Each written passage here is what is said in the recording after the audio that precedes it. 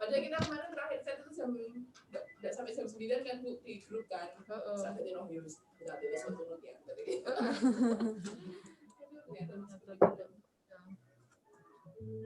Udah mulai tua juga sih. Tapi yang ngepin tidurnya kurang ya. Semangat muda. Terus tidurnya menjelang pagi, turun ngimpi doyok macan tangi turun sampai rasanya megap-megap. Rasanya kesel banget ya. Jadi olahraga dari semua bunyi.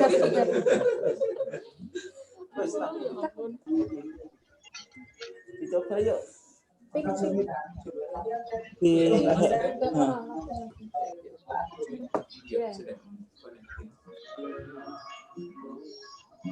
Rekodnya jangan lupa ya Pak Cucun. Iya, jangan lupa. Ya. Siapa rekor ini? Sisan sing layarnya gedem. Foto bersama siapa? Pak Cum. Bisa. Bisa dong. Kok 15 TC ya? 5 TC. Selamat pagi Bapak Ibu. Bisa dengar suara saya? Bisa. Dengar. Oh iya. Dengar nggak? Belum masuk. Sudah Pak, sudah masuk. Oke. Mohon bantuannya Bapak Ibu untuk videonya ditampilkan ya. Kami mau mencoba untuk screen.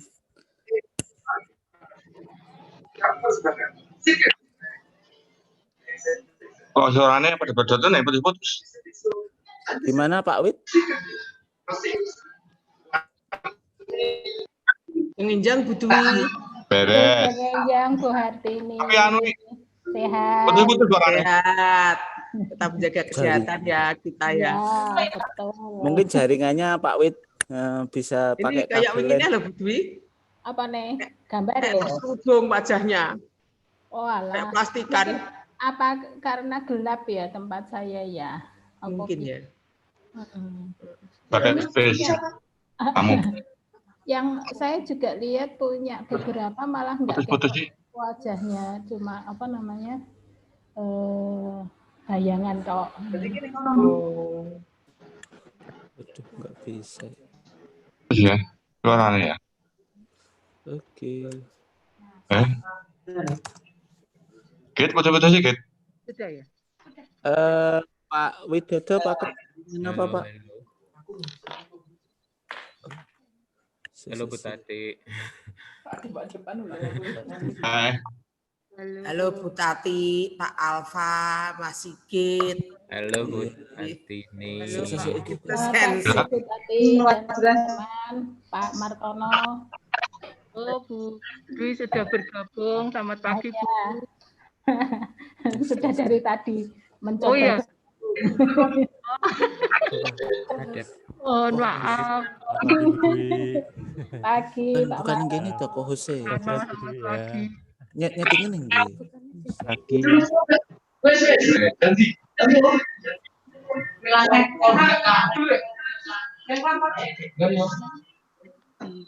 Sorry ya. Soalnya wajahnya Ibu cuma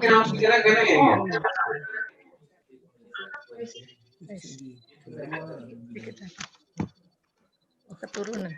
Gini. Ya.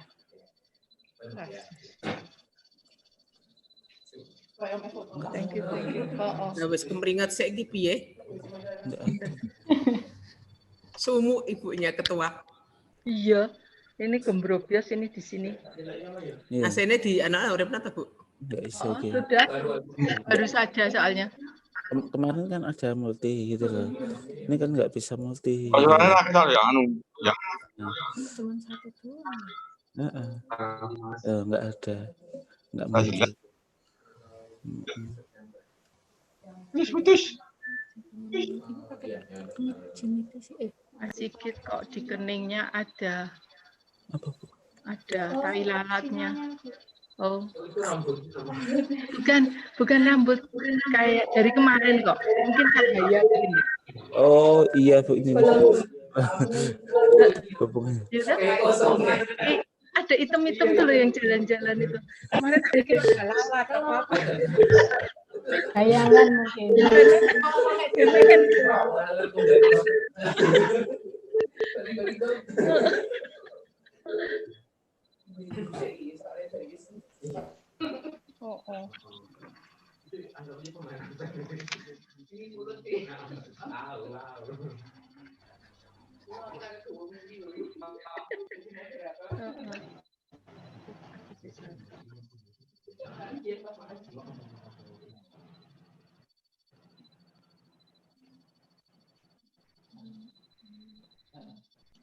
Ya.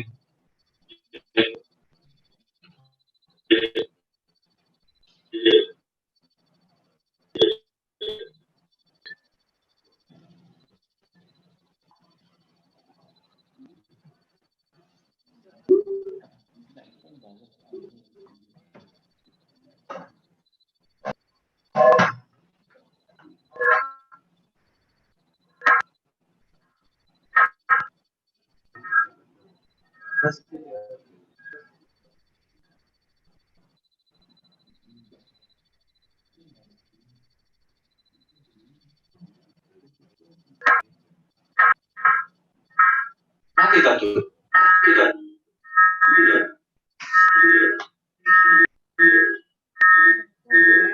Enggak ada suaranya.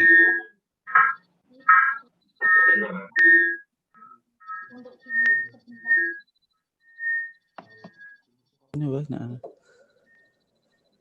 Wes Pak Jun. Ketinggalan. Mas Sigit bisa dengar suara saya? Oke.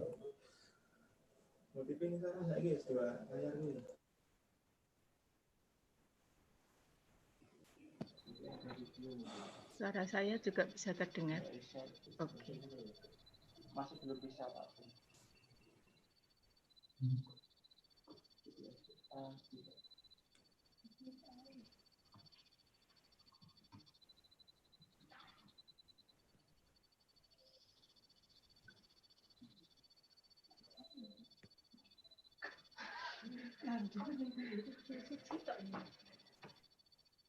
Sambil dulu. Enggak sampai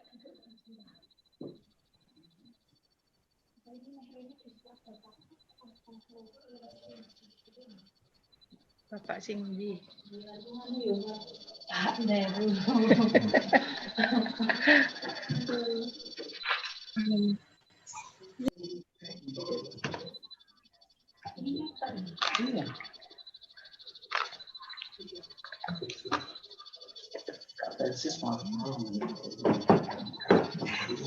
Kita atas sudah Mas. Selamat pagi, Bu Artati. Selamat pagi, Pak Tatas. Ya.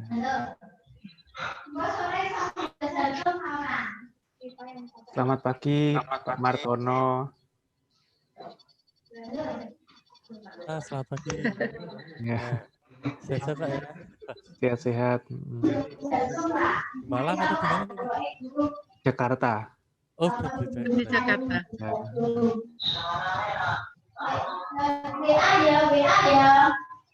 Ada Pak Widodo. Selamat pagi. Ya, ada Mas Sid. Asid. Selamat pagi Pak Tatas. Oh, pagi Bu Artati. Sehat ya. Sehat-sehat. Ya.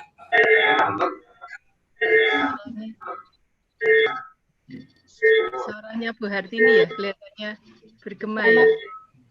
Selamat pagi Pak Tatas. Selamat pagi. Saya Dwi, nanti moderator Bapak. Oh iya. Gitu. Ya. Ini Bu Dwi. Hey.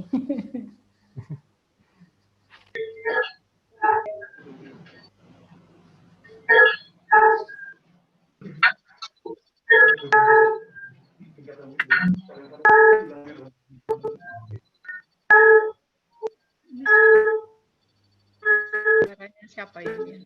Ding dong ding dong. Ini kok ada suara ya? background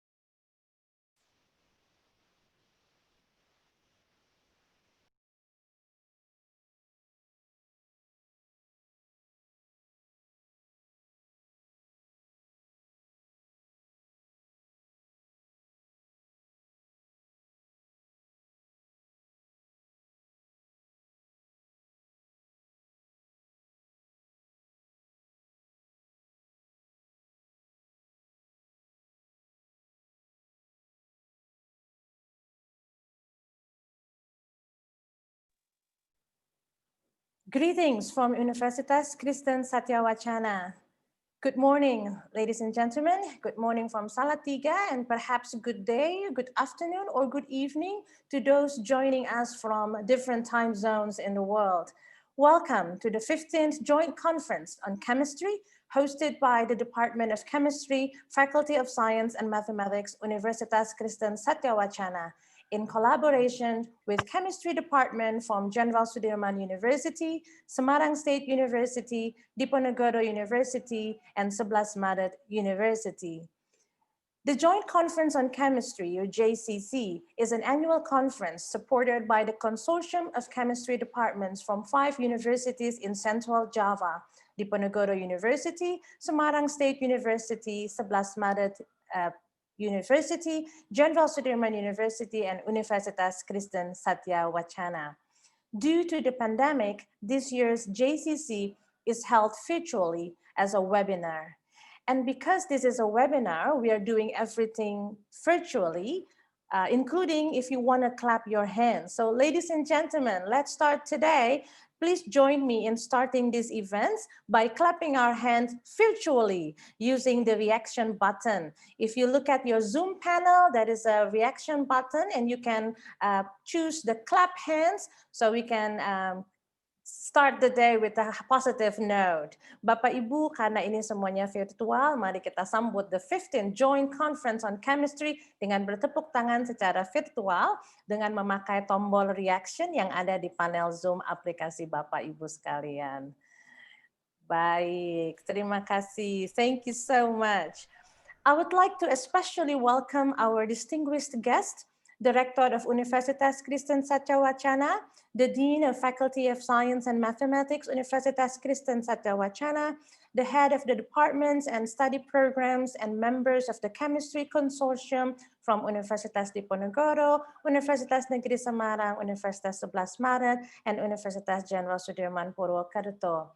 A warm welcome to our keynote speaker, Professor Hadi Nur from Universitas Teknologi Malaysia, Professor Hidetoshi Sato from Kansai Gakuin University, Japan, Professor Min Kang Sai from National Taiwan Normal University, Taiwan, and Dr. Tatas Boto Sudarmo from Machung Research Center for Photosynthetic Pigments, Indonesia. And a warm welcome to all of you speakers and participants. Once again, welcome to the 15th Joint Conference on Chemistry with the theme on the chemistry application in supporting green and sustainable development. We will begin our conference today with a prayer led by Mr. Alfama Patiserium, and I would like to invite Pa Alfa to pray for us this morning. Thank you, Ms. Francis. Good morning, everyone. And before we start our conference today, let us pray. I will lead in the Christian faith, and for others that have a different faith, please support in your faith. Let us pray. Our Father in heaven, thank you for this morning. Thank you for this life, and thank you for this breath that you give us so that we can gather here today. in the 15th Joint Conference on Chemistry 2020. God, we ask you to bless all of us as the committee, keynote speakers, presenters, and all the participants. God, we ask that you bless and protect this event from the beginning, in the middle, to the end. And for that, we want to surrender this event only in the name of Jesus Christ, our Lord and Savior. Amen. Thank you, Pak Alpha. Ladies and gentlemen, we will now sing the Indonesian National Anthem. Bapak Ibu sekalian, kita akan menyanyikan lagu kebangsaan dan untuk itu saya memohon kesediaannya untuk dapat duduk tegak di depan layar masing-masing untuk menghormati lagu Indonesia Raya. Ladies and gentlemen, Indonesia Raya.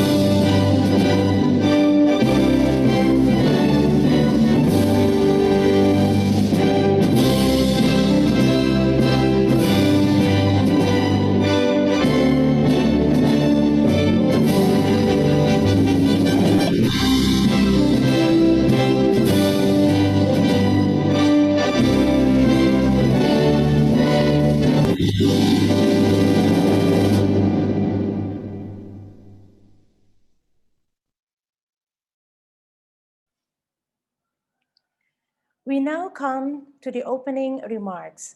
I would like to invite the chairperson of the organizing committee, Dr. Landa Hartati Sucipto, MSc, to deliver her opening remarks.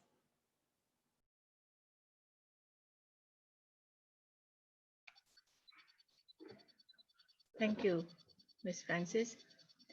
Good morning, ladies and gentlemen. Welcome to 15th Joint Conference of Chemistry. May I present the committee report.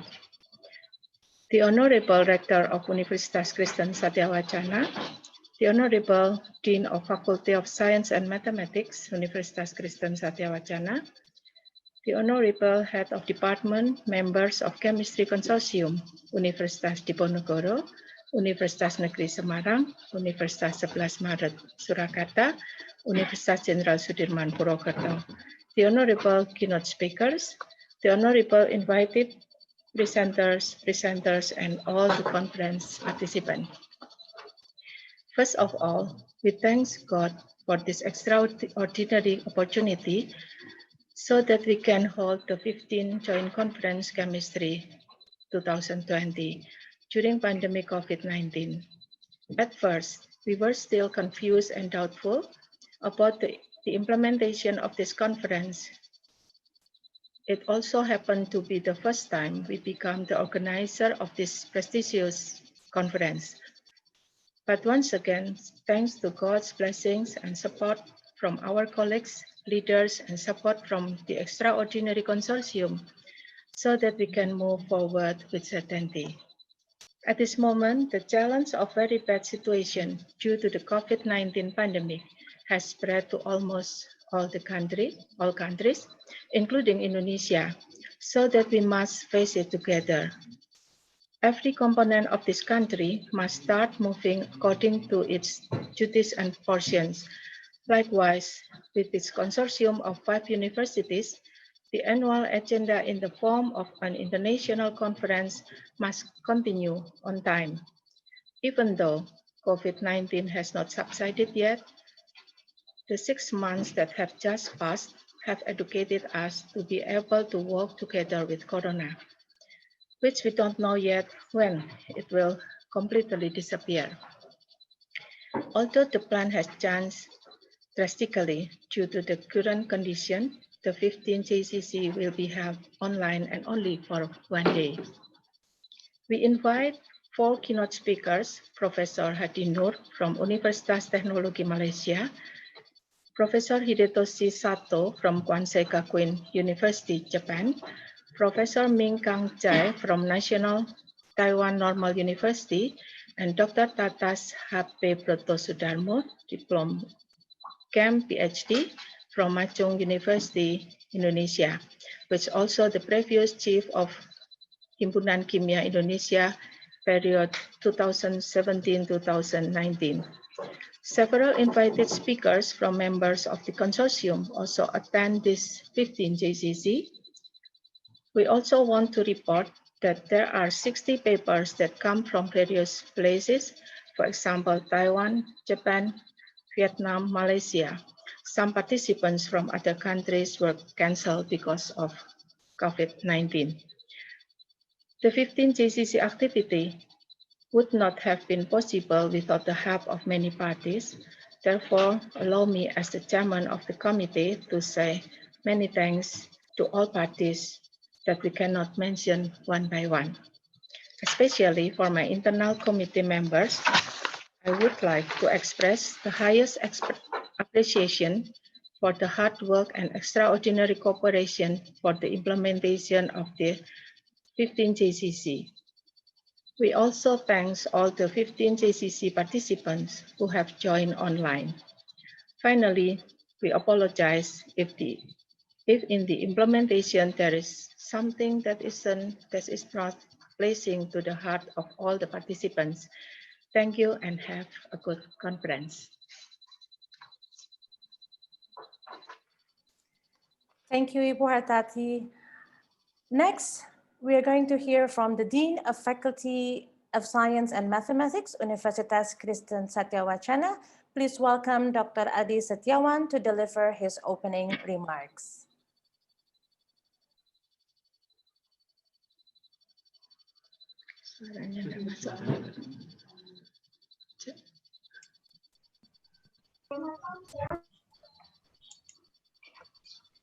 Thank you, Ms. Francis. The Honorable Rector of Universitas Kristen Satyawacana, who in this case is represented by the Universitas Kristen Satyawacana Vice Rector. Chairman of the Indonesia Chemical Society, or Himpunan Kimia Indonesia, Dr. Muhammad Rafi. Head of Chemistry Department, Universitas Diponegoro. Head of Chemistry Department, Universitas Negeri Semarang, Head of Chemistry Department, Universitas Jenderal Sudirman, Head of Chemistry Department, Universitas 11 Maret, Head of Chemistry Department at Faculty of Science and Mathematics, Universitas Kristen Satyawacana, all JCC participants, good morning. Peace for us. Today, the Faculty of Science and Mathematics is holding the 15th Joint Conference on Chemistry. This conference is held by the Chemistry Department. We would like to thank the committee, all speakers, presenters, and all participants so that this event can be held. The conference this time is held online, considering the situation is not yet possible to hold face-to-face conference. The world is busy with how to deal with COVID-19. We are working to be able to cure those affected by the disease caused by the coronavirus. Find vaccine and move the economy back to being like everything. However, you should still comply with health protocols so that you are less likely to get COVID-19. This year's conference takes the theme on the chemistry application in supporting green and sustainable development. Through this activity is hoped that the field of chemistry and its application can develop well and can help preserve the environment and in turn contribute to sustainable development. In the meantime, the development of the field of chemistry and its application hopefully can play an active role in overcoming the coronavirus disease. Therefore, we ask to the rector of Universitas Kristen Satya Wacana, that represented by Universitas Kristen Satya Wacana Vice Rector in Academic Affairs, would like to open the 15th Joint Conference on Chemistry. May God bless us. Amen. Thank you.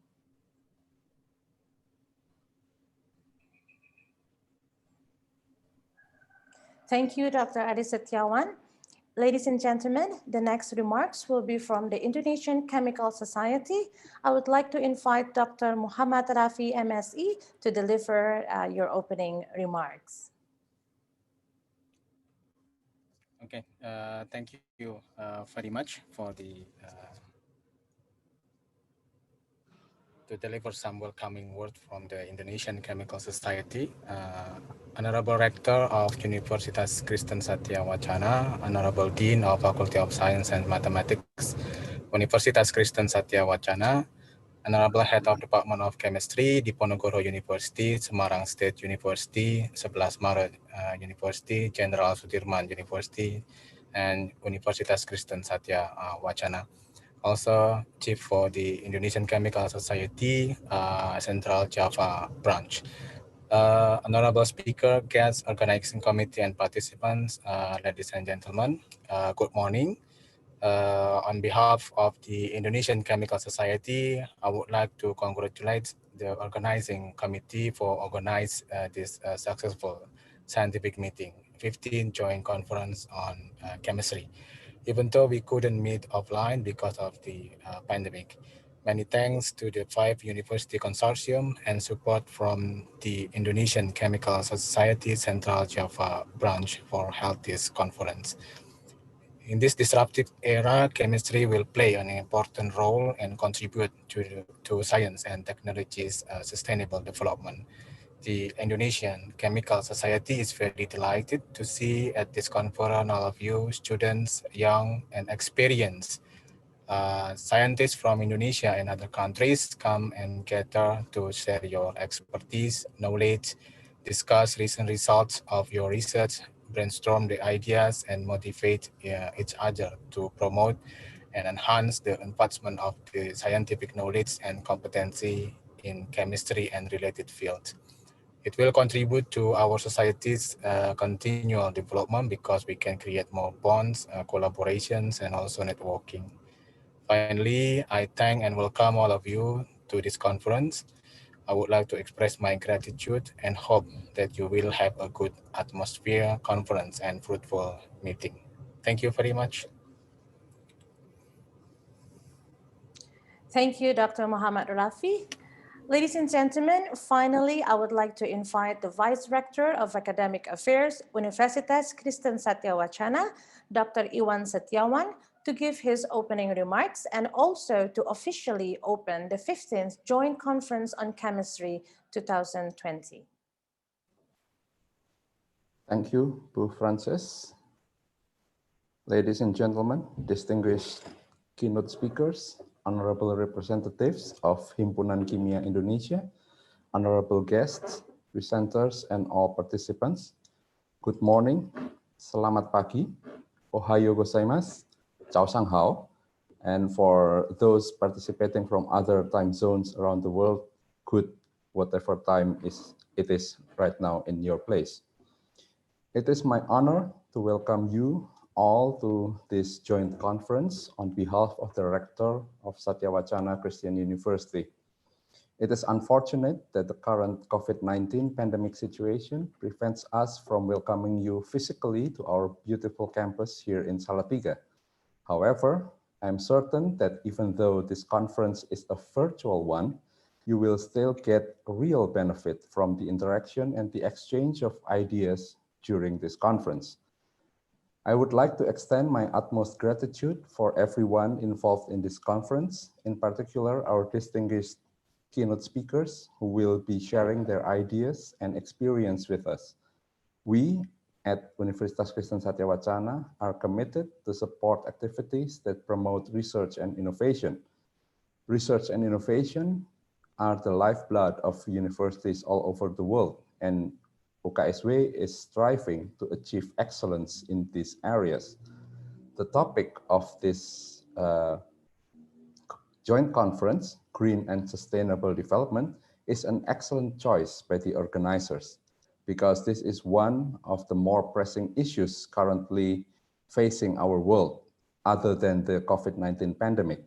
Although I also see that Sato Sensei will give a talk about virus detection. So some of the topics discussed in this conference also touch on the pandemic issue. Without green and sustainable development, our advances of today might not be real triumphs, and instead are only Pyrrhic victories, because we do not pay any attention to what kind of world we are leaving behind for the next generation. I would also like to thank the organizing committee for their hard work to make this conference possible. And to all participants, please do enjoy a fruitful day of scientific interaction. I hope that you will find new ideas and new collaboration opportunities for further research. And finally, without further ado, I hereby officially open the 15th Joint Conference on Chemistry here at Universitas Kristen Satya Wacana. Thank you, have a nice conference, and God bless. Back to you, Bu Francis. Thank you, Pak Iwan. Ladies and gentlemen, the 15th Joint Conference on Chemistry is now officially open. You can clap your hands with the Zoom reaction to officially start this event. Thank you. And ladies and gentlemen, before we start, the committee would like to document this historic first virtual JCC. Bapak Ibu, panitia akan memotret layar monitor untuk mendokumentasikan JCC virtual yang pertama kali diadakan ini. So I would like to ask you to start your video. Bagi Bapak Ibu yang belum menyalakan video, boleh menyalakan videonya supaya bisa terlihat hadir dalam webinar ini. If you can start your video, and the committee will move from one screen to another screen to screenshot your monitor to document your presence in this webinar. Thank you.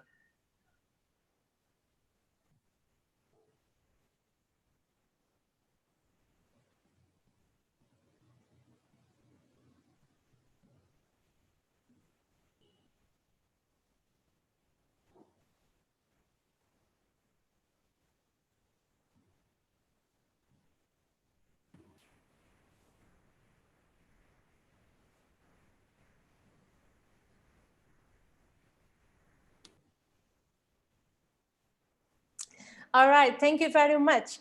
Ladies and gentlemen, before we begin our plenary sessions today, I would like to go through some webinar housekeeping. Bapak Ibu, sebelum kita memulai, ada beberapa pengumuman untuk kita ketahui bersama demi kelancaran webinar hari ini. All participants' microphone will be muted during the presentation to allow better reception during the presentation. If you have questions, please submit through the chat mechanism on your Zoom panel. And please refrain from using the chat for other topics or for internal discussion. The moderator will address your questions during the Q&A session or via email. Another important thing is this webinar is live on YouTube and also is recorded there, and the recording will be available as well as all the presentation materials. If you have any problems regarding the system, the webinar system, please contact the committee. You can contact via GCC email, or you can contact Pak November through WhatsApp. The number is available in the chat room. The committee will put it there for the contact number if you have problems. Sekali lagi mohon perhatian Bapak Ibu bahwa seluruh peserta akan mikrofon dari seluruh peserta akan dimatikan demi kelancaran presentasi, dan jika ada pertanyaan silahkan diajukan melalui kolom chat. Mohon dengan sangat kolom chat tidak dipergunakan untuk diskusi-diskusi lain atau diskusi internal selama sesi berlangsung dan hanya ditujukan untuk pertanyaan. Pertanyaan Bapak Ibu akan ditanggapi oleh moderator dan jika waktu tidak memungkinkan akan dijawab melalui email. Juga mohon perhatiannya bahwa kegiatan ini direkam dan juga ditayangkan langsung melalui YouTube sehingga dapat diakses nantinya. Jika ada pertanyaan tentang materi presentasi, sistem webinar juga bisa menghubungi Pak November melalui WhatsApp yang tertera di chat room. Demikian sedikit informasi untuk kelancaran acara pagi hari ini.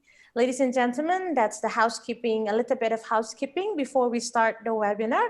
And now we start with the first plenary session. Are you ready for the plenary session? I hope you are, because we have our keynote speaker from Malaysia, Professor Dr. Hadi Nur from University Technology Malaysia. His session today is entitled Structure, Physical Properties, Photocatalytic Activity Relationship, an Extent Perspective Using Density Functional Theory and Fuzzy Logic Graph. This session will be moderated by Dr. Amin Fatoni from the Chemistry Department, Jenderal Sudirman University, Indonesia. Ladies and gentlemen, please welcome the first plenary session, Dr. Hadi Nur, and the moderator, Dr. Amin Fatoni. Okay, thank you for the Master of Ceremony. Assalamualaikum warahmatullahi wabarakatuh. Ladies and gentlemen, for the first keynote speaker would be presented by Professor Hadi Nur. Before the presentation, I would like to present the curriculum vitae of Prof. Hadi Nur. There is hundreds of publication and also awards, so I just would like to highlight some of them.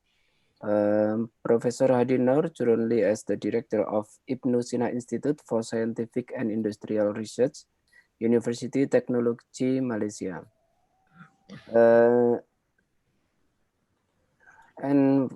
For the highlight, I would like to show you that Professor Hadi Nur birth and place of Bukit Tinggi, Indonesia. So even the professor has currently worked at Malaysia, but actually he was born in Bukit Tinggi, Indonesia.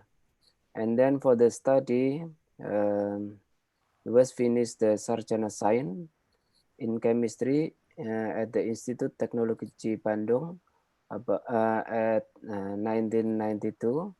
Then continue to the Magister Technique in Material Science and Engineering, also in Institute Teknologi Bandung, Indonesia at 1995, and then continue to the PhD in Chemistry at the University Teknologi Malaysia, finished at 1998. Among the hundred of publication and award, the Scopus profile, I can see that he has its index of 23 and ISI its index of 22 and Google Scholar its index of 30. There is so many publication and also book chapter. And also he also handled some of journal like MCFAS, Malaysian Journal of applied science, and also some of Indonesian journal. So please welcome Professor Hadi Nur with the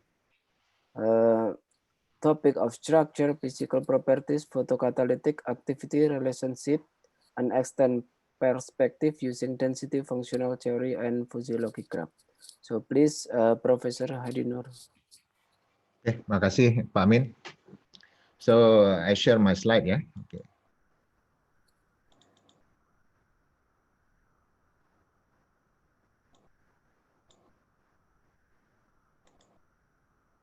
Oke. Nampak ya Pak Amin ya? Nampak Pak, sudah Oke, terlihat. oke. Thank you very much.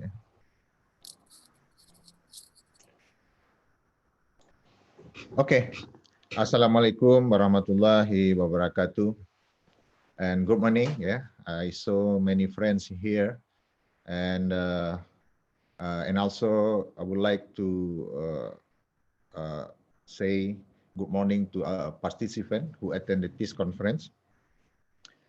And I would like to say thank you to organizing committee, yeah, for the invitation to me to give a keynote speech on the field that we really like so much, yeah, that is chemistry. The title of my presentation today is Structure, Physical Properties, Photocatalytic Activity Relationship, and Extend Perspective using density functional theory and also fuzzy logic graph. So in this presentation, I want to combine the experimental work with computational and also mathematical approach called fuzzy logic graph. And I did this research recently because previously I was only doing experimental research in laboratory. I think that this approach was very interesting because we can see the problem of the chemistry in a broader perspective, yeah, especially in the field of the physical chemistry and in organic chemistry. And I would like to thank my PhD student and postdoc who work in this topic at our university, University Teknologi Malaysia. Okay. Currently, I'm an associate editor of the Frontier in Chemistry section, catalysis and photocatalysis. Yeah. So every year we hold a strategic board meeting. And this journal was launched in 2013 and had the first impact factor in 2017. Good because the impact factor is almost 4. And I think that this is a very good achievement for a new journals. And this is why this, because this is supported by a good strategy by the editors. Yeah, every year we hold a strategic board meeting to discuss how we can improve the quality of the journal.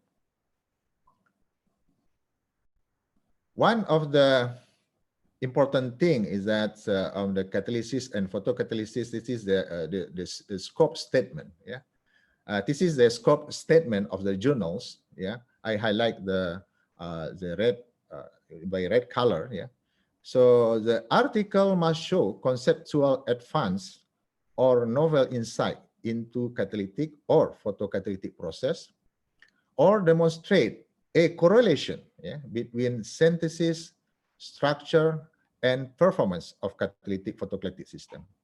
So we receive many papers.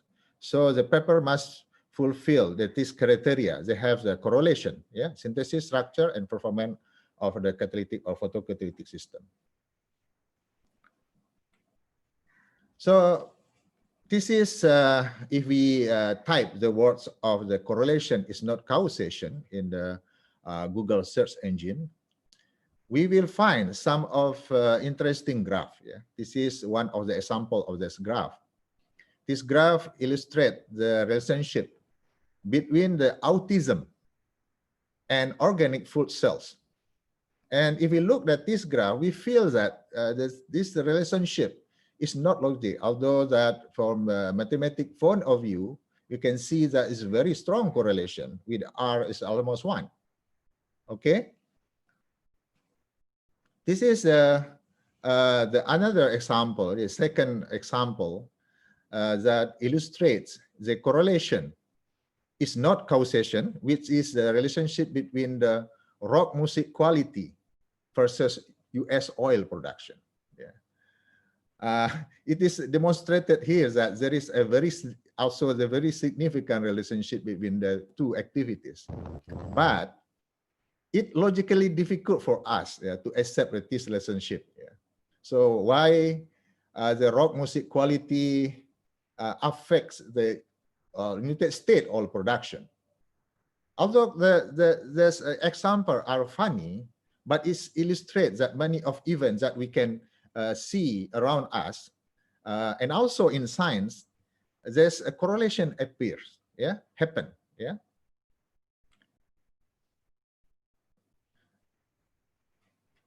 So I cannot find the right word in English. So how to connect various facts that are not logic.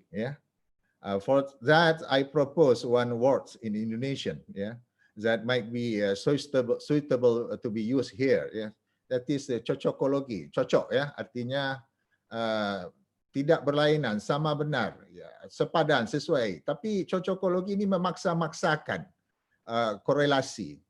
So we find out is I saw that many papers also in the chemistry, memaksa-maksakan fakta yang sebenarnya kita lihat tidak related from the chemistry point of view, tetapi dia paksakan sehingga cocok. Ini kita sebut sebagai cocokologi. So we can use that to say the terms in this presentation. So the studies on the structure and the properties of solid, I think that this is same as and with the story of the sick blind man and the elephant. We know that this story in the children's book. So we can see that from this picture, if we grab the tail, we can say this is rope because you cannot see. If we hug the feet of the elephant, we can say that it was tree. We can, because we cannot see the elephant. So this is similar with the chemistry and also in the science, that we need a broad perspective to examine the relationship between the structure and properties of the solid. So sometimes we forget, the process usually used in science and also in our chemistry, namely the what we call is the epistemological process. And this process starts from the curiosity, and from curiosity it will produce knowledge. So this knowledge is obtained from the experience and reason. In a chemistry perspective, experience, I can say that the experience is the same with the experimental. We can analogize with the experimental. And the reason is that the theoreticals and the computational. So based on this principle, science built from the knowledge. So if anyone likes to read the philosophy books, we know maybe someone knows as a philosopher name is Aristotle. Aristotle. And I think that this is he laid the foundation of science. So based on the experimential process, I can say that please. So let's go back to the basics. Okay, before I tell about on photocatalysis, I share my experience some 20 years ago. On my research on the structure properties of the aluminum phosphate molecular sieve.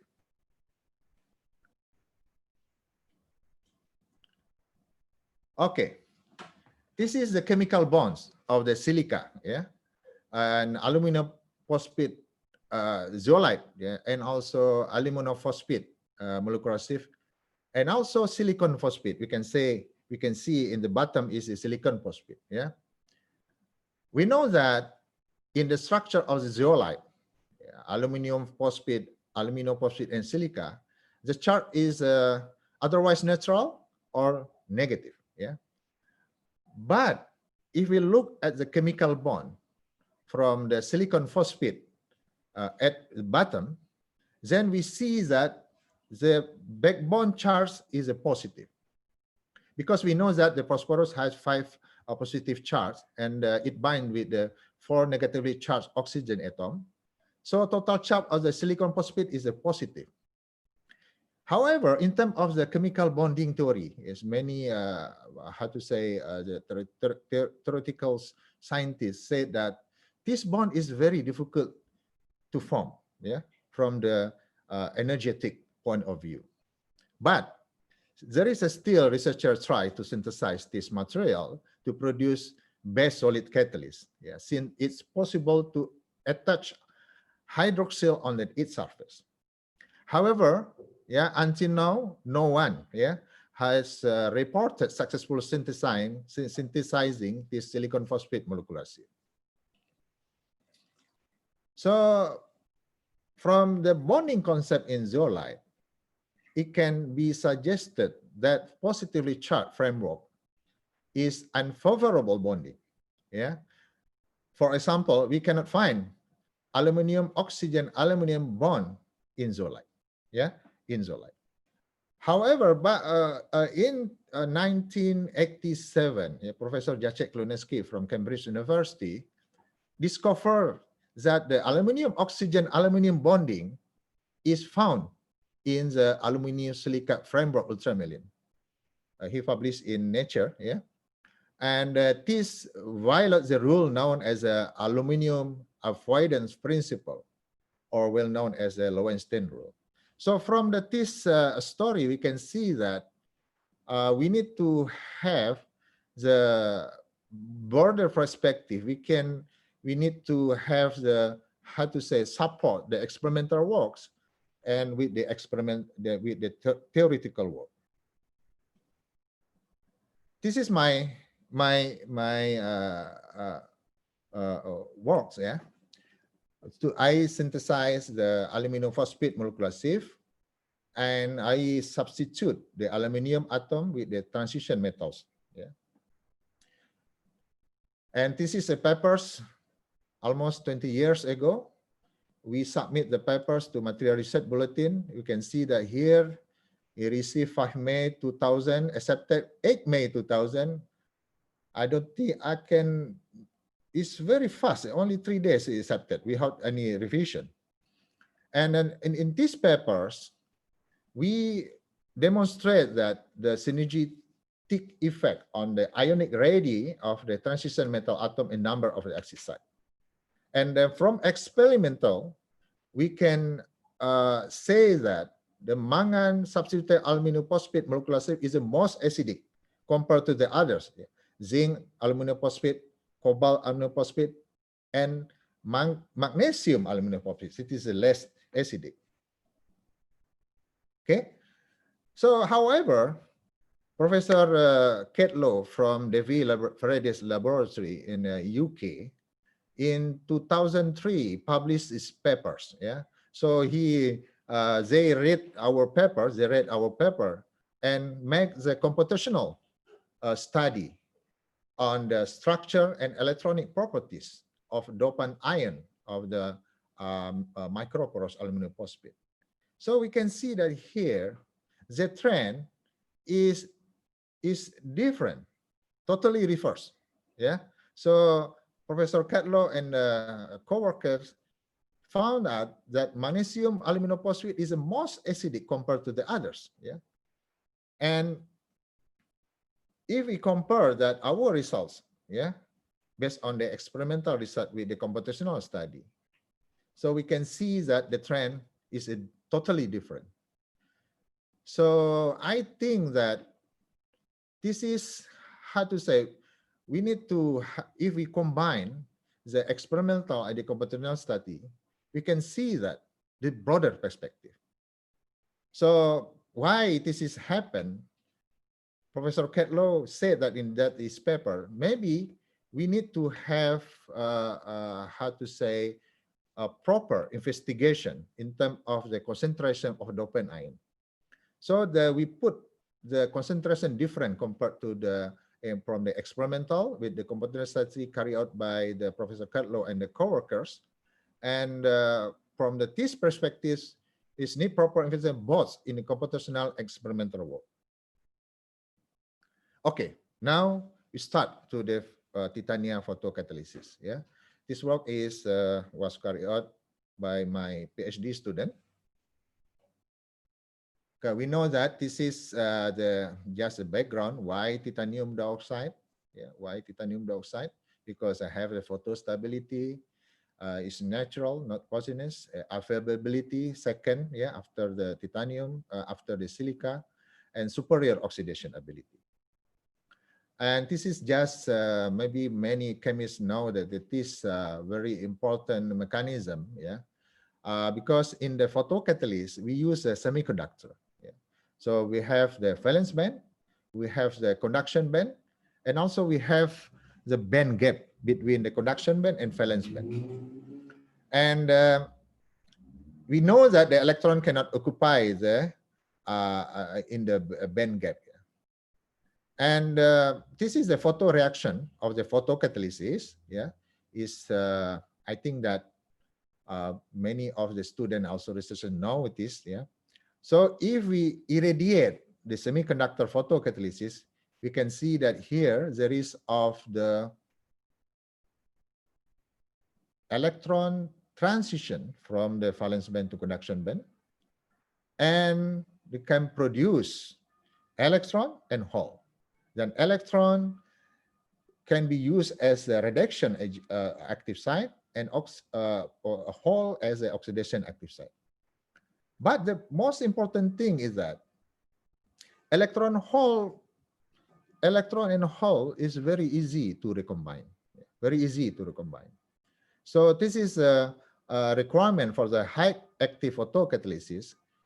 Since we need electron and hole for the chemical reaction, but there is also the tendency to recombination of electron hole, we need to avoid the recombination. So previously, many researchers say that, yeah, if we read the papers, because in order to avoid the recombination, we need the titania, for example, catalyst with a high crystallinity to prevent the recombination. The second is that we need to the high surface area or appropriate surface properties. And if we see that the previous research, yeah, based on the two important factors. Number one is the crystallinity, and number two is the surface area. If we look at the oxidation, is here the oxidation of methanol to aldehyde. Yeah, we can see that crystallinity and surface area play a role, and also the phase. Yeah, we need to have two phases, anatase and rutile. Without this, we cannot get the high photocatalytic activity of the titanium dioxide. And this is the other example that the oxidation of water into oxygen, that the previous research said that the crystallinity is more important compared to the surface area. And the phase must be rutile in order to get high photocatalytic activity. This is the third example that the surface area is more important compared to the crystallinity. Yeah, and the phase must anatase. So from these three examples, we can see that we still do not know that what is the most important factors affecting photocatalytic activity. And this is altered depending on the kind of the reaction. So this is the challenge in the titanium dioxide photocatalysis. Yeah, number one is that to prove, yeah, the predominant properties determining the photocatalytic activity, whether it is the surface area, whether it's the density of the crystalline defect, whether it is primary particle size, secondary particle size, and existent anatase and router phases, and also how does the shape of photocatalyst affect the photocatalytic activity. This is we need to elucidate the problem in the titania photocatalysis. Until now, we do not know that, what the predominant properties. So we go into this challenge, and I will present the first challenge by using a set-controlled titanium dioxide containing 5Cb liquid crystal photocatalysis. The second is carbon-modified titania photocatalysis. We elucidate what the predominant properties determining the photocatalytic activities by using DFT and also fuzzy logic graph. So the idea is that, if we look at these three kinds of the materials, 3-dimensional, 2-dimensional, 1-dimensional, so we can think that 1-dimensional materials have the goods of properties in terms of the theoretical point of view to reduce the electron-hole recombination rate. So we find that one paper was published 5 years ago that maybe there is a correlation of the shape with the photocatalytic activity. So it is hypothesized that the well-aligned orientation will provide a good electron diffusion due to the molecular alignment of titanium dioxide photocatalyst. So we think that we need to synthesize well-aligned photocatalysis, that is the titanium dioxide. So previous paper by Professor Kuroda from Waseda University, he said that he published paper 15 years ago on the orientation of mesochannels in continuous mesoporous silica by using high magnetic field.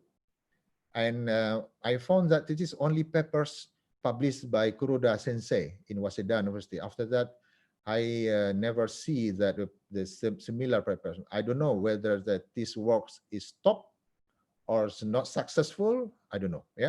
So I said to my student, please go to this topic. How the magnetic field effect in the synthesis of the materials by using magnetic field. So the hypothesis is very simple.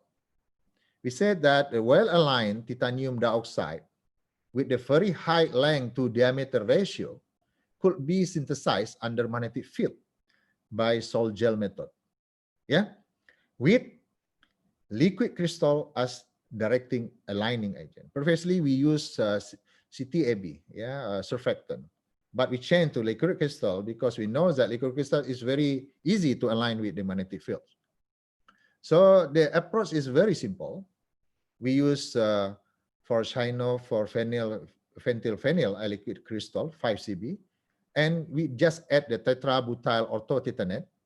We adjust the composition of the four material here, water and alcohol, and we place under strong magnetic field. And it's very interesting that we can obtain with the assistance of the liquid crystal under quite low magnetic field, only 0.3 Tesla, the orientation of this material is changed. So it's like now is like as a whisker. So it's very simple. Just we mix and we add liquid crystal, and we just dry and hydrolyze, complete dry and hydrolyze after 3 days in the ambient atmosphere under this apparatus, by using magnet with the 0.3 Tesla. So that this effect of the magnetic field direction, we can find that if we put here at the center, we can see that the structure is different if we put in the different location. So this magnetic line can location, how to say, we put in different location, the magnetic line can affect the shape of the catalyst, of the materials. Yeah. If we put here, can see that the composite titanium dioxide containing 5 Cb liquid crystal has the good, how to say, well alignment. Okay, so go back to our hypothesis. Yeah. Okay, this is the another pictures. Okay, so that the two factors that affect the well alignment is, number one is a hydrolysis. We need to have the slow hydrolysis in order to liquid crystals, and the hydrolysis is such, how to say, make the alignment. Yeah. It's very fast, the alignment is not occurs. Yeah, we need to the slow hydrolysis. So we need to combine water and alcohol. We control the hydrolysis. So we check, yeah, whether this well aligned of the titanium dioxide with the liquid crystal have the physical properties in terms of the electric conductivity. So this is the direct current electric. You can see it's the difference between the well aligned without the not aligned. And also we check to the Hall effects. This is the well aligned, and the bottom is the without magnetic field is not aligned. And this is the SEM image. Yeah, can see the difference of the material without magnetic fields with the magnetic fields, and we check the photocatalytic activity. So from the photocatalytic activity, we can see that the difference, and the well-aligned titanium dioxide containing 5 Cb have the better photocatalytic activity compared to the others. Also, we check by the fluorescence spectroscopy, the charge transfer are so different. So this is very, very interesting to us. So by this, we also carry out the DFT calculation in order to elucidate the mechanism. And from the FT calculation by using B3LYP method, we can say that, okay, this conduction band of the 5, how to say, electron from the 5 Cb, the electron transfer, yeah, occurs, yeah, from the 5 Cb to titanium dioxide. Okay, this is the second approach, yeah, titania photocatalysis by using carbon dope titania. Carried out by my PhD student Afrus and Siti Hajar alias, just recently graduated. So 5 years ago, yeah, I was a visiting scientist at the Helmholtz the Helmholtz Center Berlin for Materials Energy, yeah, Helmholtz Zentrum Berlin, yeah. So I collaborate with Professor Thomas Dietrich there. So I use the instrument that they call is the surface photovoltaic spectroscopy. So this is Dr. Thomas Dietrich from Helmholtz Zentrum Berlin. So I use this surface photovoltaic spectroscopy. I think that this is just home built by himself. Then the only one, the researcher have the complete set of the surface photovoltaic spectrometer is that the Helmholtz Zentrum Berlin. So I use this a spectrometer to characterize my titanium dioxide samples. So this is a very interesting result we got from the SPV, surface photovoltaic spectrometer. And this result, we can see that the titanium dioxide, the anatase phase, I brought samples from my lab to the Germany, anatase phase with the anatase phase, and we found out that the titanium anatase phase have the same band gap energy with the Routel phase. That is 3 electron volt. We know that the Antares phase is 3.2 electron volt, but the Routel phase is a 3.4, 3 electron volt. And this is very interesting. Dietrich said to me, Thomas said to me that, Hadi, this is why your Antares is band gap is almost similar with the Routel phase. This is very interesting, he said to me. So I asked my student to send the FTIR results. Yeah. And I think that maybe the small amount of the carbon affects the band gap. Okay, so very small. If we highlight that this region of the carbon, we can see small peak of the carbon here. And this is a possible explanation on the electronic transition. Yeah, the presence of the small of the carbon impurity to titania gives the semiconductor titania an excess of conducting electron or an excess of conducting holes. Okay, this is the sulfur photo spectrometry. And also we found that from the theoretical point of view, this is must be maybe could happen because the carbon can create the subband. Okay, so sorry. Kenapa dia balik ke depan ini?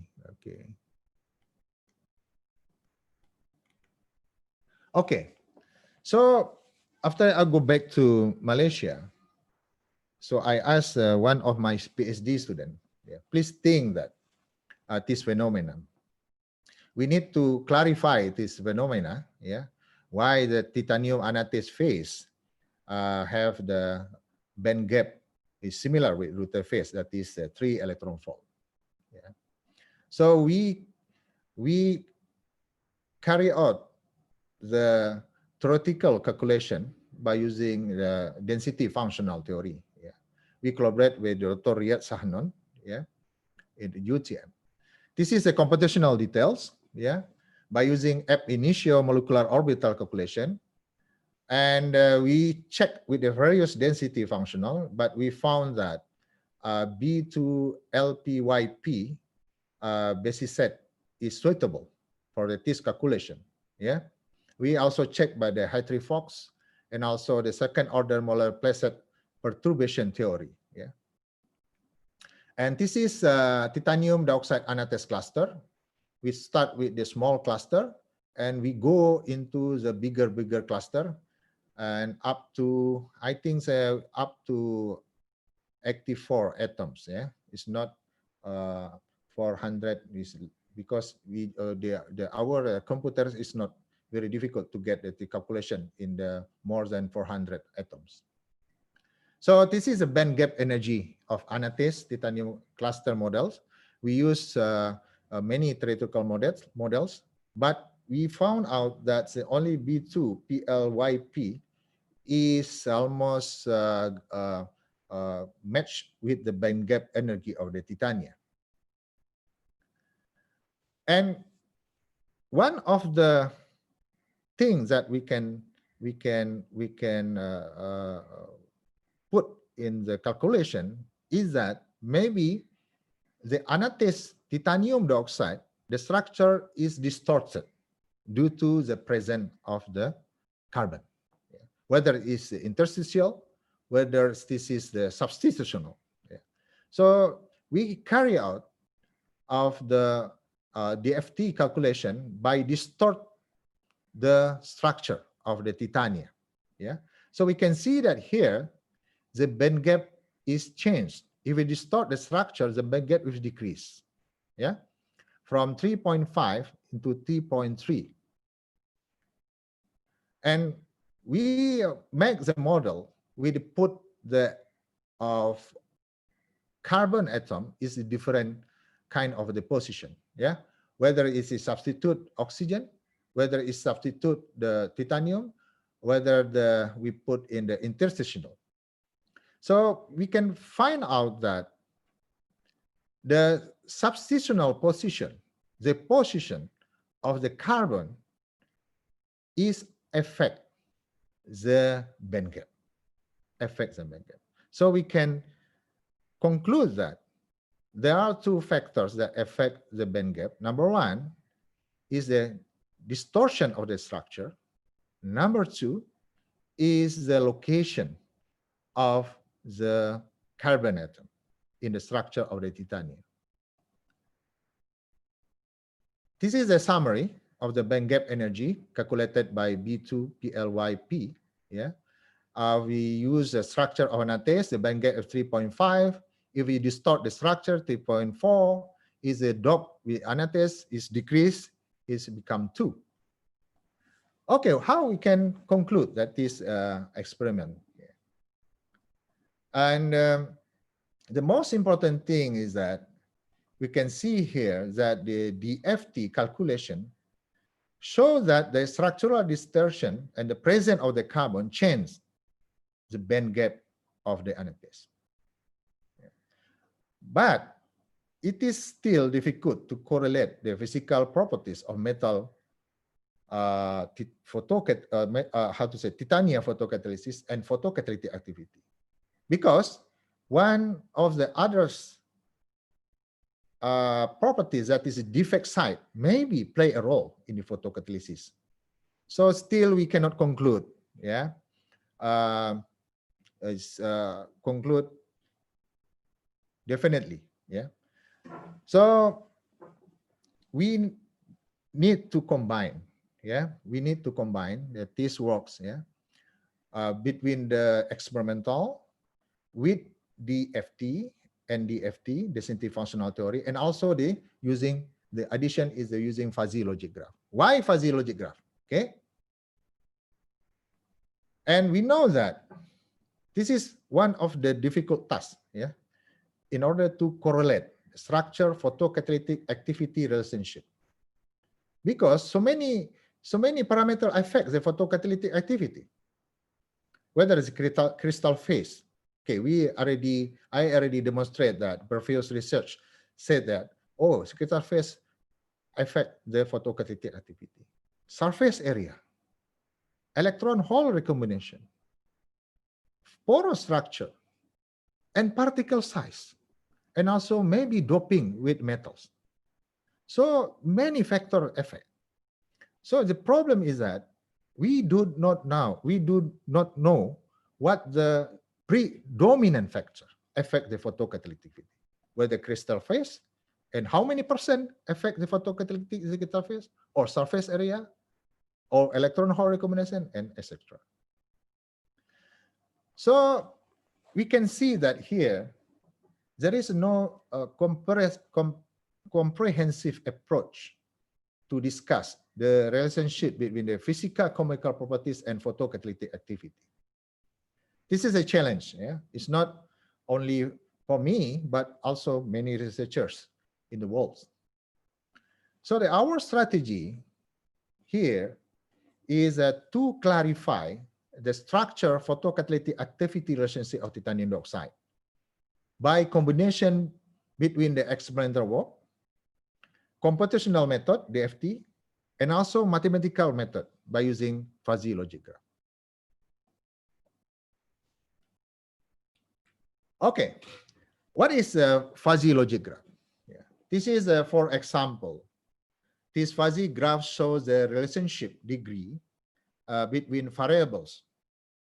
Let's say that variable 1, phi1, phi2, phi3, and phi4 to phi5.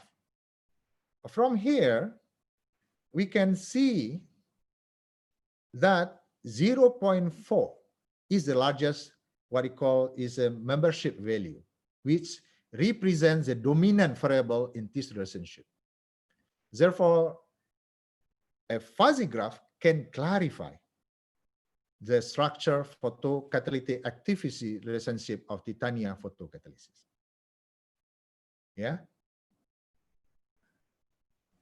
But why fuzzy logic?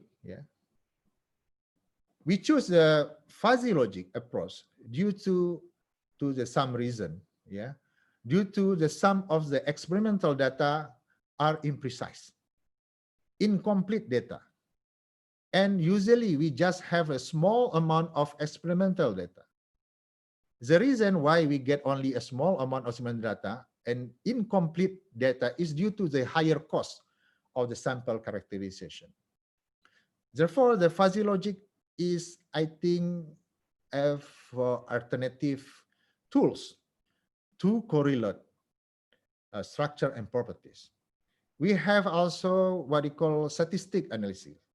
But by using statistical analysis, we need to have many data. Yeah, it's many experiment need to statistical analysis.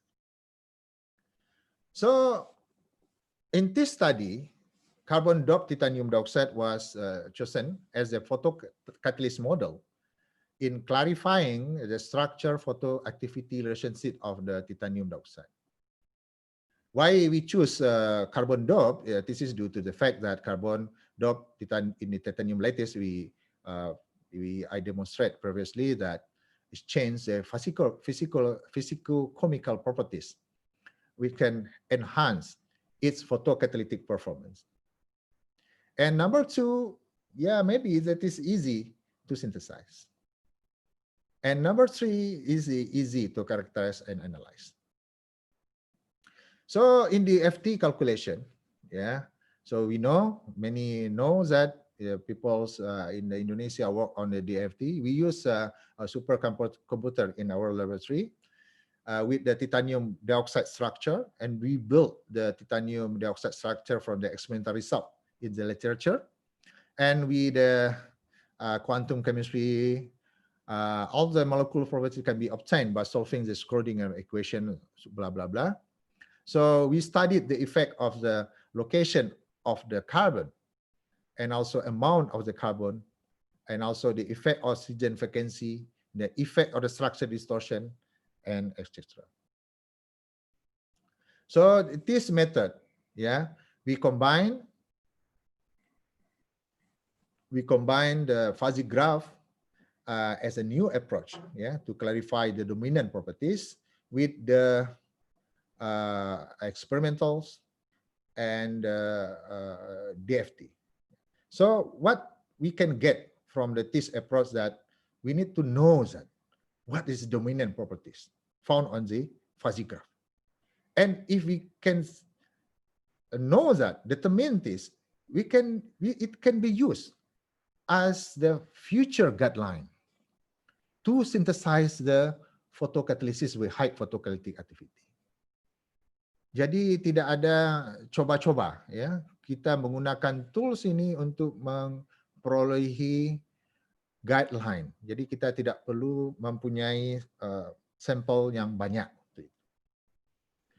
So this is a summary of physical properties of carbon doped titanium dioxide, and its photocatalytic activity was carried out by my PhD student, Siti Hajar alias. So it's not complete. It's not complete. But we can use this data if we put in the fuzzy. Yeah, okay, fuzzy. Okay, this is some of the DFT calculation. Go back to the DFT results. Yeah, we use previously we can see that the P2PLYP is a good method, theoretical method, and this is very interesting result. Yeah, we analyze the band gap energy of carbon doped titanium dioxide using PDOS, yeah, density of state. Yeah, for pure samples, yeah, the band gap energy is 3.06 electron volt. After we substitute with the carbon, the band gap energy was reduced, yeah, because of the formation of the subband. We can see that very clear here, the formation of the subband between the valence band and the conduction band. However, the band gap energy to produce 3.04, yeah, okay, sorry, number 3 is we put substitution at a different position, position 1 and position 2.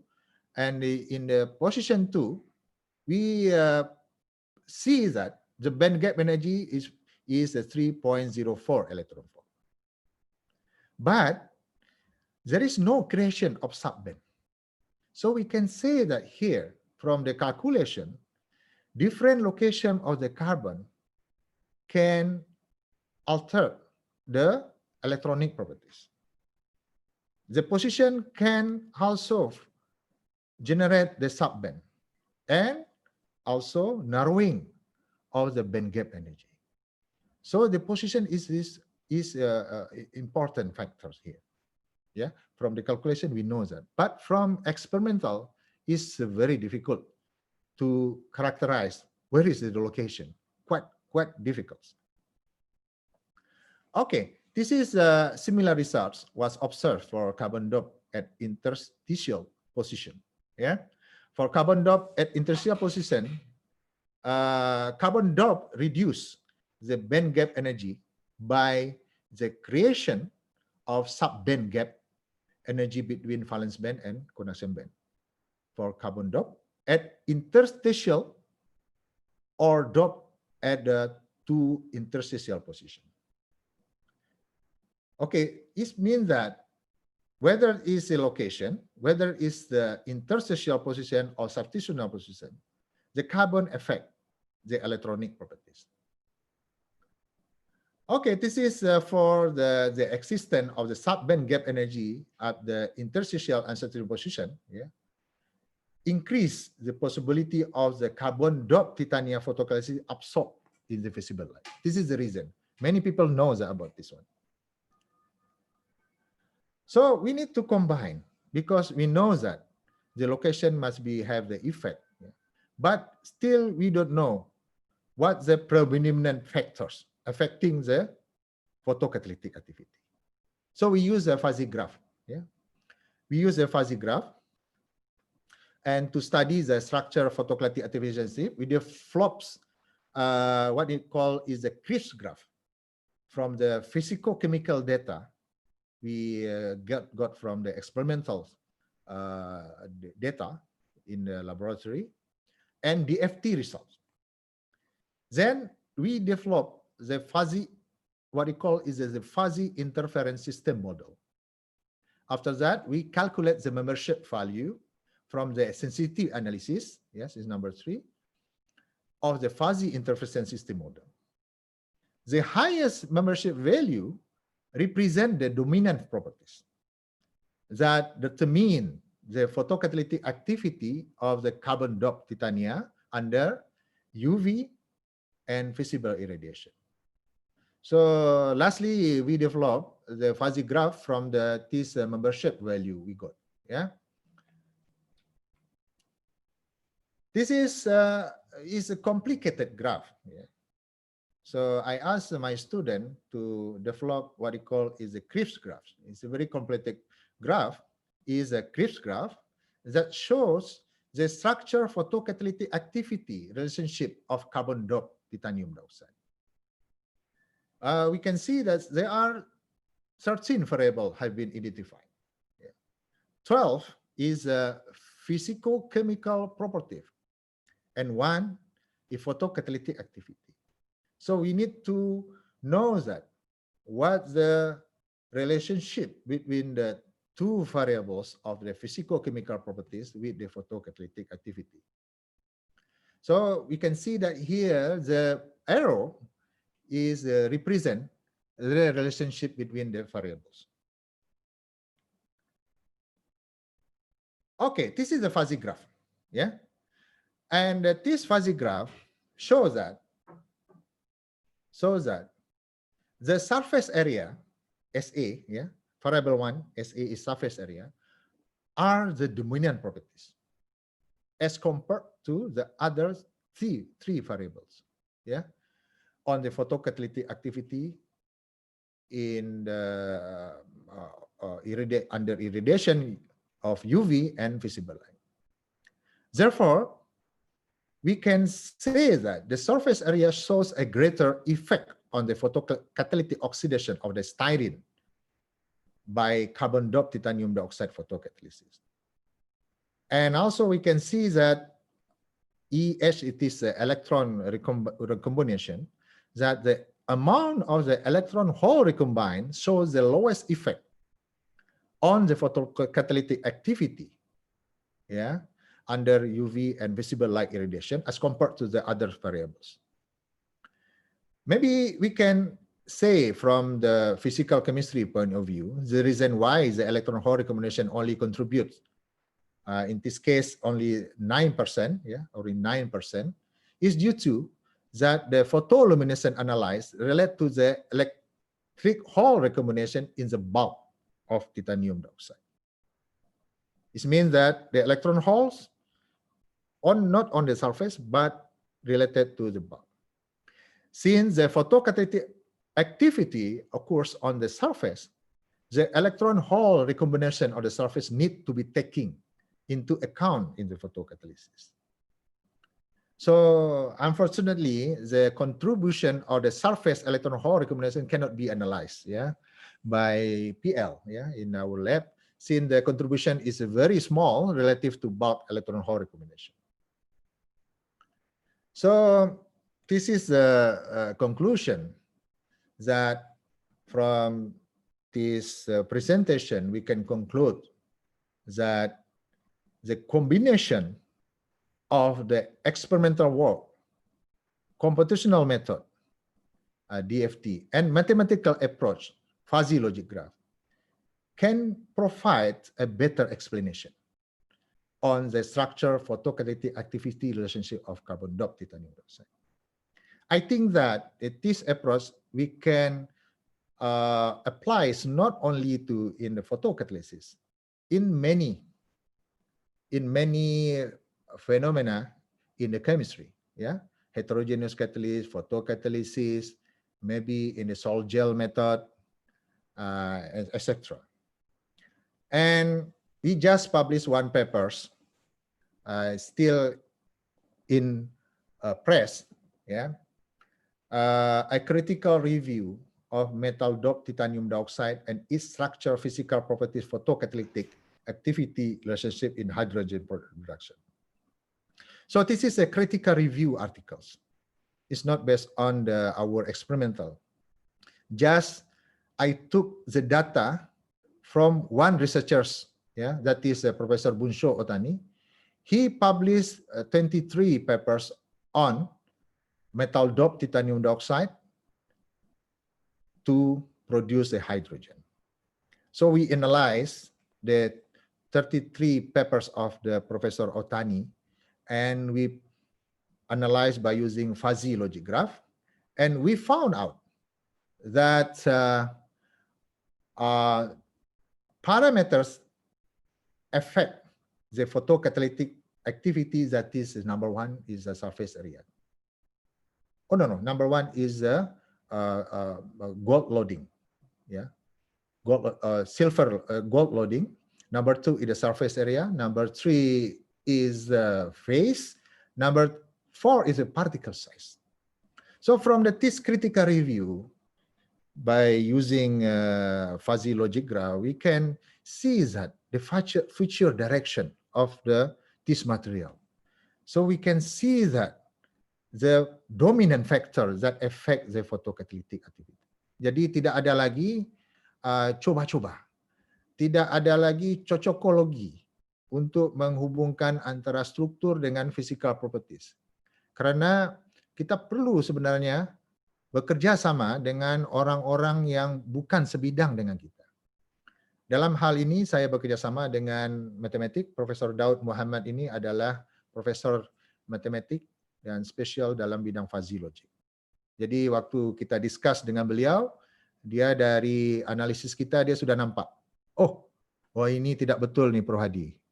Ini seperti ini fuzzy logic grafnya. Walaupun dia tidak paham kimia, tapi kita boleh bekerja sama. So I think that we need to go collaboration between mathematics, yeah, fuzzy logic graph, whether it's statistical analysis, with the theoreticals, with the experimental. So that is what message I want to convey in this presentation. This is the last slide. This is my research group in 2014. Yeah, one of them is already got a professorship. Ya, jadi guru besar di Universitas Negeri Malang ini Pak Nur Hadi ini. Dan juga ada, tapi nggak ada, Dr. Leni nggak ada sini. Kalau ada Dr. Leni kita boleh bergambar di sini. Oke, jadi mungkin itu yang presentasi saya. Dan mungkin kita boleh diskusi mengenai perspektif kita. Dan message yang paling penting adalah yang ingin saya sampaikan, let's collaborate, ya. Interdisciplinary itu sangat penting dalam kita membina sains, terutama bidang kita sains matematik.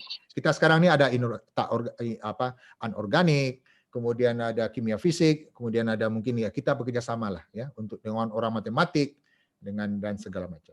Terima kasih. Assalamualaikum warahmatullahi wabarakatuh. Ya. Waalaikumsalam. Saya Thank you very boleh much, Prof. stop Hadinur. the share ya. Okay. Yeah, for the great topic. And now we have about 2 or 3 minutes for the discussion. So please, for all participants, raise your hand or type in the chat room. I will first read for the participant question in the chat room. This from Vini, Department of Chemistry, Universitas Gadjah Mada. Prof. Hadinur, may you elaborate more about the computational study part, please? Is there any rational reason to the model a solid state condition with the molecular approach, please? Since approaching a model as molecular system is very opposite from the solid state modeling. So, yes. Okay, please. Okay, I think that this is how to say, we approach by using the very simple model, yeah, very simple model. And Prof. Riyad Sanon, yeah, we discussed with Riyad Sanon. So I cannot answer this in detail because it is works is collaborate with the how to say theoretical chemist, that is Dr. Riyad Sanon. And why we choose molecular system, yeah, because we need to see that number one, the position of the carbon in terms of it. So we can put the carbon whether in the interstitial position, whether substitutional position, yeah, where there's many things, yeah, okay, the composition. That is just a simple questions, yeah. But if you ask me about the how to say in detail into the molecular system model, I cannot answer that. I need to refer to my colleagues working on that. Okay, thank you, Prof. Hadinur. And then the second question, maybe one more, from Febianto, Department of Chemistry, Gadjah Mada University. Prof. Hadinur, by using the fuzzy graph, is there any dominant trend for all photocatalyst system? For each system has different fuzzy graph profile? Yes, these are good questions. So this is a specific for the this how to say system. If we use a different system, the fuzzy logic graph is different. Yeah. So now still very difficult. We have the general criteria. What the predominant factor in the photocatalysis. So now I'm working with my master student and PhD student to use the fuzzy logic graph in the different system. So from that, we can see that whether we can have the general criteria and whether we can have the dominant trend for all photocatalysis. My answer is that currently we don't know. We do not know that we can apply this fuzzy on the all photocatalytic system, because I just carry out this only by the 1 or 2 models only. Okay, Thank you, Prof. Hadinur, for the explanation. But I'm sorry due to for the limited time for the next keynote speaker. So Ya, ada I nih, would Dr. Lenny mau tanya ini. Oh, okay. So, Dr. Lenny, short comment on cocokology. Indeed, it's still used. Yes, it's still used. But in the progress of the science, we need to have cocokology, because we have some limitation. But from this presentation, I just share with you the how to say the approach. We can use this approach because we know that ya kita ini di dalam ilmu pengetahuan kan mencari kebenaran, ya. Kita cakap benar sebagai orang eksperimental, tapi orang teori bilang ini tidak benar. Mungkin orang yang lain pun bilang tidak benar. Itu biasa kan. Jadi kita perlu juga menggunakan itu, tapi janganlah sampai contoh yang saya utarakan sebelum ini, sampai rock musik quality mempengaruhi US oil production. Janganlah sampai itu contoh ekstrim. Tapi kita masih menggunakan itu. Tapi kita perlu berhati-hati di dalam mengambil kesimpulan. Oke, itu saja. Baik, terima kasih. Okay, thank you very much, Prof. Hadinur. So please give a big applause for the Prof. Hadinur for the very great topic presentation in the first keynote speaker in this conference. Thank you very much for me. Assalamualaikum warahmatullahi wabarakatuh. Waalaikumsalam warahmatullahi wabarakatuh.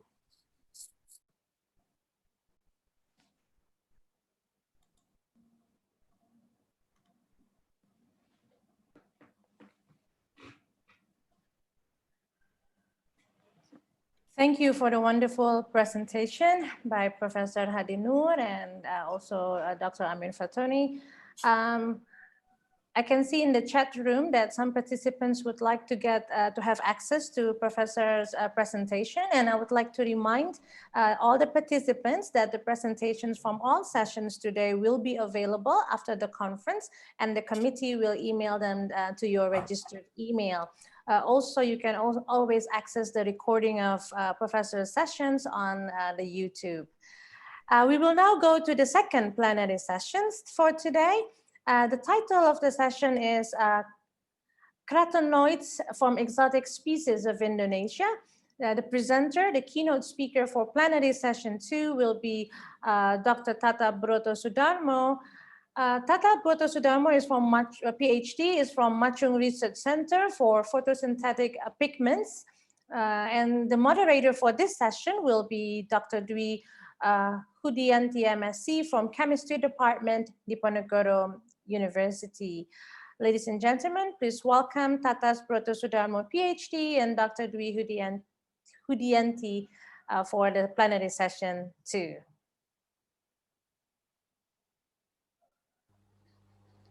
Thank you, Ibu MC. Pak Tatas, I haven't seen Pak Tatas yet. I'm here. Okay. Okay. First of all, good morning. My name is Dwi Hudianti. I am from Diponegoro University, Semarang, Indonesia, and I will be serving as your moderator today. In this session, you'll be hearing a presentation from Dr. Tata Broto Sudarmo from Universitas Machung, Malang, Indonesia, who will be presenting carotenoid from exotic species of Indonesia. But before we get started, I want to take a few minutes of your time to introduce our distinguished speaker, Dr. Tata Broto Sudarmo. About Dr. Tata Broto Sudarmo, he was graduated from chemistry from Satya Wacana Christian University, Indonesia. So actually, today he is coming home, right, Dr. Tatas? And after that, he was graduated in Diploma Chemistry from Ludwig Maximilian Universitat, Germany. And then in 2010, he was graduated PhD from University of Glasgow, Molecular and Cellular Biology. And then From 2010 until 2011, he was an associate researcher in University of Glasgow, Institute of Molecular Cell and System Biology. Besides the formal education, Dr. Tatas also attended two training in Germany. The most recent one is about faculty management, higher education, government, financial management, change management, quality assurance, and leadership in the University of Applied Science, Osnabrück, Germany. Besides that, a lot of experience and appointed position awarded to Dr. Tatas. The most recent one is as Vice President for Science and Policy, Indonesia Young Academy of Science from 2018 until 2020, and also as President of the Indonesian Chemical Society from 2017 until 2019. And the most important one is as a principal investigator, Machung Research Center for Photostatic Pigment, Universitas Machung from 2011. And then I also see a lot of awards have been presented to him since 2007, and the most recent one in 2019 is a fellow George Foster Research Fellowship for Experienced Researcher from the Alexander von Humboldt Foundation. That's the curriculum vitae of Dr. Tatas Brotosudarmo, and this curriculum is of May 2020. Now, before we start with the presentation, let me remind you that all questions should be submitted through the chat room, and then later on the question will be addressed by the moderator during the Q&A session or by email afterward. Okay, moving along to our session. Ladies and gentlemen, please welcome Dr. Tatas Brotosudarmo from Universitas Machung. To Dr. Tatas, please, screen is yours. Thank you, Ibu Dwi. Now I'm going to share the PPT presentations. Hopefully everybody will can see the PPT presentation now.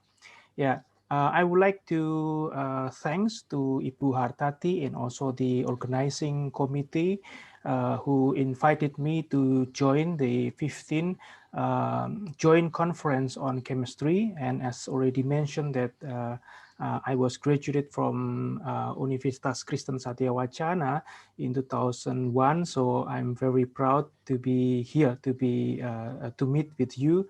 It is like a reunion.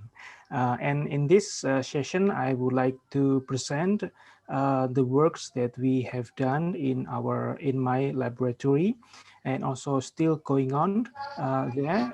It is about carotenoids, carotenoids from exotic species of Indonesia. What I mean exotic species, I would like to present three examples. It is fruits and also microorganisms that we found in Indonesia. And these are the general overview of today's talk. I'm going to give you an introduction to carotenoids. For you who do not know about carotenoid, maybe this is just a glimpse, introductions about sources, chemical structures and functions of carotenoid. And those who already familiar with carotenoids, this is just for a reminder to refresh refresh back our knowledge. And then I would like to share three works that we have done, and also we are still currently doing it, and then close with questions and answer. To begin with, I would like to show you this slide. Indonesia in the middle of the world. It is at the middle of the cross-section between two continents and also two oceans. If we sum up the area of Indonesia, the terrestrial area and also the water area, we could appreciate how large Indonesia is, and also Indonesia consists have a potential in biodiversity. If we talk about biodiversity, maybe it is good if we mention important person who has contributed to the study of biodiversity. He is Alfred Russel Wallace. He founded, or he developed a theory of evolution or theory of natural selection together with Charles Darwin. Many people know well Charles Darwin and his work in Galapagos Islands, and from that work he built up this theory. But if we study about Wallace, he did a lot of research.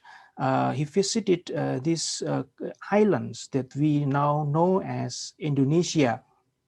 He visited Sumatra, Jawa, Bali, Lombok, Flores. He visited Kalimantan, he visited Sulawesi, and also Maluku. And it was between the 19th century. So it was, as I remember, it is between 1854 to 1862. And in 1859, he drew a virtual line that we now call it as Wallace line. So if you travel from Bali to Lombok or to Borneo and to Sulawesi, you will find this very strange feeling, because you will find a different habitat, a different fauna, a different habitat that it's very not exactly the same as compared to the Sunderland. And then afterwards, several years after Wallace drew this line, Lydekker drew the line as well to distinguish between the land, we call it Sahul land. It is in Papua, in Irian Jaya, and this part, and also the parts in the Wallacea. So what my point is actually that the wealth of Indonesia biodiversity has inspired the birth of global scientific leaps. And Wallace in 1891, he wrote his seminal book, Natural Selection and Tropical Nature, where he established the theory of colors for animals and plants. This was actually the theory he submitted to Mr. Darwin theory. And in this book, he organized the colors on the field, this field, into 6 functional categories. The first category is colors that helps to camouflage in its natural environments. The second category is to give an honest warning signals of toxicity. And then the third one is colors that can protect these kind of insects to hide from predators. And the fourth one is colors that make attractive to different sex. And then colors also give recognitions of certain species. And last but not least is colors to give colors to the flowers, to the fruits. Now, the study of color has been actually developed from a long time ago, maybe from the age of Egypt, of Babylonian. But then through the history, it was developed, especially the techniques to understand, to study, to separate colors from colors. For example, now the students and most of us, we are familiar with thin layer chromatography. Using thin layer chromatography, for instance, here we have a seaweed extract. The color of seaweed extract, if we put on the thin layer and let it develop further, and then what we see is we can see a nice spot, colorful spot. And we look at here, the yellow and orange color represents the color of carotenoids, such as beta-carotenes, zeaxanthin or lutein, phylaxanthin, neoxanthins. And of course, for the brown seaweed is the major carotenoid of brown seaweed is fucoxanthin. Well, you can see here the blue-green color. It corresponds to chlorophyll. Yeah, chlorophyll A, chlorophyll B, chlorophyll C. And then you will have the gray color, which is a degradation product of the chlorophylls. But today I'm going to focus on the carotenoids. If we are talking about carotenoids, if you visit the carotenoid database I accessed just yesterday, now carotenoid database provides information on 1,204 natural carotenoid that has been determined in 722 source of organisms. So basically, you have a lot of data that help us to study, to screen or to profile the biodiversity of Indonesia. How does the structure of carotenoid, the chemical structure of carotenoid look like? Yeah, the general structure, it is comprised of isoprenes molecule. They join together head to tails or tail to tails. In the middle, you'll have a long chain, and at the end we have what we call it N groups. There are 7 N groups, and in combination. For instance, beta carotene, it is the N group in this part, yeah, it's beta, and then in this part also N group beta. So beta carotene means beta carotene. So there are 2 types of carotenoids. One carotenoid is here. This is, we call it carotene or non-polar carotenoids. And this type, the second type is xanthophyll or polar carotenoid. We encounter carotenoids almost every day. We eat them basically. For instance, beta carotenes we eat from carrots, yeah. And then we have mandarin orange, rich of beta cryptoxanthin, yeah. And then we also have this tomato, which is very rich of lycopene. The corn. It is rich of lutein and also mostly is zeaxanthin, yeah, zeaxanthin. And then the papaya is rich of lutein and also zeaxanthin. Astaxanthin is very rich in salmon or in crabs or in prawns, yeah. And then we have this picture. This is red pyxin, yeah, red pyxin. In the past, this is used for cosmetic, yeah. To make your lips becoming red, yeah, it's like a lipstick. Where we can find carotenoid?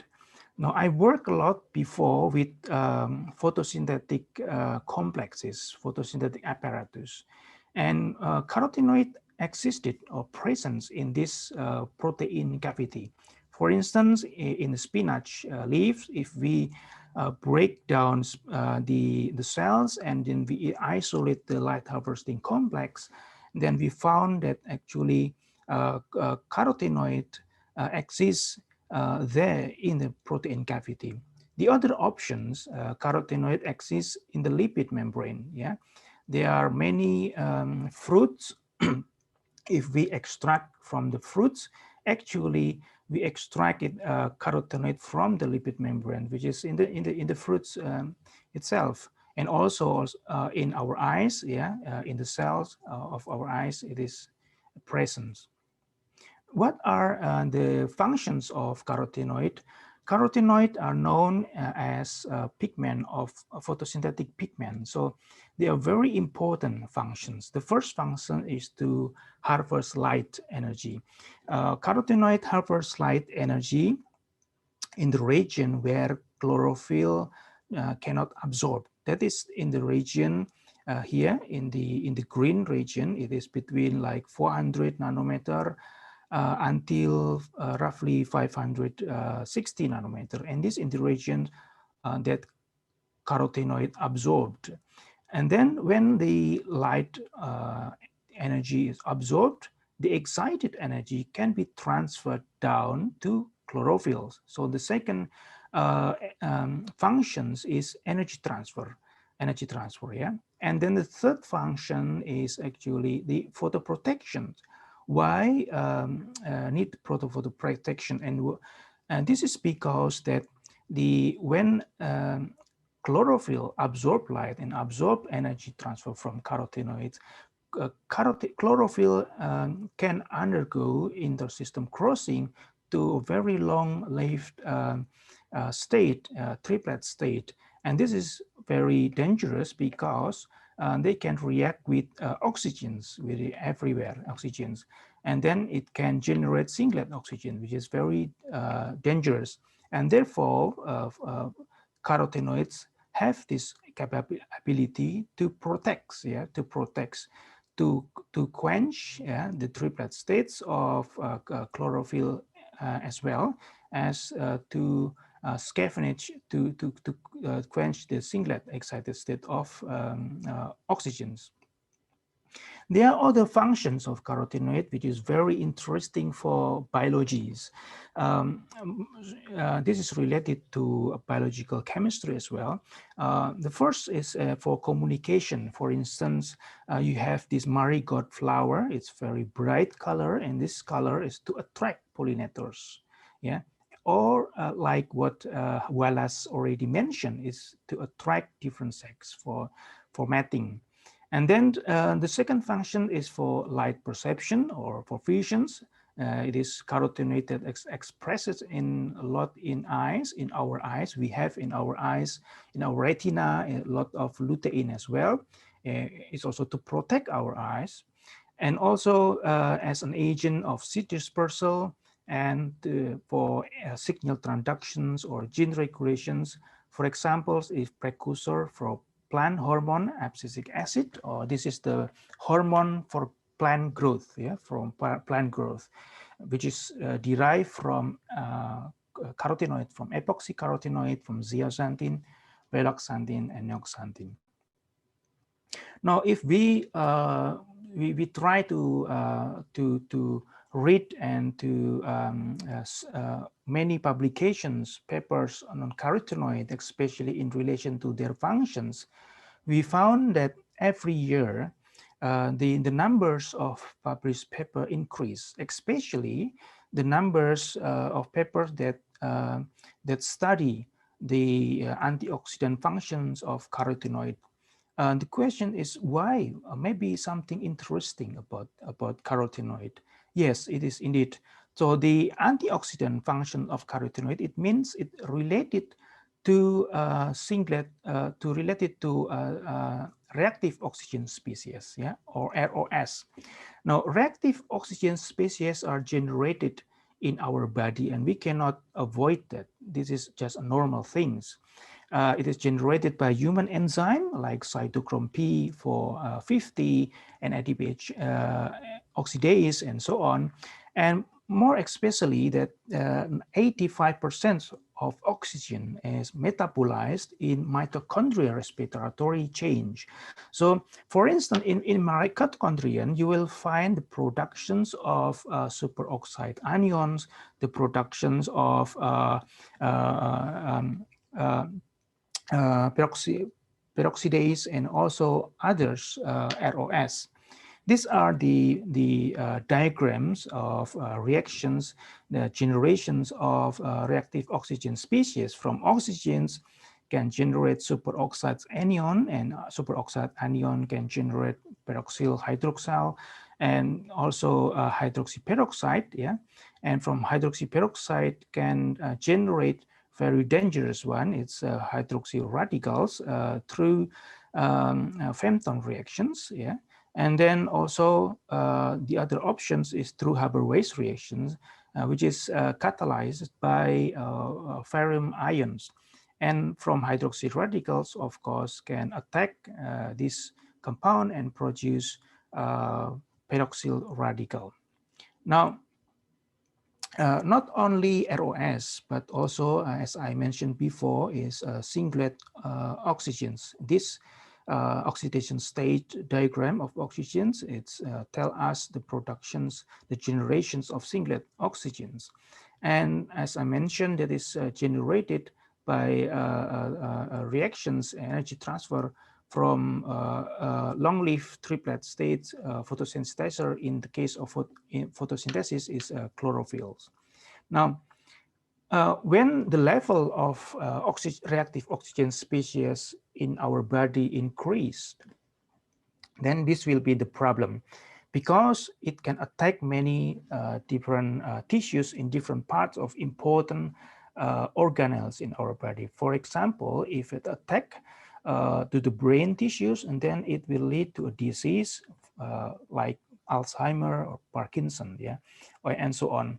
If attack to our immune system, this is very dangerous. It will lead to the chronic inflammations.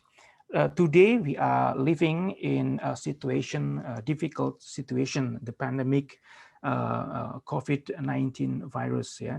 And this COVID-19 is dangerous because it deals with human ACE2. This is the enzyme that is located a lot in our cell, in the lung, in the respiratory part, and also in different parts as well.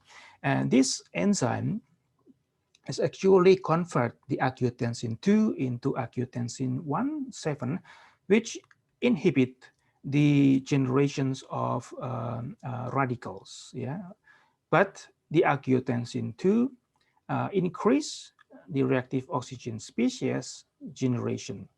The problem is that this COVID-19, it increased the polymorphonuclear leukocytes, so it will generate the increase of ROS, but this inhibit because it attached to the ACE2, therefore it inhibits this conversion. And so therefore we have to during this pandemic situation, we have to be careful of our immune system, and chlorophylls, carotenoids able to tackle the increased generation of ROS in our body through at least two mechanisms. The first mechanism that we know as scavenging, yeah? Able to scavenge ROS and therefore terminate the chain reactions of oxidation propagation. The second mechanism is by reacting with the catalytic ferrum ion catalyst and make a chelate metal ion, and therefore it can inhibit the generations of radicals. Now I'm going to stop with this slide with the introductions of carotenoid, and then I will present now examples of the works related to carotenoid research in my laboratory. Now, I would like to introduce you the laboratory in Malang, in Machung. And in my laboratory, we have two main equipment. So the first one is HPLC, which is coupled with mass spectrometry. And we use ASI. Maybe you are asking me why I use ASI, because carotenoids are mostly non-polar. Actually, the honest answer of this one is about the budget at that time. And the second one is we would like to study not only carotenoids, which is semi and non-polar compound, but also we would like to study proteins. We would like to study polar components as well. And the second analytical equipment is GC-MS.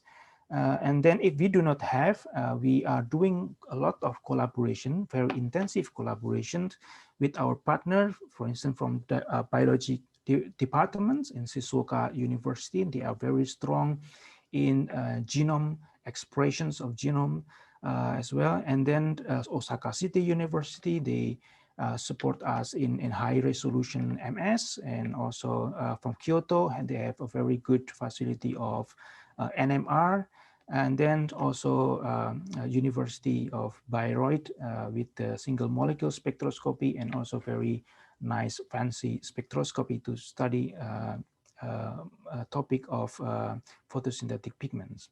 And these are the lab member. I had 6 members.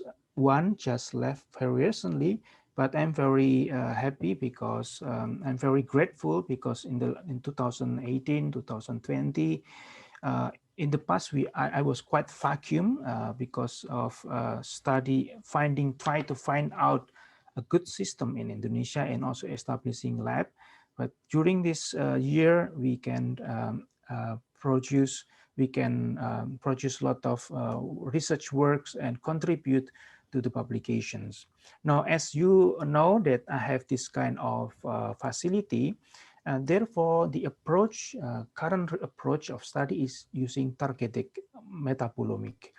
And the current results, we are still focused on the profiling and characterization of carotenoids. So try to screen carotenoids from different exotic fruits, organism of Indonesia. And the aim is to build up the database, because database is very important. We have a lot, we try to establish a good library of carotenoids. But in the near future, we will use this one to study more into detail about the carotenoid functions and also about carotenoid metabolism, biosynthesis pathway, and so on as well. Now, as I mentioned, we use targeted metabolomics approach. So it means that I have, for instance, I have my samples in tissues or cells, and then we develop extraction methods to have metabolites like carotenoids, and then we analyze. But of course, we need a standard. Yeah, standard can be standard pigments, or if we do not have not many standard pigments are available commercially. So what we need to do is to get cells or tissue that have a very similar genomic profile. And that's why this genome analysis play a very important role, very important roles. And then afterward, we can analyze them. We have the data, which is chromatogram data and also mass data. We also have data, UV phase spectrum data, and also combined with others, NMR and so on, together with our collaborators. And then we analyze by using bioinformatic analysis or different types of analysis. Now I'm going to present. This is the first examples that we have done in my laboratory. We evaluate the provitamin A carotenoids and polar metabolite composition during the ripening stages of Agung Semeru banana. And we have published this very recently, and it attracts many Indonesian mass media because of we use banana, Agung Semeru banana. It's very local banana. You can find it in Kabupaten Lumajang. And why it is attractive? Maybe because of this COVID, yeah, because of it's not difficult. It is very difficult to get imported fruits, and therefore it is very important to strengthen the local commodity. And it is for me important because of banana. Almost everybody eat banana. Indonesia is the consumers number 4 of banana, and banana is not only tastes good but also give you a good different sorts of minerals, vitamins, and energy. But Indonesia in this 2018 also recognized as producers of banana in the world. So it's Indonesia also exports banana overseas. Now, there are at least 4 types of banana in Indonesia. The first type is AA, yeah, and then the second type is AAA or AAA, and then AAB and ABB. If you go to the market, yeah, if you go to the fancy supermarket, you will find this Cavendish, is very beautiful banana. Cavendish contains 290 microgram beta carotene per 100 gram dry weight. But of course, there is a transgenic Cavendish that is called gold banana that has a very high beta carotene concentration level. But we are interested of local, especially Agung Semeru banana. In order to study this one, we need to establish the ripening stages. And then we found that banana, we observed this banana has 7 ripening stages. And then afterward, we took the flesh and extract them and inject it through the HPLC, and we found this is the elution profile of the typical elution profiles of banana. And this is the first peak is correspond to lutein. This is the standard lutein. And then the second peak is correspond to alpha carotenes. The third bit is correspond to the beta carotene. And afterward, we try to analyze more quantitatively, and we in each stages, and we found that actually from stage 1 and the stage 7, we observe it is we observe variations, yeah, of the concentration, but relatively the same, almost relatively the same. Of course, there are little bit variations in this stage 6, for instance. If you observe in your daily life, if you bought a banana and then you put it on top of your desk, yeah, and then you will find that the more ripened the banana is, it tastes very different as well.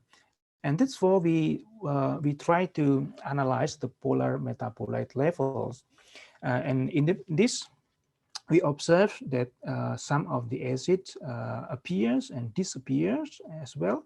And then we also observe sugar appears, and also degradation of sugar, and also others also appears here.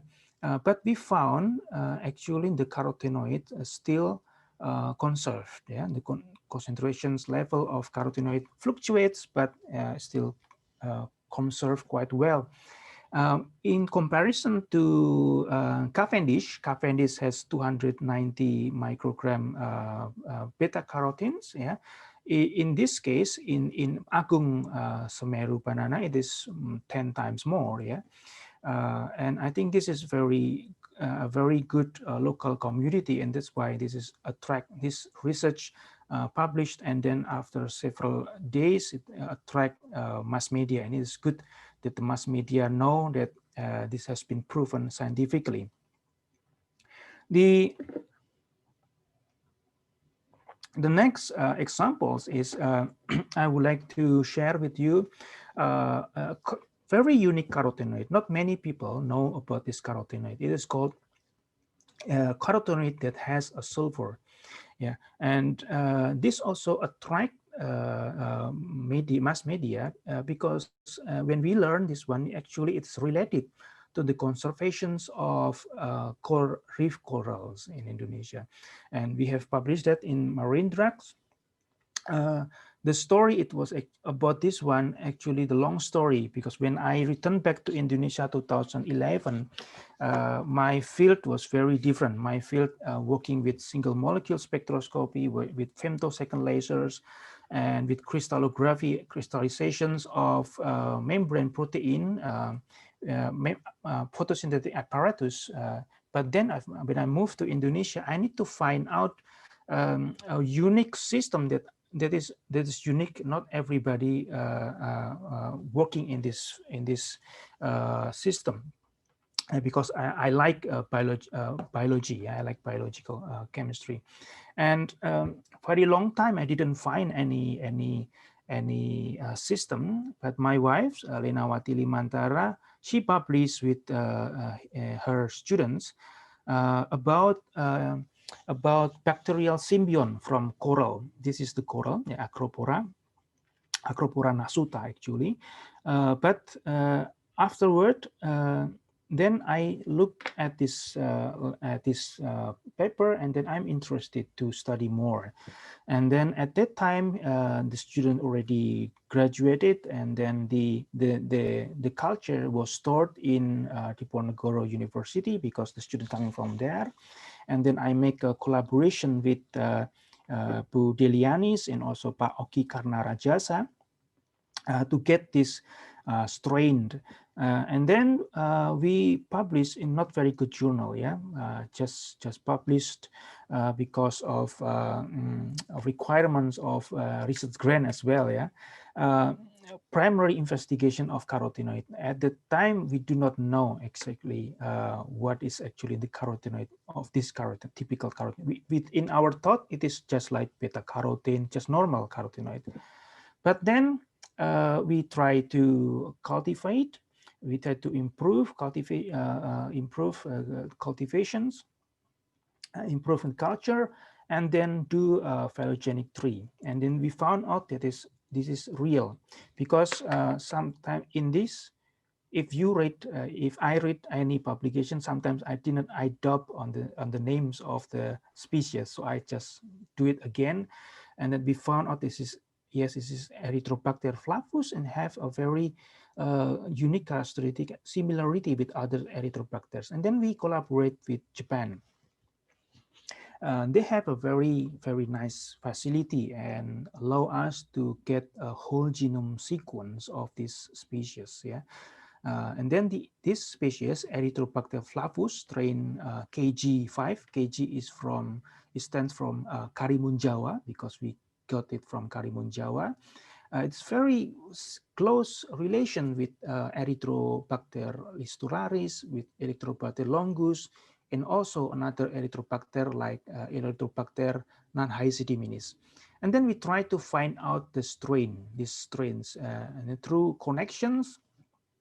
And then we found, we asked them to send us the extract of Erythrobacter longus and Erythrobacter non-hysidiminis. And then afterward, we run HPLC, and we found similar peaks that appears in the same retention time. And this peaks has a very identical characteristic of spectrum, characteristic UV spectrum, and also mass spectrum. This is very important. I give you several examples. This is peak number 5, 9, and 13. And we found that this is nostoxanthin, caloxanthin, and zeaxanthin. This is a very common carotenoid for those who are working with marine organisms. And then another peaks, this is the peak, this is quite high area, number 3, number 4, and number 8. And this we found very unique because it is nostoxanthin, but with additions, with addition of sulfate here. And we have this data from mass spectrometry and also different spectrometry and confirm. So nostoxanthin sulfate, caloxanthin sulfate also appears in others organism as well. But this is the new one is zeaxanthin sulfate. It is a zeaxanthin with additions of a sulfate. Now we address then questions why and how this bacteria can attach sulfate to the compounds. Maybe they have enzyme, a special enzyme, and this is lead to us to make an experiment to break the cell. We break the cell and then we keep the cell so that the enzyme is still active there, and then we titrate nostoxanthin. So we add nostoxanthin, pure nostoxanthin, And then we extract again and then do HPLC. And then we found out that this we have an increase of nostosantin sulfate and also the calosantin sulfate. There are peaks here. Still, we observe zeaxanthin sulfate. Peak number 7, we still do not know what is this. So it means that when we break the cells, the enzyme is still active, and this enzyme is very important because attaching the sulfate. We are now working helped by our collaborator in Japan to study about this enzyme, because this is very important enzyme. And then we try to study the relationship between coral and also their symbiont, and we learn a lot through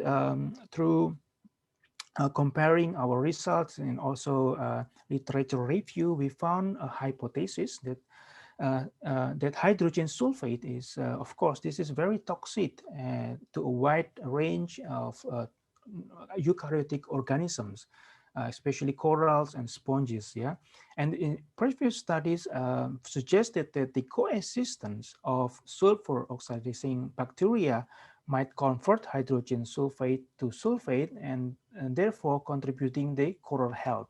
And that's why this is very important topic to conserve the health of coral reef. So the next examples I would like to present is about buah merah. Buah merah is very unique of Indonesia. You cannot find it everywhere else on the world, only in Indonesia, and especially in Papua Islands. And also Papua New Guinea, and also some parts of this, the rest of the Christmas Islands, or I forgot this, the islands. Yeah, the buah merah is a pandanus tree, pandanus tree, very unique pandanus tree, and the part of the fruits we call it syncarp is very large, very large. But if we peel the small part, and we this is called drupe, and small sport part have triangles,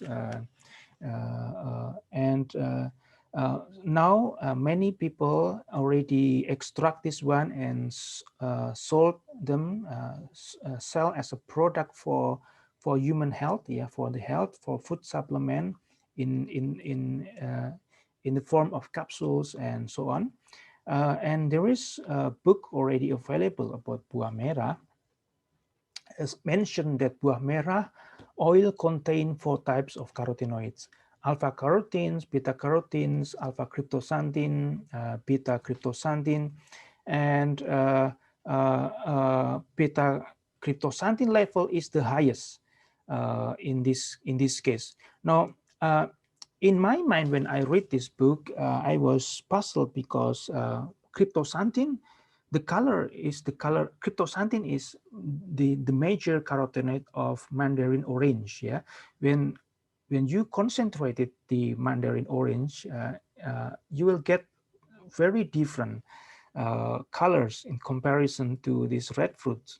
Then we had a chance a couple of years ago during the Indonesia Himpunan Kimia Indonesia conference in Jayapura. I visited this factory, and then I tried to smell, I tried to feel, and to look at at very thick concentration and diluted concentration. And it's simply, to me, I was working several years working with this one. It is similar to red paprika oleoresin, because at that time I was also working with this for industry, not for research, but for industry. It is similar to red paprika oleoresin. Then we went, and then in my lab, we discussed, and let's try HPLC, comparing between red chili and red fruits. And we found interesting, because red chilies, you know, red chili is very rich of capsaicin, yeah, capsaicin, the typical red of capsaicin. And the highest peak here, we have highest peak number 31, number 21, yeah. It's also fit, yeah, exactly fit. And then also they have a very good similarity based on the spectroscopic data. But in order to study this one, first we need standard. Yeah, we need standard. We compare the standard.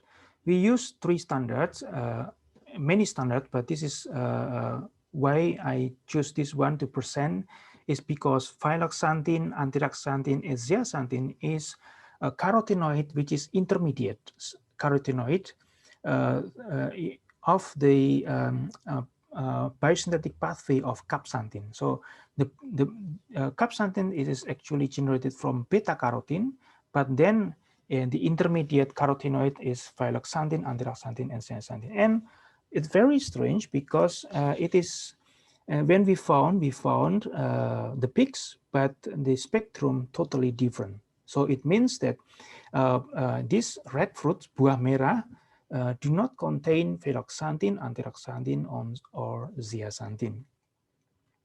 And then together with our collaborators, because they have NMR and high resolution MS, circular dichroisms, and in my laboratory, actually at the laboratory of Buleni, they have FTIR. We use this equipment to study, and we assigned that the major carotenoids of buah merah is capsorubin. Yeah, capsorubin, and then there are several carotenoids that we are call it kappa N groups carotenoids. This is kappa N group carotenoid is give the very typical typical color of the red. Yeah, red, and the red color of red fruits is typical of kappa N groups, or the red color of the paprika oleoresin is very typical red color of the kappa N group carotenoids. The beta cryptoxanthins exist, yeah, present, but very low concentration.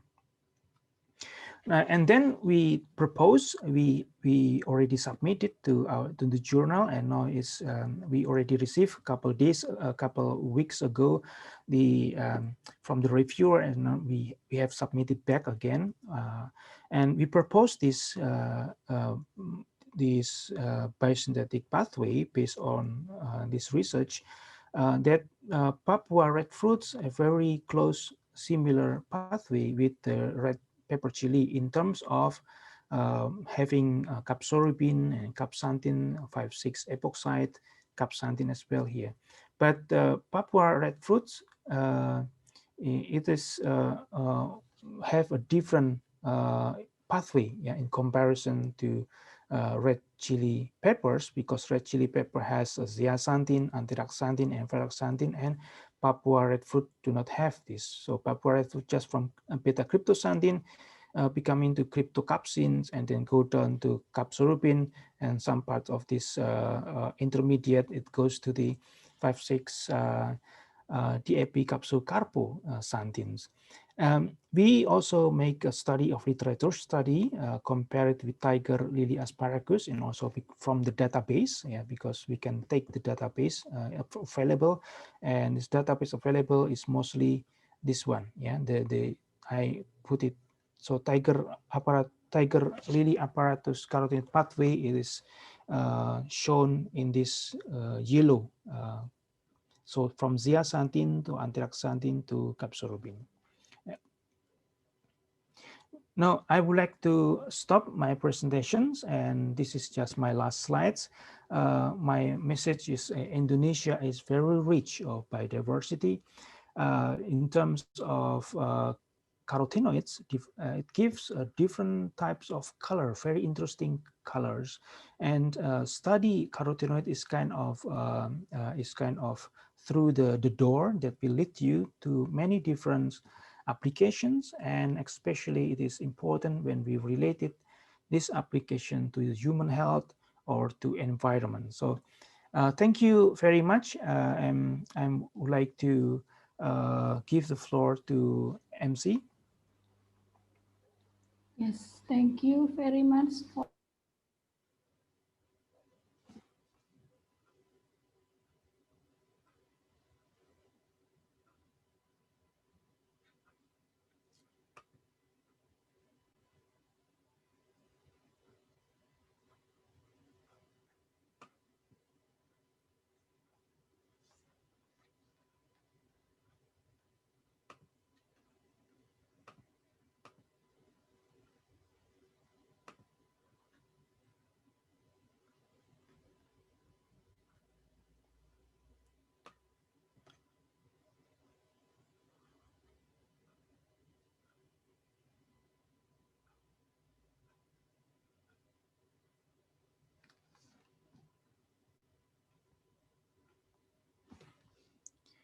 Hello?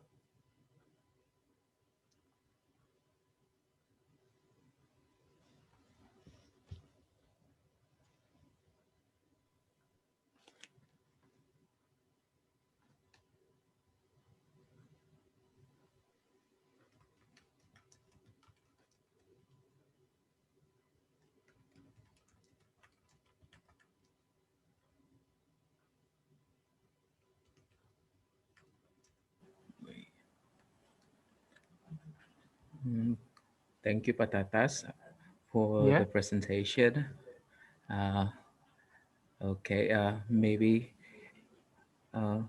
Budwi is not here. Maybe I will just give it to Miss Francis. Okay, thank you, Okay, Pak thank you. Tatas, for the wonderful presentation. Apparently, the moderator, Ibu Dwi, is disconnected from us.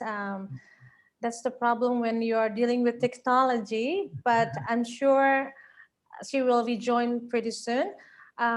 Because of the time, I would like to thank Dr. Tatas Sudarmo on behalf of the moderator and of course of all of us, the committee, for your presentation. And that concludes plenary session 2.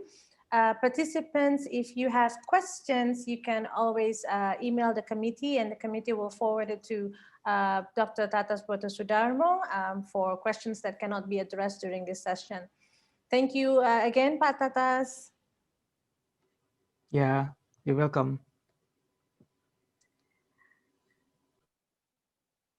And ladies and gentlemen, that concludes plenary session 2. And before we go on to the next agenda, the committee would like to once again document your presence here by taking a screenshot.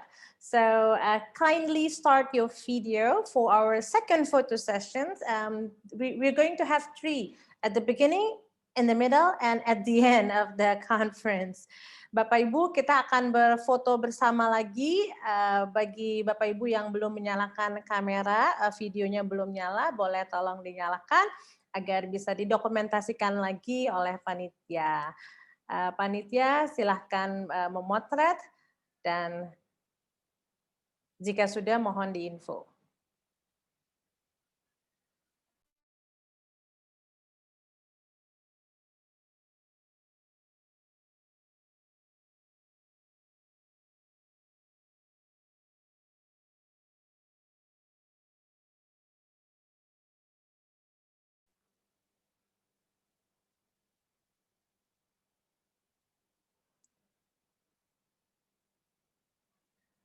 Tahan sebentar ya Bapak Ibu.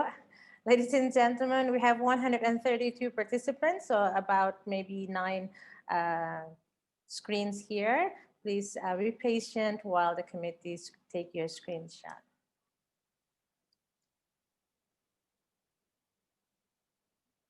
Pak Alfa atau Pak Sigit, kalau sudah saya diberi jempol.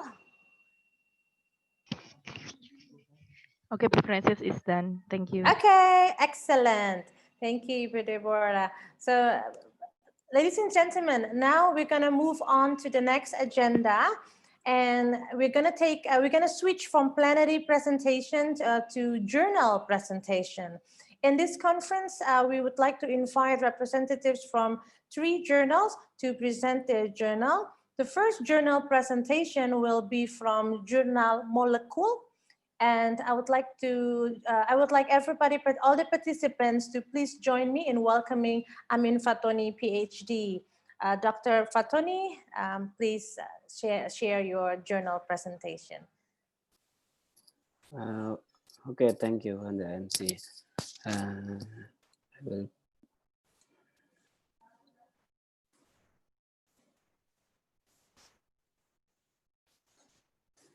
Okay, Assalamualaikum warahmatullahi wabarakatuh. Good morning, ladies and gentlemen. This time I would like to introduce our journal. This is one of chemistry journal in the consortium of UNSUD, UNDIP, UNS, and UNES. And this journal called Molecule is published by Department of Chemistry, Faculty of Mathematics and Natural Science, Universitas Jenderal Sudirman.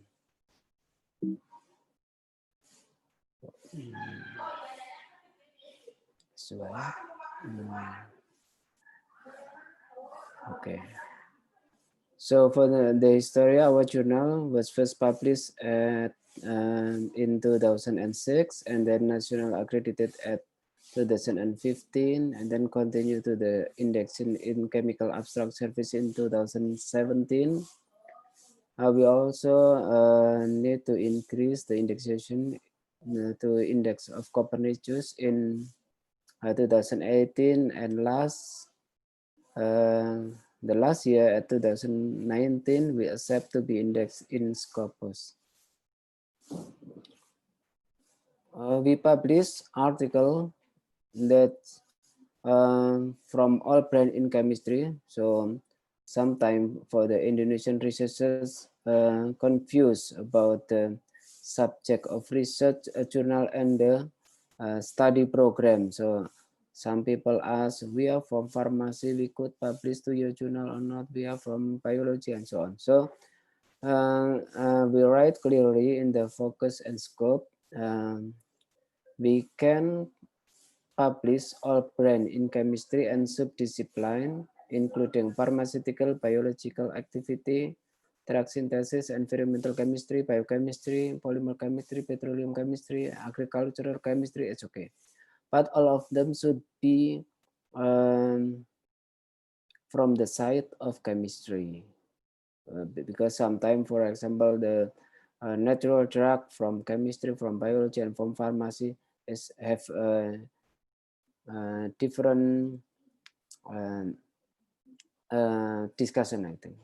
And the scope of the journal, including theoretical chemistry and environmental, material synthesis and energy, isolation, purification, modification, biochemical, biomolecule, including their application, and also for the analytical method, including fabrication, development, and validation.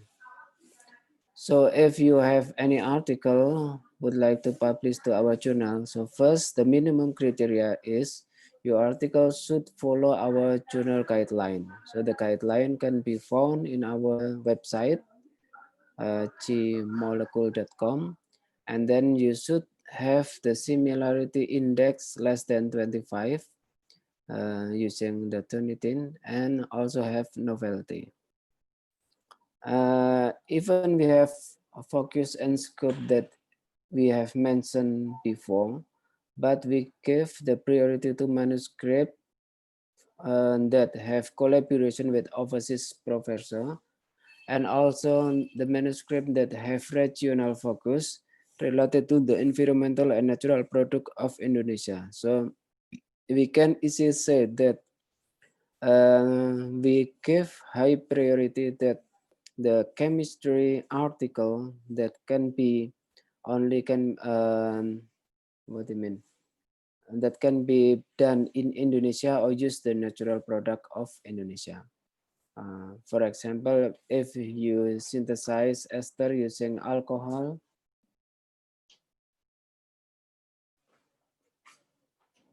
oh, I'm sorry, maybe the presentation is not so.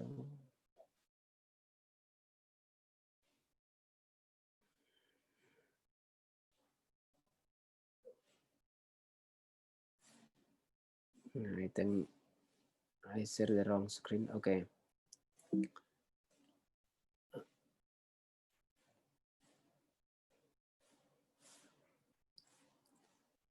Okay.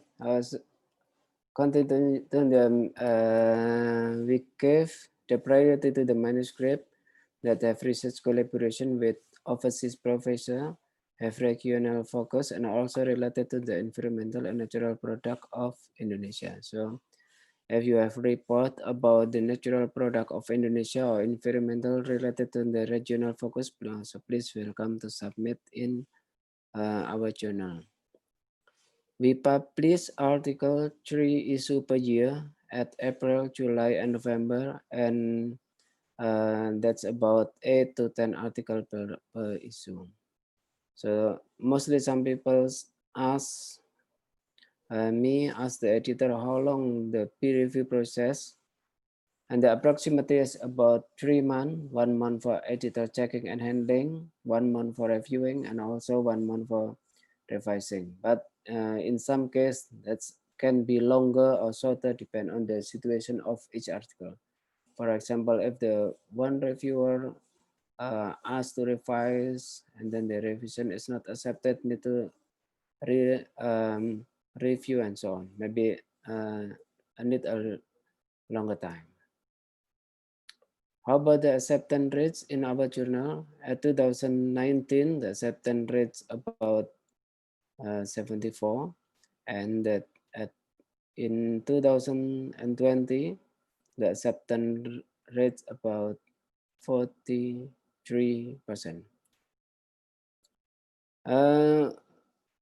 We try to increase the quality of each article, so everyone will find our journal, our article, that some writer said if the book is true, it will find all the audience. So we don't promote journal to everyone, but we publish the high quality article.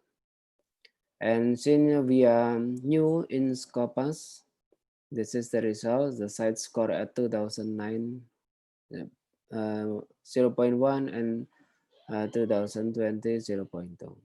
So this is our short introduction, maybe about 10 minutes. So please welcome to contribute for all participants in this conference and to submit their work in our journal. Once again, thank you for the committee to give us the opportunity to present our journal. Thank you. Thank you. Thank you, Dr. Fatoni. We have about 135 participants at the moment logging into this webinar, and I hope they will make use of the opportunity to publish in journal Molecule. Next, we will have another presentation from another journal, the Alchemy Journal, Penelitian Kimia. Ladies and gentlemen, please welcome Teguh Endah Saraswati, PhD, to present about the journal. Okay, good morning, everyone. Can I share my...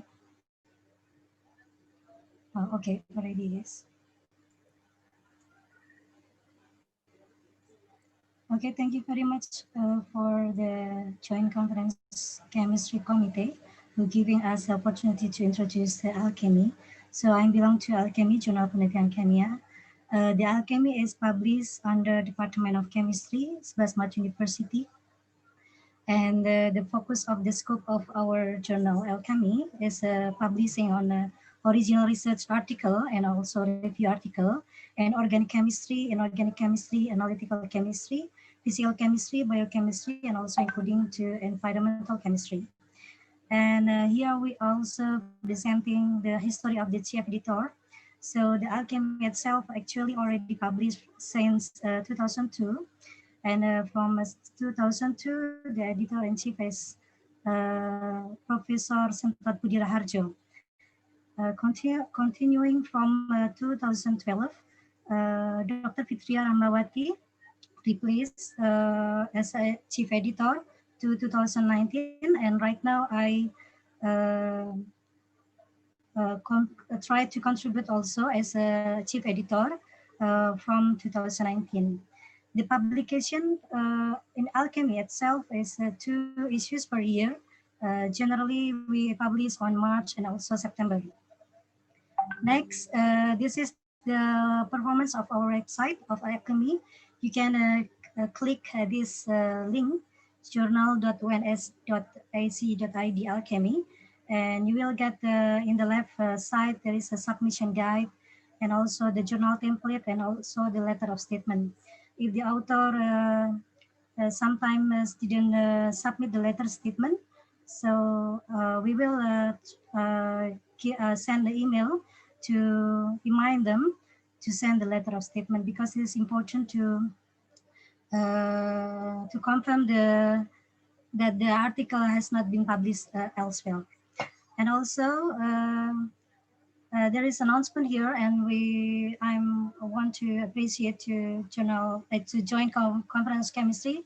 We are happy to collaborate with the JCC 2020 right now, and except the JCC 2020, we also have a collaboration with the other conference, and also with the national seminar. 2020, in 2020, we have also collaboration with the national seminar in Bio Symposium in 11 Maret University. And actually, except the alchemy, Department of Chemistry of 11 Maret University also has another publication, but not journal publication, that is Proceeding of Chemistry Conference, or abbreviation in the PCC. The PCC is a proceeding conference as a purpose for publishing the article presented in a seminar or international conference also. And 2019, last year, we also published several articles which not has been published in AIP, and other article to be published in there. Okay, next, if you take a look on the ISSN portal data by LIPI, if you input the alchemy as keyword, I want to give information to make sure that please do not confuse when you put on the alchemy keywords there. So you will find 3 different, mostly similar, yes, more similar, quite similar our names journal using alchemy also. So the first one is our journal, Alchemy Journal Penelitian Kimia, and the second one is from UIN Malang, Alchemy Journal of Chemistry, and the third one is Media Alchemy from Universitas Negeri Manado. However, please do not be confused because our Alchemy Journal Penelitian Kimia is already published from 2002, and this is the first published issue in March 6, 2002, and we confirm that the Alchemy Journal Penelitian, this name is also already registered on the HKI as a trademark name, yes. And then right now, the Alchemy Journal Penelitian Kimia has a ISS number already registered in LIPI. The number ID of the IE electronic ISSN is 141413932, registered from 2015. So this is already registered here and also have been accredited by Ministry of Research, Technology and Higher Education, as we stick on the web of Alchemy. The Ministry of Research, Technology, Higher Education give us a SINTA2 accreditation, and here is the certificate of the accreditation. We get the terakreditasi peringkat 2 or SINTA2, and this is, if we take a look on the SINTA Ristek Brin Go ID, it's very nice. I mean, from the year by year history, the citation itself is increasing, and right now the Alchemy Journal Penelitian Kimia has H index, and also the citation is about 300. So I think this is quite a progressive step we get, and we hope in this year we will within 2 years we will try to also increase this accreditation to SINTA 1 or maybe to Scopus. And this is our last slide because the committee only give us about 3 or 5 minutes for presentation. So we will offer 1 wafer coupon for publishing in Alchemy.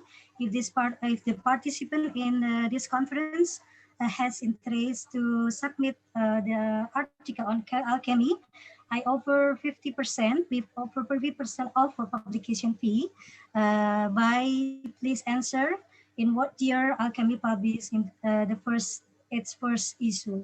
So if you know this answer, please and give your answer to this number.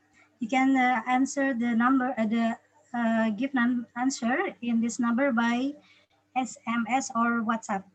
So the first and the correct answer will be informed by Alchemy, and we will give you 50% waiver coupon off for publication fees.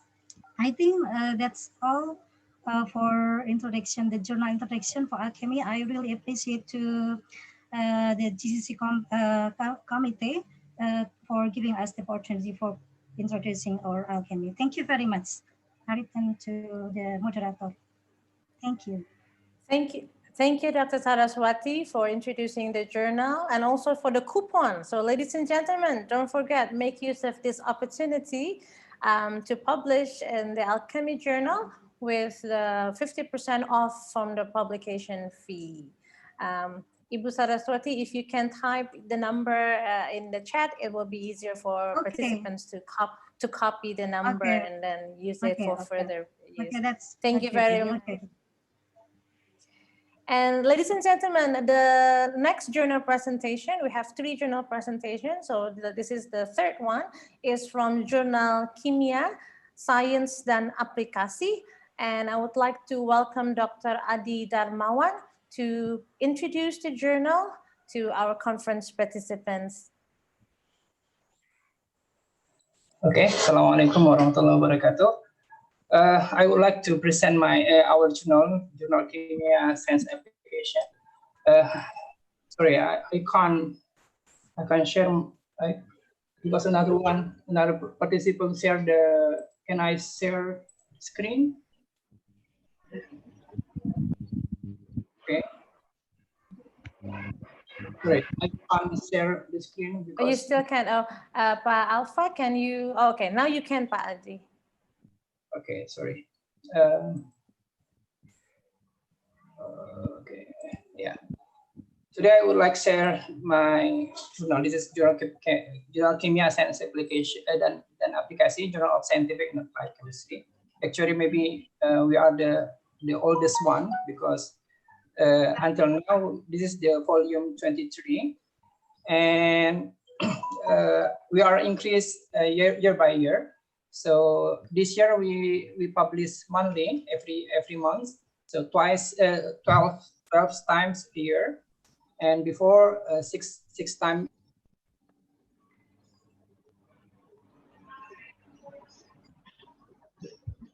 Actually, we are increased the frequency of publication. So you can see we are published first in 1998, and now in 2020, this is the August. So this is the volume 23 and issue number 8. So everyone, and actually we can say that we always publish in time, on time. And actually, this journal is Sinta 2. So as to Sinta, Indian Sinta accreditation, and we are indexing. We are indexed by 19 indexer or indexing agent, including Google Scholar, DOAG, and so on. And actually, we are trying to register to the Scopus and Web of Science. So we are just waiting the decision from the Scopus and Web of Science. And another thing that the acceptance rate actually now less than 50% because maybe 60% is rejected, and only 40% that can going to maybe 50% is going to the review process. Yeah, the review process. For the performance, we can say that we have high citation.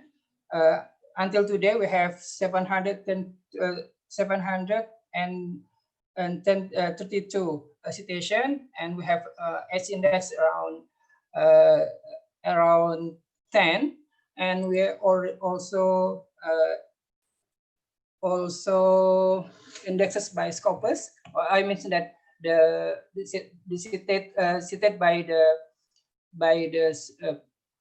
the paper that indexes by Scopus is around 85. So around 85. Sorry, I can show it here because it's maybe the internet speed is not too high. And for we have, this is the editorial team, since I'm as a chief editor, and also we have a lot of editor, and actually we have hundreds peer review. So in my colleagues, around 150 reviewers that's join us, and so yeah, I want to ensure that all the paper that you submit to us will be reviewed, not all this, because we will be reviewed by the appropriate reviewer. So actually we have maybe more than 150 reviewers. Yeah, you can see but maybe not all, because we need to update all the reviewer here, but at least it's more than 150 reviewers that you can see in this website. Maybe our strength is about the frequency. So if you see, we have you can find all the article from the first time when in 1998 for the volume 1 is 1 until the last article. So we have 488 articles in the website, and so that's why a lot of people submit to us, and maybe every weeks we receive around 2 or 3 articles every week. But to maintain the quality, we just publish 5 articles every month. So in this year, hopefully we can publish around 60 articles, or maybe more than 60, maybe around 60 or 70 articles. And maybe next year, if we a lot of articles come to us, we can increase the publication, the article in the publication. So yeah, I welcome you to submit your best article to us, and hopefully we can publish your best research result and your best result paper to our journal. Hopefully, maybe in the 2020, 2022, we can increase to the Sinta 1 or indexes by Scopus. Maybe this one, our presentation about journal Kimia Science and Application. Yeah, thank you. Thank you, Dr. Adi Darmawan, for sharing about Journal Kimia Science dan Aplikasi. Ladies and gentlemen, presenters and participants,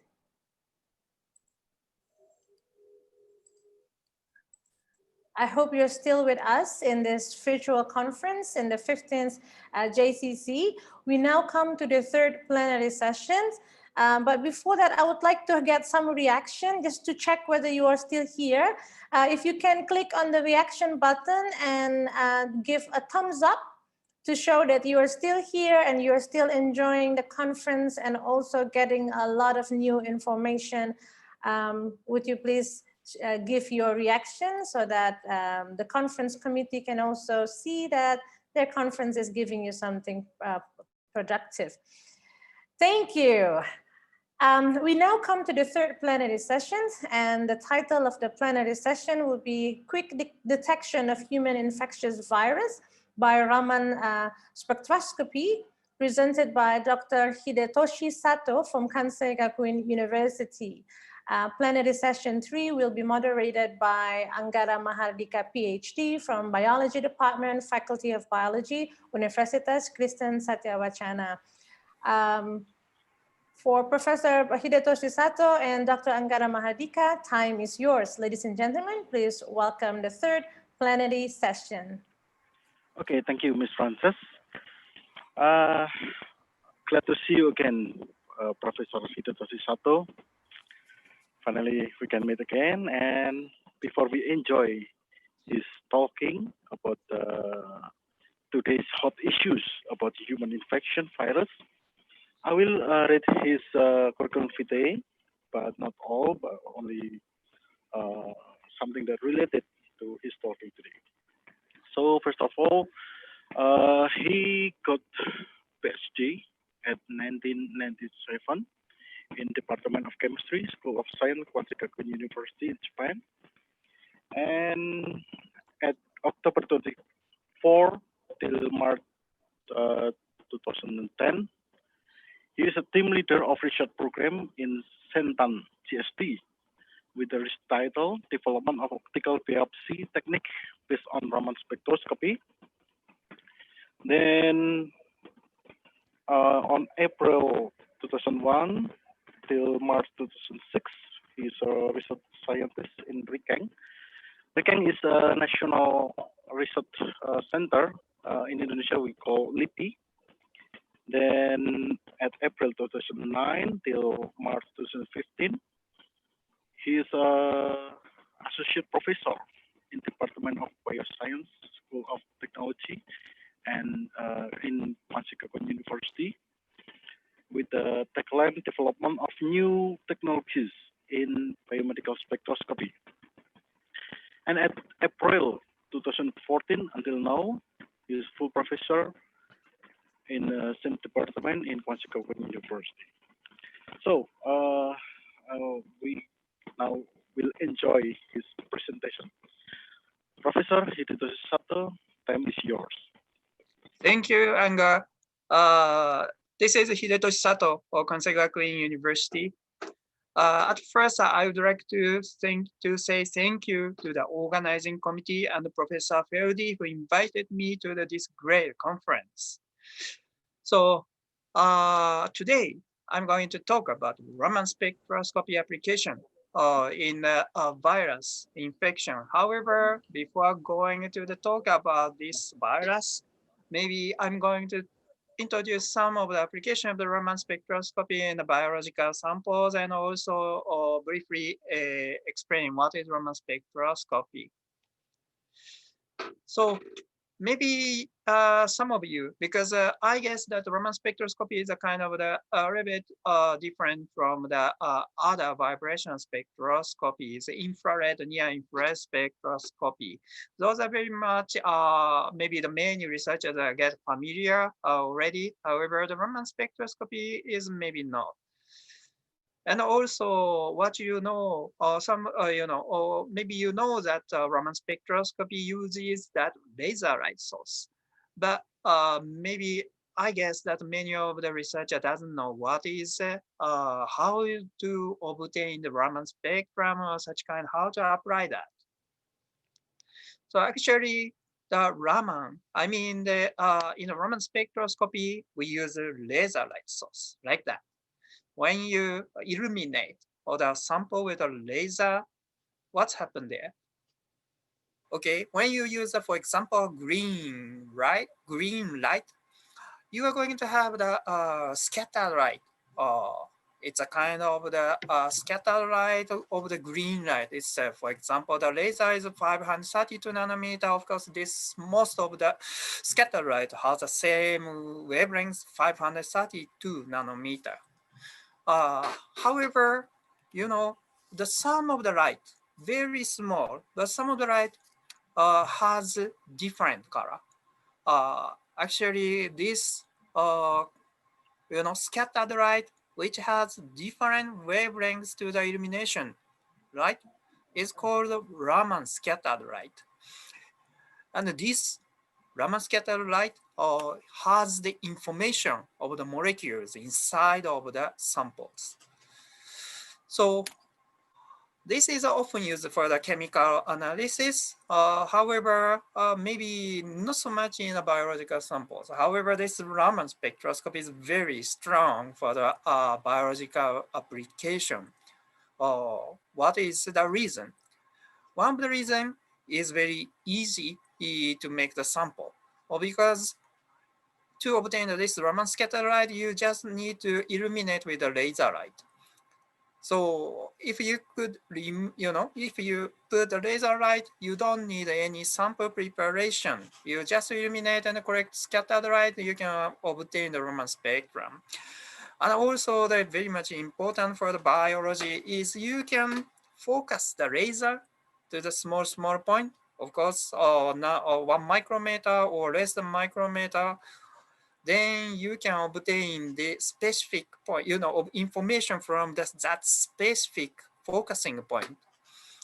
So this Raman spectroscopy is very much useful for the biological samples. When we started application of the Raman spectroscopy to the biological sample, I started with a tissue. Actually, I tried to use this Raman spectroscopy for the diagnosis of the cancer. Then after that, I also extended the sample to the live cells. However, when I started this live cell analysis, I did not believe that it is succeeded. Because as you know, that sample of the biological sample, especially for the live cell has a cell cycle. Okay, cell cycle, during the cell cycle, they duplicate the cell inside of a cell, they make lots of modification and molecules inside. So I thought, because of the cell cycle, maybe it would be very difficult to analyze. For example, discrimination of one cell to the another cell would be very difficult. I thought at first. However, one of my students, now he is a professor in other university, but he said he wanna try.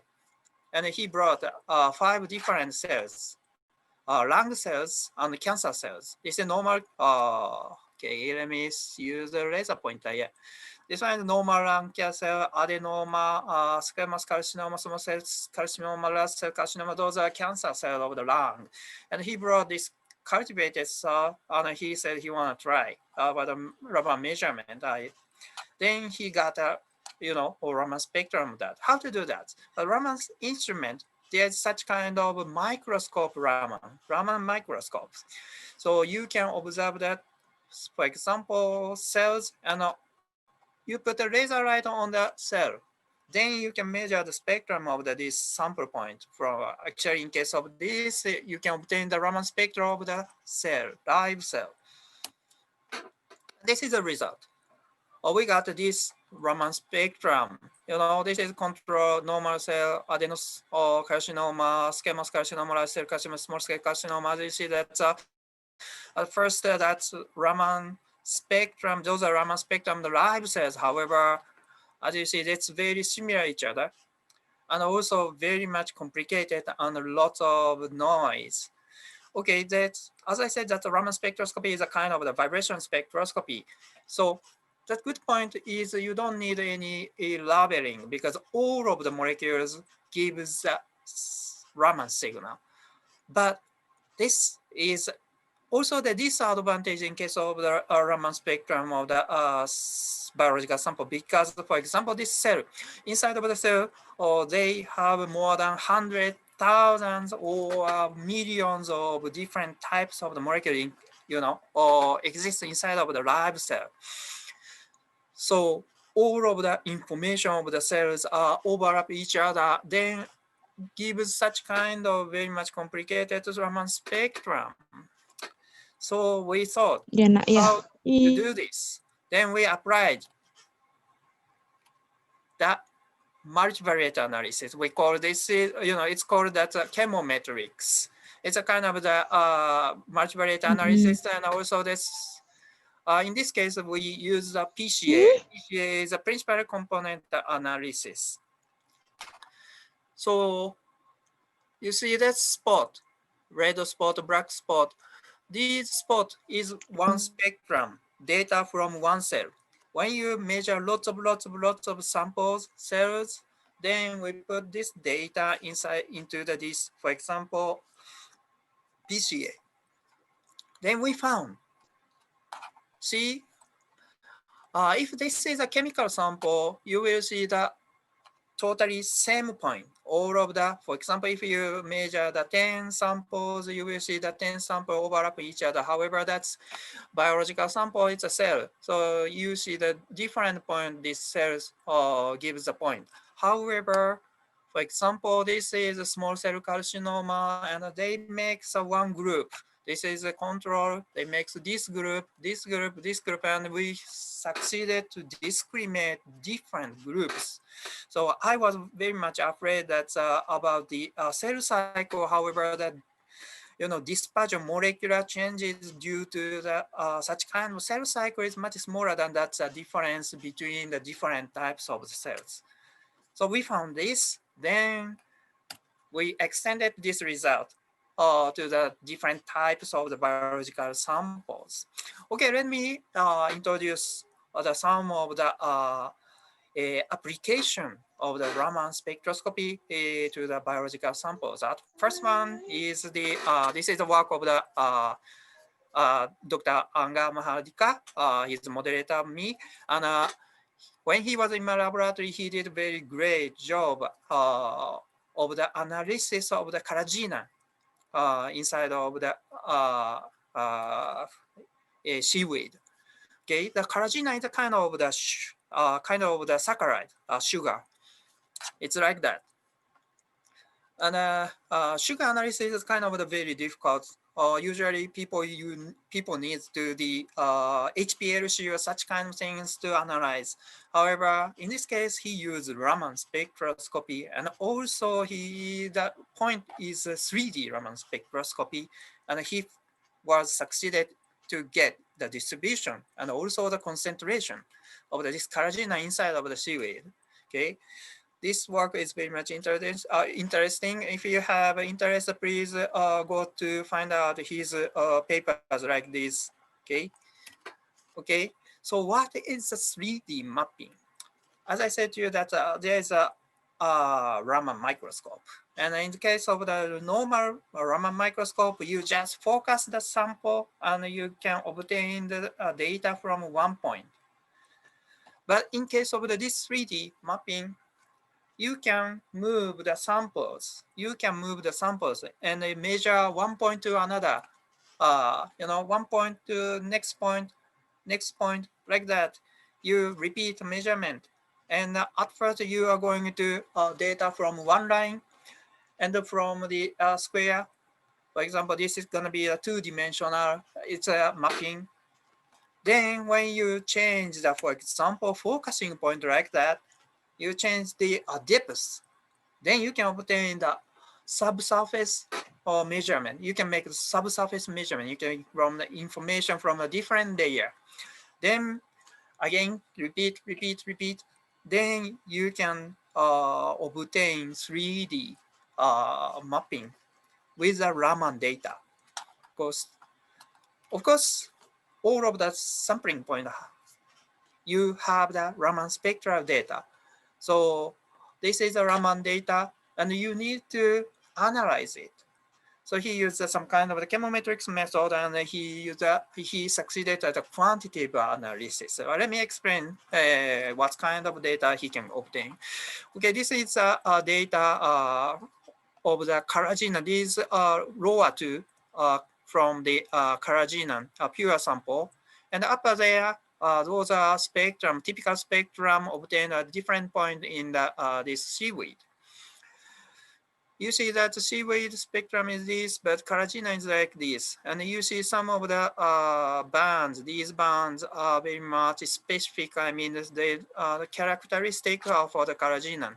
So by analyzing these, bands, then you can obtain the information of the concentration of the carrageenan inside of the these materials. I mean, these samples somewhere. somewhere inside of the this seaweed tissue. Then he measured and make a calculation, and he got this, 3D image of carrageenan distribution. Actually, this reflects the concentration of carrageenan inside of this seaweed. You don't need to cut off. You don't need any labeling. You just put in the instrument and make the analysis mathematical calculation. Then you can get such kind of beautiful 3D image of the any material. In case of this, he measured the carrageenan. Okay, so by using Raman spectroscopy, for example, it's possible to do important thing is one is a quantitative analysis. You can really know the concentration. And I said to you that's important. And that second important part is label free. It don't need any kind of staining. And three-dimensionally, you can see the distribution of the chemical material inside of the biological samples. And also, this one is very much important, saccharides. As I said to you that saccharides, analysis of saccharides is quite difficult. However, in his case, he used this Raman spectroscopy and totally, get a good result with that saccharide. So this is a summary of his work. Okay, let me go to the next slide, next work. This is a result of the one Miss Anissa Mariani. She was in the master course in my laboratory, and she also did a quite good and great job in my laboratory. What she did is a study on a calcification development in the cancer cells. Okay, maybe you know that calcification is one of the typical symptoms found in the cancer tissue. It's like markers of the cancers. However, do you know how its calcification is made? Who made it? How to made it? Nobody knows. So she, make the researches on how the cancer cells build it. Okay, these lower four, can you see these lower four pictures? Those are actually the staining. I mean the calcium staining. It's alizarin red. By using this staining, you can find out the, where is the calcium calcification, yeah, like that. However, once you stain, making the staining, all of the cell dead, of course. So you can find out the location of the calcification, but you cannot analyze the cell itself. These upper 6 pictures, those are normal, pictures of the normal microscope. Of course, these are pictures of the live cell. You can see the shape of them, but without staining, you cannot find out where is the, calcification. So she used this Raman spectroscopy. She also used that 3-dimensional Raman analysis. And she found out this. Actually, this one, you see, this one is the calcification tower that's cancer cell built it. Okay, but more interesting thing is here, this left figure you can see here. Maybe we move to this picture. You can see what is this yellow part. What is this? This is cellular part. I mean, this picture is analyzed, pick up the data only from the cell materials. Okay, this picture comes from the calcium, and this picture for the cell. By analyzing the spectrum, you can notice, you can know, you can pick up any, extract the information what you want from the Raman image. Okay, so this picture shows very much interesting point because this is the top of this structure. I mean, the calcification tower, maybe I say. On the top of this tower, there is cells like that. And she analyzed that this cells, live cells, they compared with the other cells surrounding here, surrounding structure. Then she found, what she found is these are not different. I mean, on the top of this structure, they are normal cancer. No, it's something awful to say normal cancer, but anyway, that's a cancer cell is no different from the other cancer cells. So cancer cell don't need any kind of the differentiation, but suddenly some of the cancer cell is going to stimulate it by the, for example, maybe that collaboration with the some neighborhood cells, and they suddenly change their function and they uptake the calcium ion, then secrete it beneath them. Then these cells build up this calcification tower structure. Okay, so by using Raman spectroscopy, you can analyze that. Of course, the 3D is scaling analysis, but also you can obtain separately the cell and calcification from this Raman by analyzing Raman spectrum. And also, she succeeded on the live cell analysis, intact cell, by using Raman spectroscopy. That is a kind of the very much advantage of the application of Raman spectroscopy. Okay, now let's go to the next application. It's a little bit different from the previous one because this one is tissue analysis. Okay, Raman spectroscopy is able to analyze cells, but also you can apply for that tissue. This one is a work of the Mr. Ricky Zakaria. He is a student. He's a master's student in my laboratory. And he's going to graduate soon. But what he did is analysis of the eosinophil esophagitis. So purpose of this his study is we would like to make a new technology to this diagnose this eosinophil esophagitis. So what is that? This eosinophil esophagitis is not a major, but it's a kind of the esophagitis, and this is really different, not little bit, totally different from the other types of the esophagitis, because the major esophagitis is a reflux esophagitis, but this one is a kind of the reflux esophagitis. It's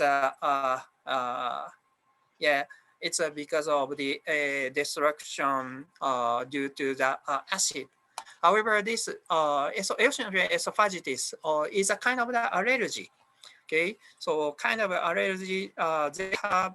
This one has, of course, you need a different treatment. So it is necessary to discriminate and diagnose this eosinophil esophagitis from major reflux esophagitis. However, when the doctor they make the diagnosis, they usually use the normal endoscope. However, the visual observation is very much difficult to distinguish these two esophagitis. So then usually what doctor do is biopsy. They are going to pick up your your tissue and take it out and make the histological test. However, biopsy means you are going to have lots of blood inside of the esophagitis. That is quite impact to your esophagus. So no one wants to do that's biology. Biopsy. So in his research, we try to use a Raman spectroscopy to pick up some information from there and analyze it and differentiate this eosinophil esophagitis from the different types of the esophagitis. This is actually the collaboration work with a professor in the Shimano University, and in his laboratory, he had some good, he had already good result with this eosinophil esophagitis. What he did is he picked up the tissue from the model. I mean, there is a eosinophil esophagitis model mouse, and he picked up and analyzed with Raman spectroscopy. And eosinophil esophagitis has typical, I mean, the characteristic symptom that is eosinophil infiltration, and the eosinophil is accumulated inside of this mucosal layer here, and the concentration of this eosinophil is become much big. And also this eosinophil has eosinophil peroxide. It's kind of a specific molecule, and this eosinophil peroxide oxidase is a kind of the hemo protein. So by by using Raman spectroscopy, you can have quite a strong resonance Raman spectrum from this EPO. I say EPO is eosinophil peroxidase. So they already found that by using Raman spectroscopy, they can detect the EPO signal. But their result was obtained ex vivo. So we found a problem. What is problem is blood, because blood contains lots of hemoglobin, and hemoglobin is another type of the hem protein. So if this mucosal layer contains lots of blood current, so it's going to be very much difficult. Even the EPO is measured, but blood current has lots of hemoglobin, and it's become more and more difficult if there is much blood inside of mucosal layer. To analyze such kind of blood current, of course, we need to observe it in the live animals. Okay, what he did is he used a miniaturized Raman probe. Of course, it will be very difficult to bring the live animal under the microscope. So he used this kind of the Raman probes. We developed, in my team, we developed two types of miniaturized Raman probes, and he used this type of Raman probe. What is Raman probe? It's made of the optical fiber, and you can bring it in anywhere and put this you can put this Raman probe, and you can obtain the spectrum from anywhere at the contact mode. Okay. And also we have such kind of endoscope system. This is a narrow endoscope system, and you can put a Raman probe from here, and you can see that this is a Raman probe. It appears from the top. And by using this endoscope system, you can observe the tissue, and also you can measure the spectrum. Okay, in his work, actually, he didn't use that endoscope, but he used this BHRP Raman probe. This is a Raman probe, and he put the animal, I mean the mouse, under the anesthesia, and he make the surgery open. This is the esophagus, and he obtained the data from live esophagitis. Okay, this is a Raman probe. Actually, what he did is, this is a cross section of this. For example, this is an example of the cross-section of the esophagus. And what he did is put Raman probe like that. Then put laser light. Then laser light making the focus here. And this green one, this represent that we call excitation volume. Then this Raman probe has a working distance. Working distance is around 45 micron, and the diameter of this excitation volume is around 100 micron. So as you see that the size of this, green one, I mean size of this excitation volume is quite fit to the thickness of this esophagus tissue, I mean the mucosa tissue in the esophagus.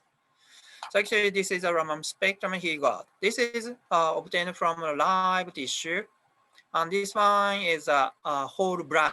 actually the Raman spectrum of the hemoglobin. As you see, there is many bands here. These bands are characteristic for the hemoglobin. However, you see in this live tissue spectrum, you see maybe this small band, 755, maybe come from this hemoglobin, but very small or almost nothing contribution from the hemoglobin. So that means blood current in the mucosa layer is very few. That means Raman signal of the hemoglobin should be very weak.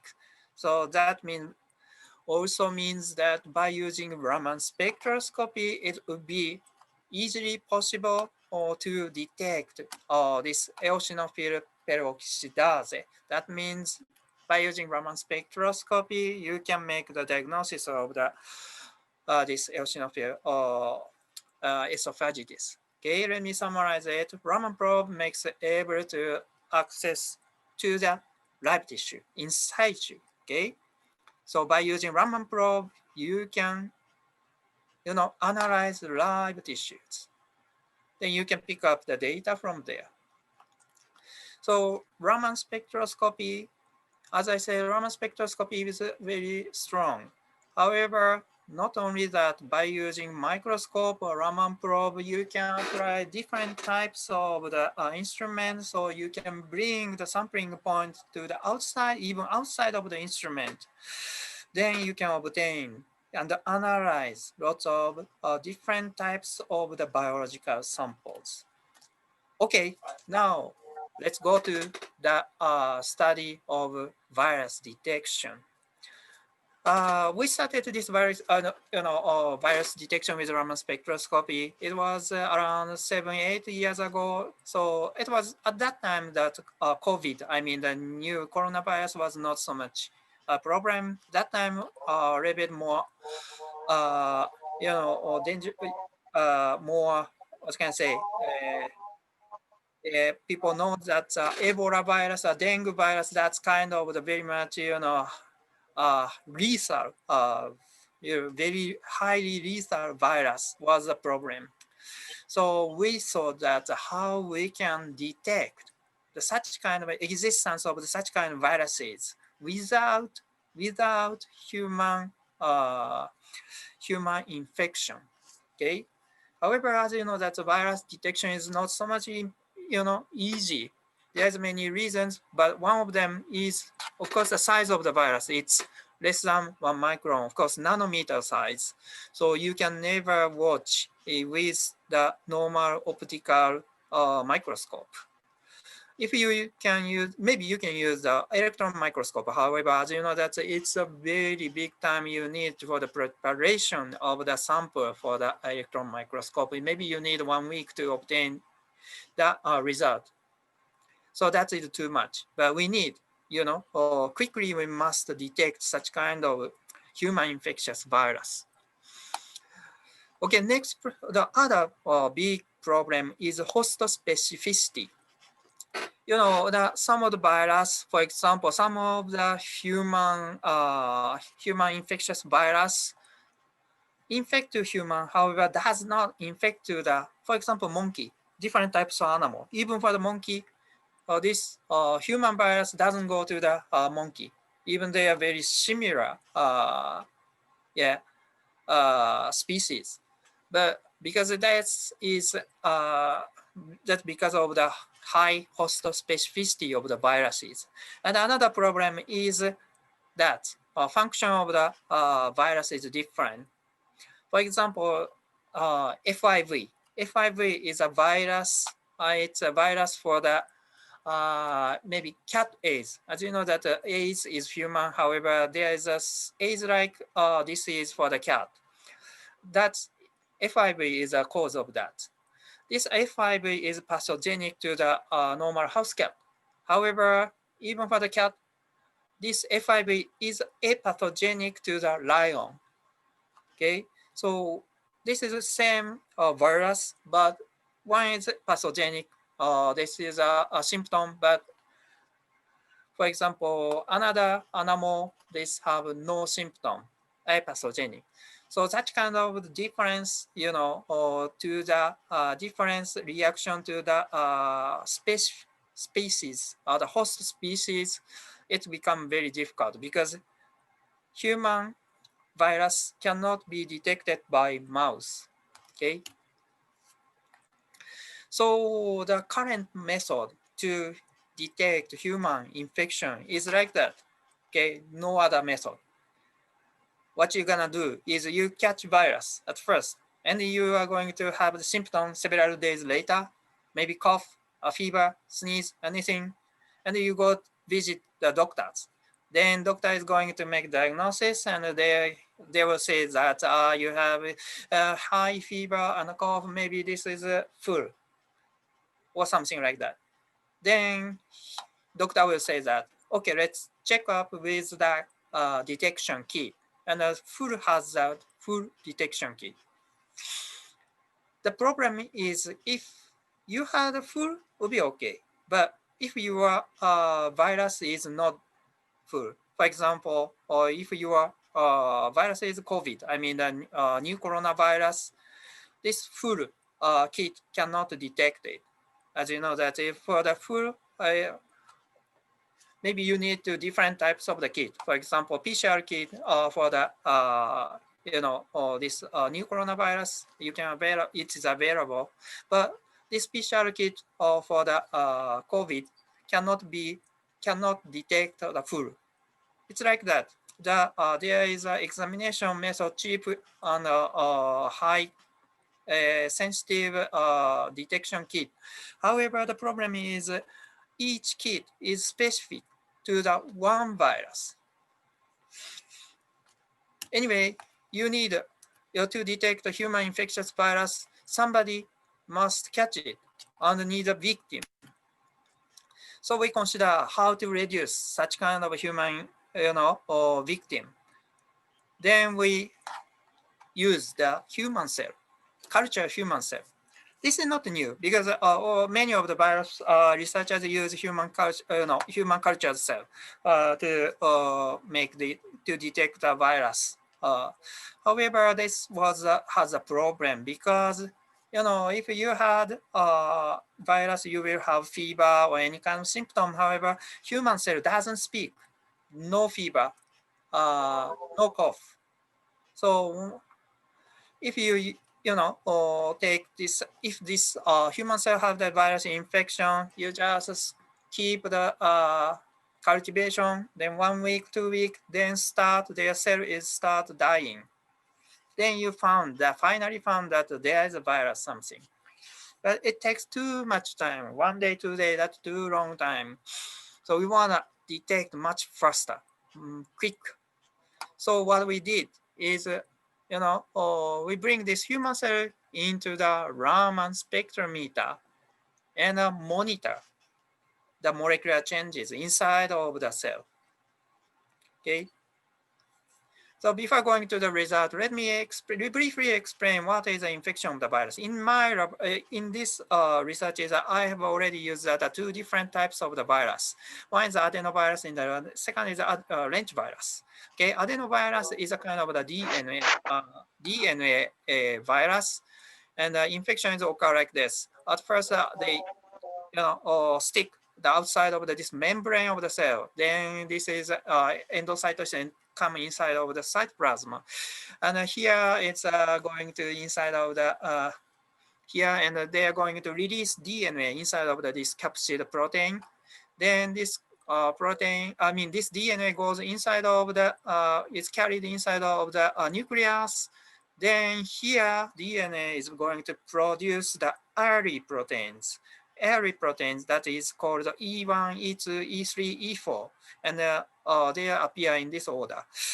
Then this early proteins is going to make the lots of copy of this DNA, then start reproduction, and they make the new adenovirus capsule like that.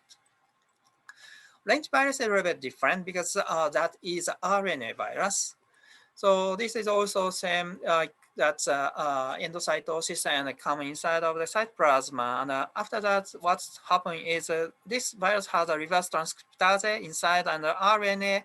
And inside of this cytoplasma, they make this transcription from the RNA to DNA. Then immediately this DNA is carried inside of the nucleus, and they make a recombinant to the this host DNA.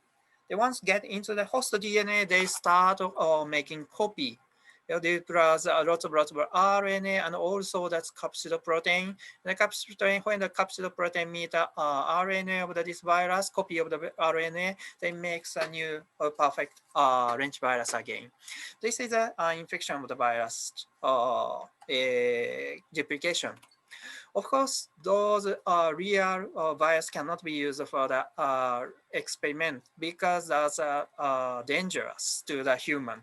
So in my research, we use such kind of safe recombinant viruses. For example, adenovirus, which has this recombinant adenovirus lacks the one of the gene that is E1.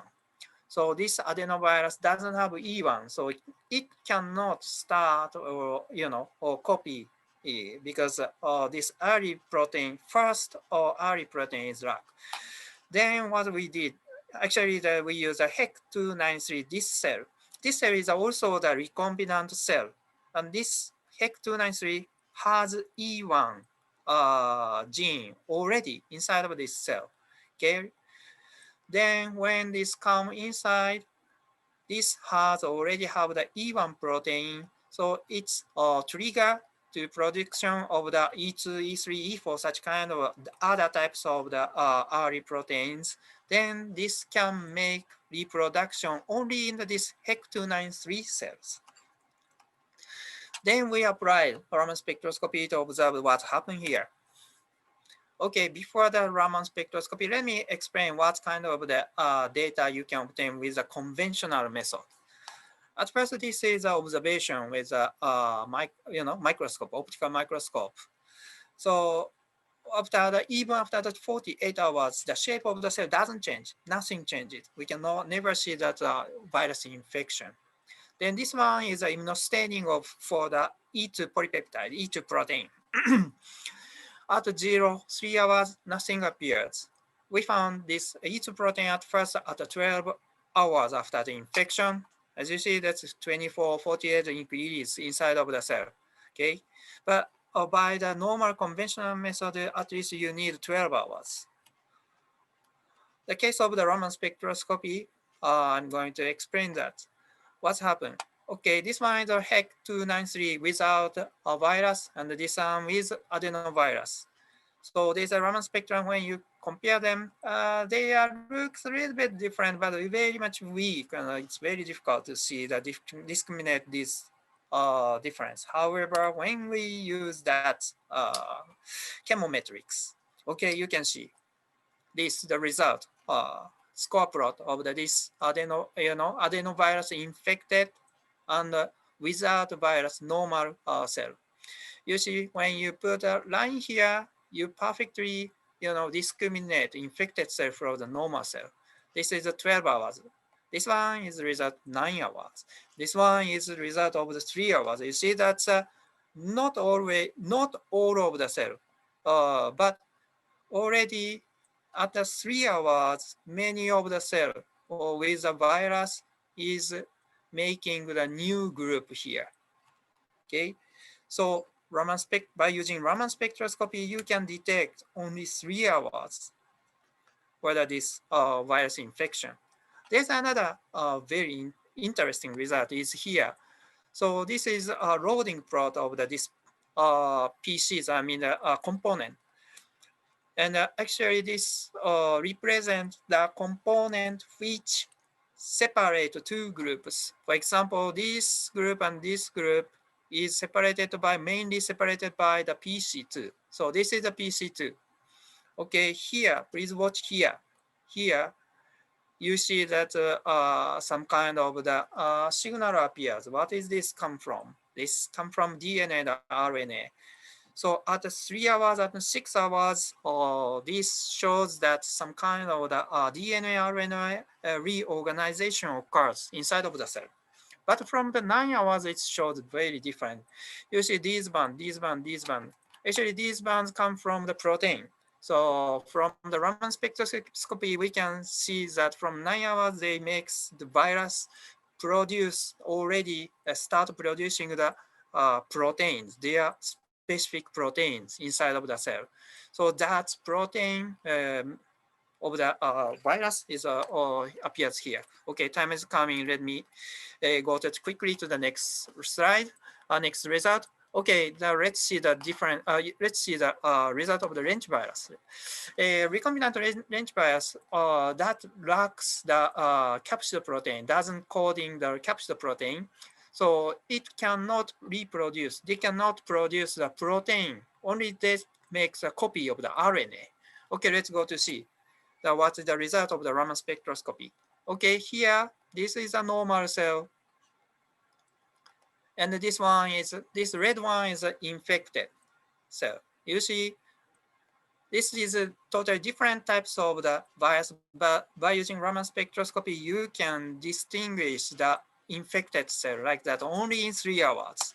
Okay, if you use a normal method, actually this range virus has a GFP protein, and the GFP protein start to make fluorescence after 24 hours. So if you use a conventional method, you take that 24 hours, but Raman spectroscopy only 3 hours.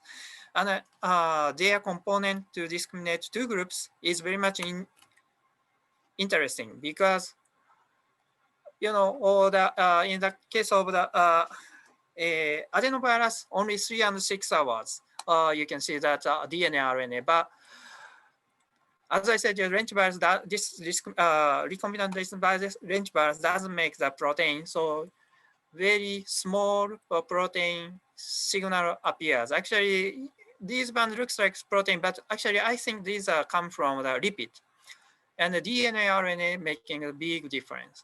So in this case of the range virus, you can see only DNA RNA reorganization and no protein production. So another thing very much interesting is possible to discriminate viruses. Yes, I guess that's more possible because this is not our result. This is Israel groups, and they take 24 and 40 hours a long time. However, they did similar research and they succeeded to discriminate different types of the cells by using Raman spectroscopy. So I guess even for the 3 hours, I guess that it's possible to discriminate different types of the cell, different types of viruses. We are now still continue this research. Okay, let me make conclusion. Raman spectroscopy is able to detect virus invasion only in 3 hours, and not only one virus, DNA, RNA, different virus can be detected. And also this spectral change is maybe a reflection. It's a reflection of the infection mechanisms. Okay, this is a Raman spectroscopy. It's very powerful for the analysis, you know, when you compare, you know, combine with chemometrics. And I hope that some of you have very much interested in the Raman spectroscopy and start or researches using Raman spectroscopy. Thank you very much for your kind attention. That's all. Okay, thank you very much, Professor Hidetoshi Sato. And we have several questions here in the chat room. First from Teguh Indah in ONS. The question is, for the Raman data of cancer cell samples, is the sample in liquid? And how was the sample preparation? Yeah, this cancer spectrum, cancer cell spectrum is actually obtained inside of the culture media. So you don't need to remove it because you can just focus inside of the cell. You know, if you put a focusing point outside of the cell, you can obtain the information from media. But when you bring the focusing point inside of the cell, you can totally obtain the information from inside of the cell. Okay, thank you. And from the same person, he also asked, in the Raman spectra, many peaks appear. How can we know that the peaks are the peaks and the other are noises? Yeah, that's a good question. Let me explain that. For example, this one is a Raman spectrum of cholesterol ureate. You know, this one, cholesterol ureate is a cause of the atherosclerosis. Then when you put a Raman spectrum, Raman measurement, you can see this kind of the spectrum. And you know, actually these bands come from some of the part of the these whole molecules. And the molecule has, for example, this cholesterol ureate has this spectral pattern always. Okay, this spectral pattern. If the structure changes or this different molecule, this spectral pattern changes. So what we do is we need to analyze the pattern of the Raman spectrum. Does it make, is it okay? Does it make sense? Yeah, yes. So we have to find the pattern of the samples first, then discriminate with another noise. Yeah. Okay, for the other question, maybe I will send to you directly, Professor Sato, because we don't have another enough time. And thank you very much again for your very interesting talking, especially for hot issues today. And I return back to MC. Thank you very much.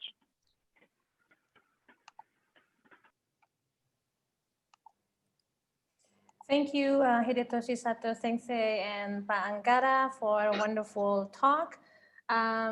Ladies and gentlemen, if you scroll in the chat room, there is an information for those participants who would like to continue your study, your graduate study in the master's or doctoral degree at Kansai Gakuin University.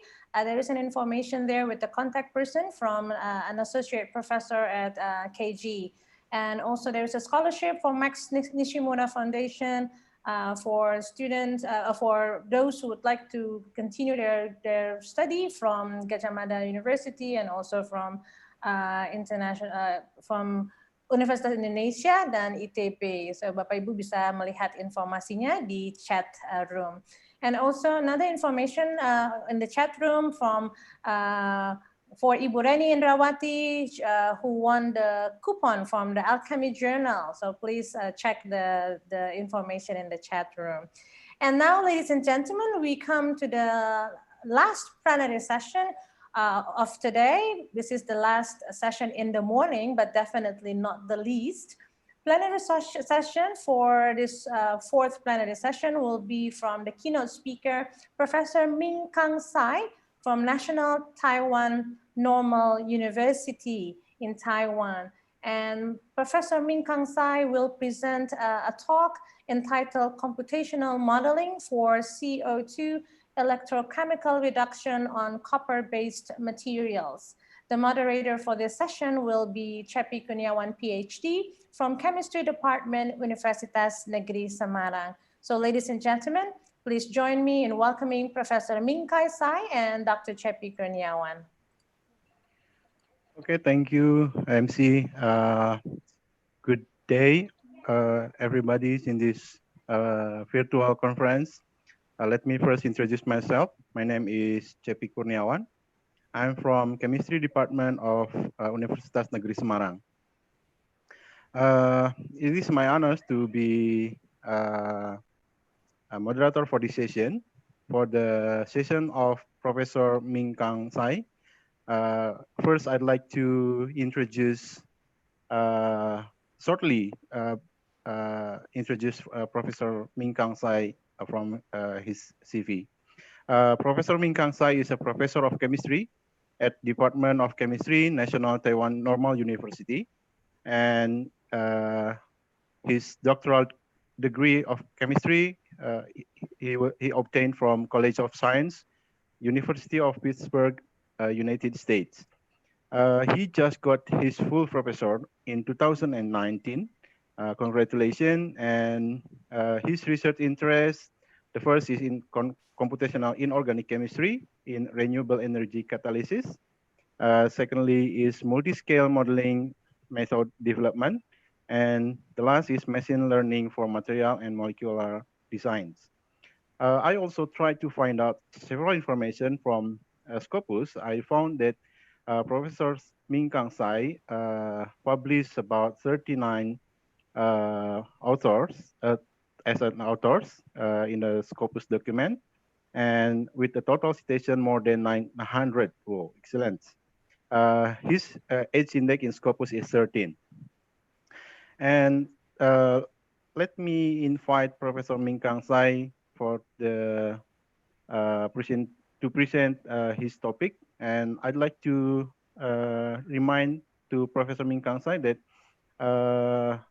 your time to present the topic is about 40 minutes, and the rest I will use it to session question and answer. The time is yours, Professor Ming Kang.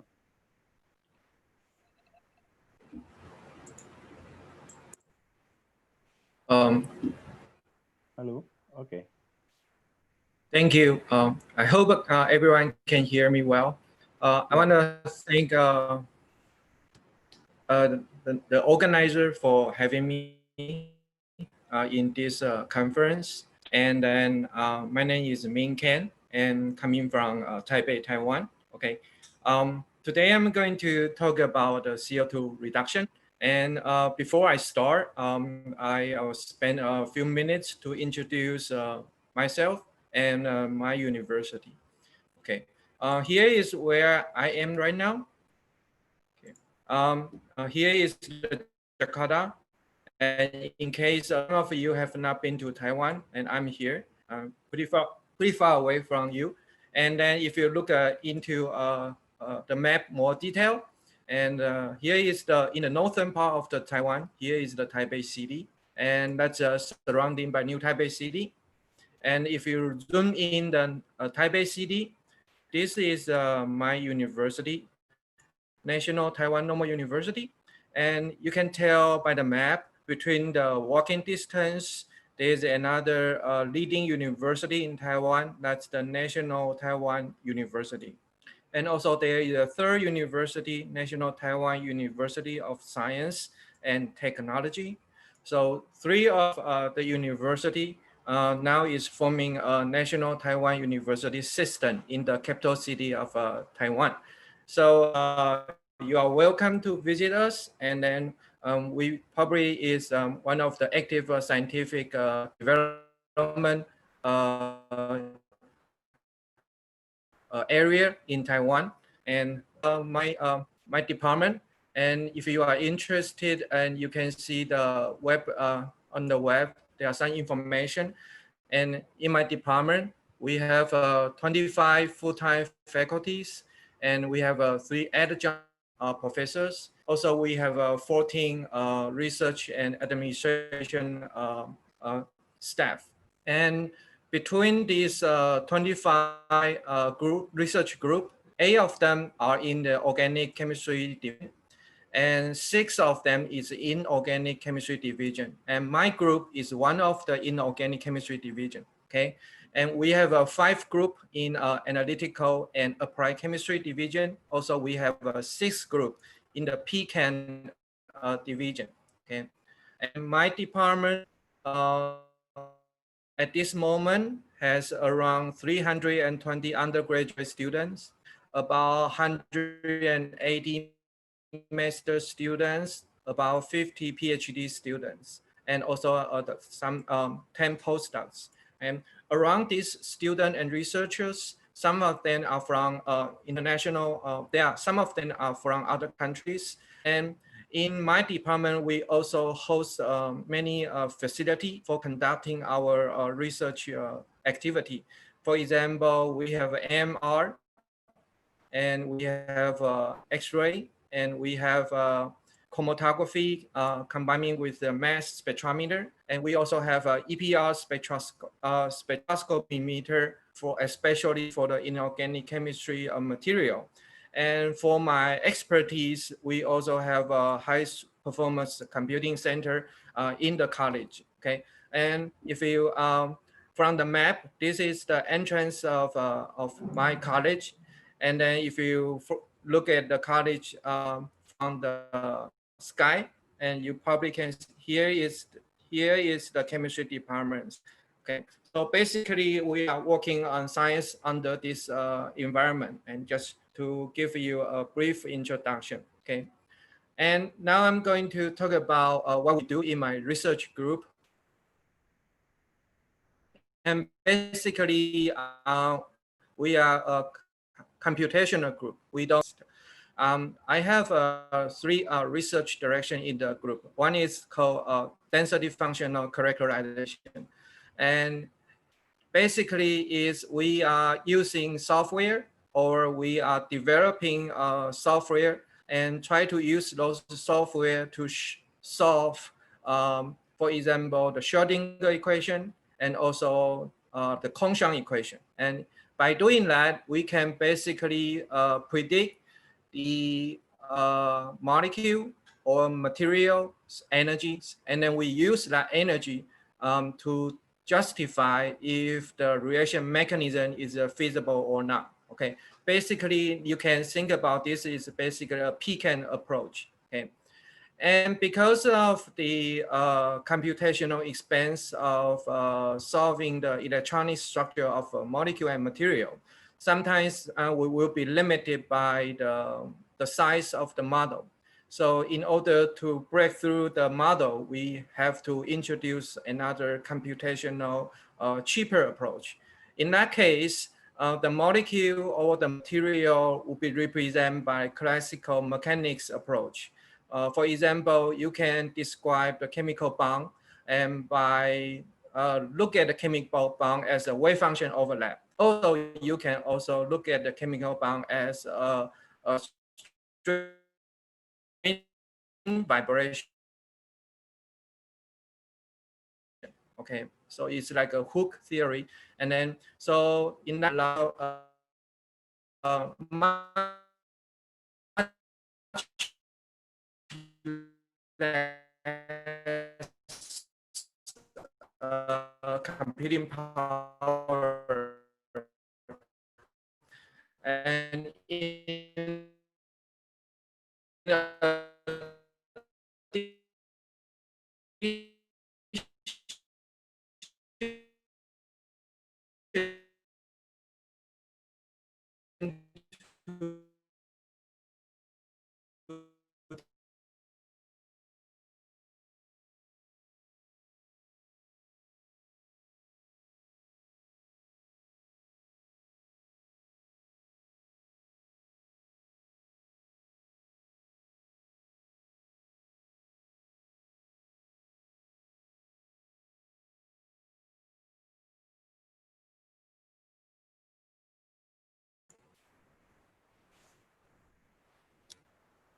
hear me?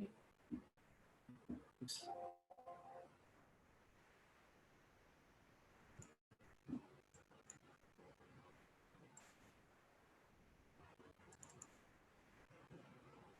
Are we here?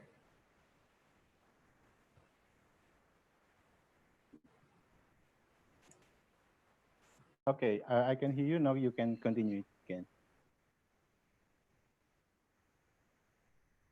Oh, okay. Yeah. Okay, I'm back. Just for some reason, my network is not stable. Okay.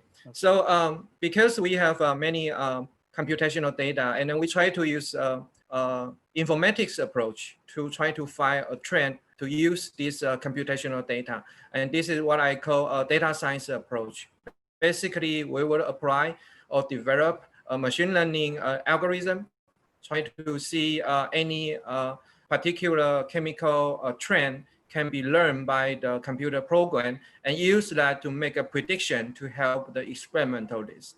So, and what's the, in between these three directions, the core area for students to develop their skill is the ability to use high performance computing. And luckily in my college, we host center of cloud computing. So my student, they would have the opportunity to learn from the hardware to software, even to operation system, and also the software development, and use that software to develop a chemical application. So that's basically what I do in my group. Okay, and now I'm going to switch the topic of my today's talk. And basically, you can see from the topic is energy problem. And as people has been realized in the atmosphere, the CO2 concentration is increasing and due to the human activity. And the major source of the CO2 emission coming from the fossil fuel burning. And so basically, when the CO2 concentration increase, that's going to cause the global warming effect. And I believe everyone is aware of that. And also the high concentration of CO2 also to cause the severe climate change, and that's going to affect everybody's activity.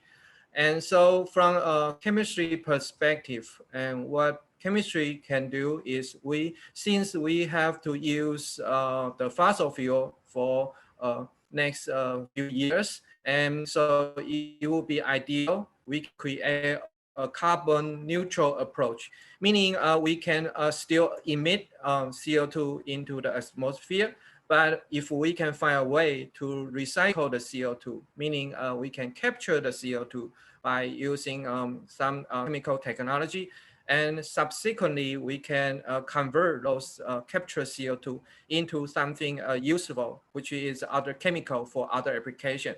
And if we can make a carbon neutral cycle, that would be ideal for all the people on the earth.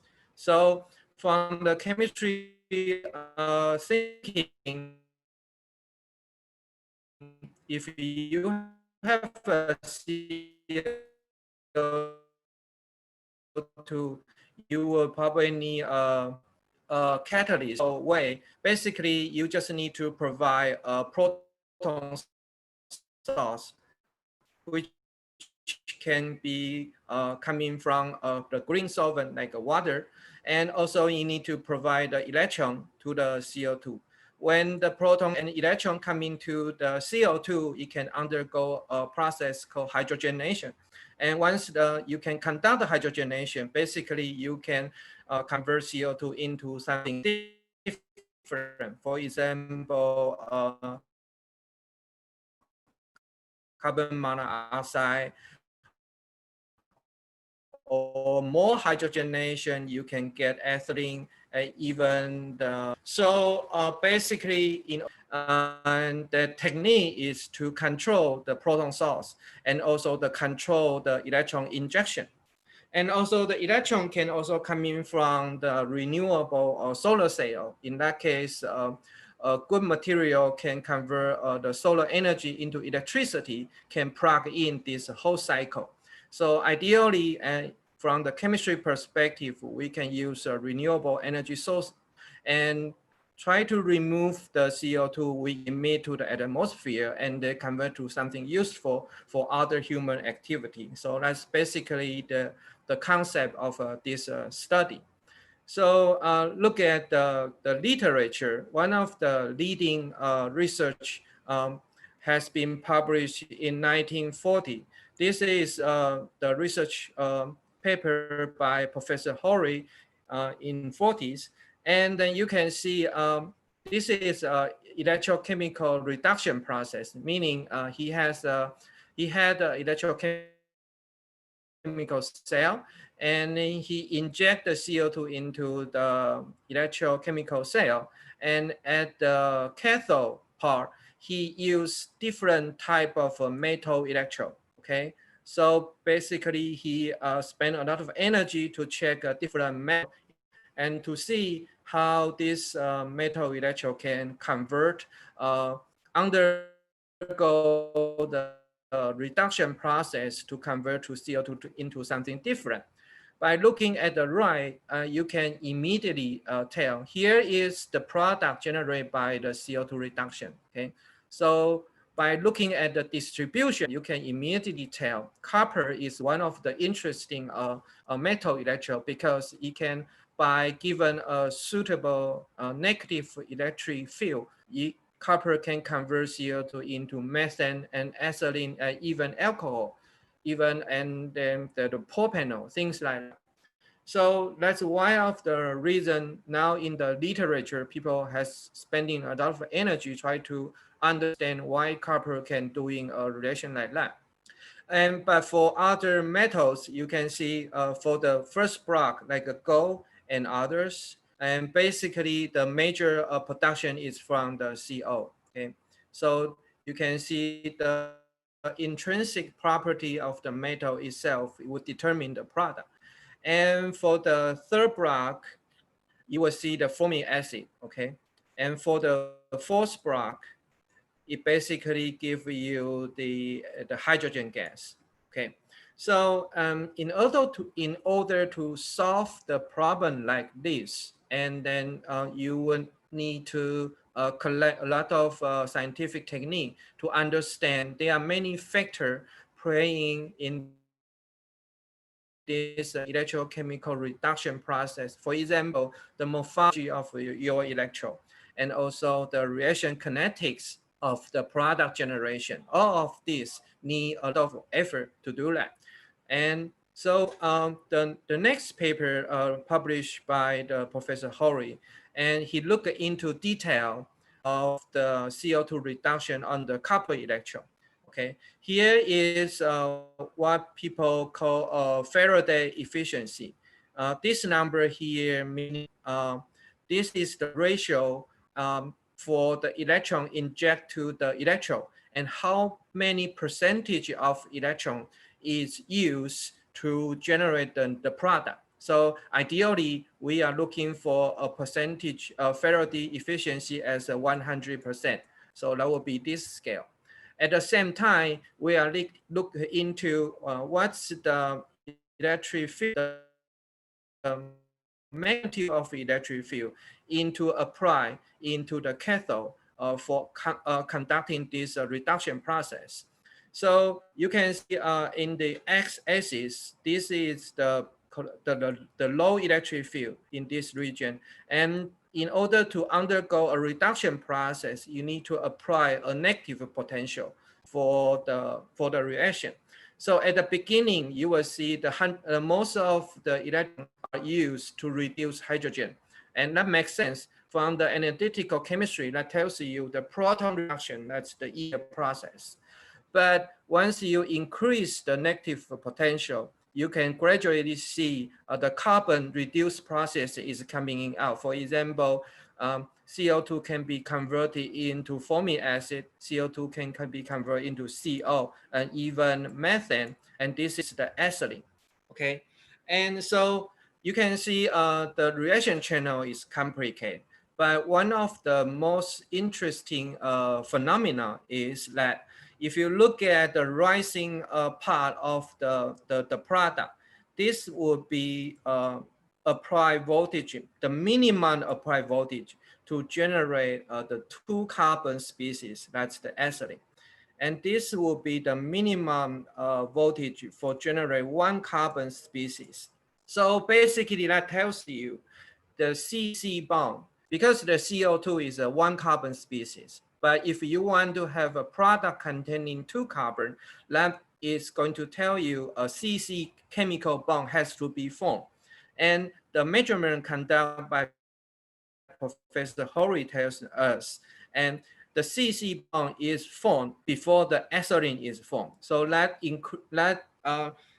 brings a lot of attention to these days. A lot of researchers looking at how the CC bond is formed at such a low electric field condition. So a lot of paper coming after Professor Horry's study. And these days, the current consensus is that the CC bond basically is driven by so-called CO-CO coupling process. And that's have been observed by the subsequent experiment I'm going to show you later. Okay, so now we are knowing that in order to have a CC bond, from the CO2 reduction, we have to have a specific condition of carbon monoxide, and hopefully, and the catalyst environment can facilitate the CO-CO coupling process.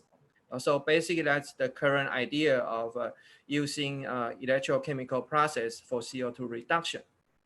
And one of the famous interesting study, this is done by Professor Mark Cannon group in Stanford.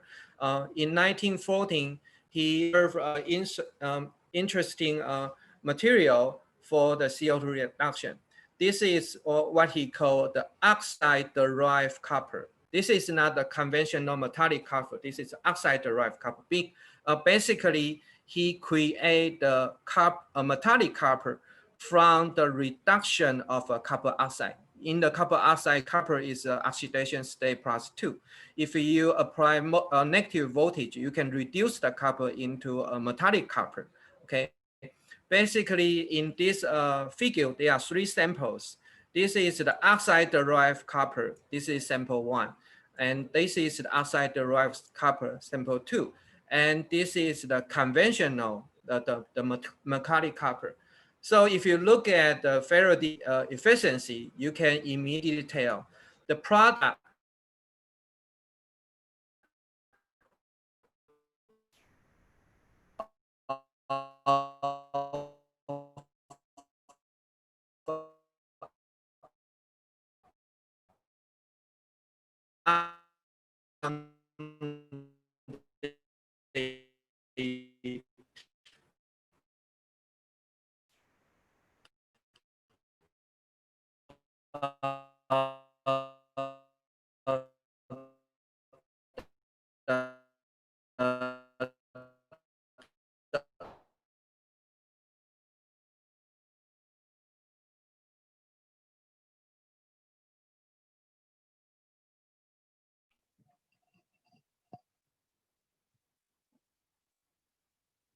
I think Professor Ming Kang has technical issues again.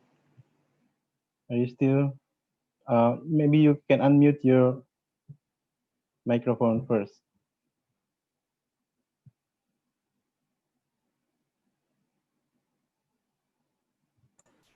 Okay. Oh.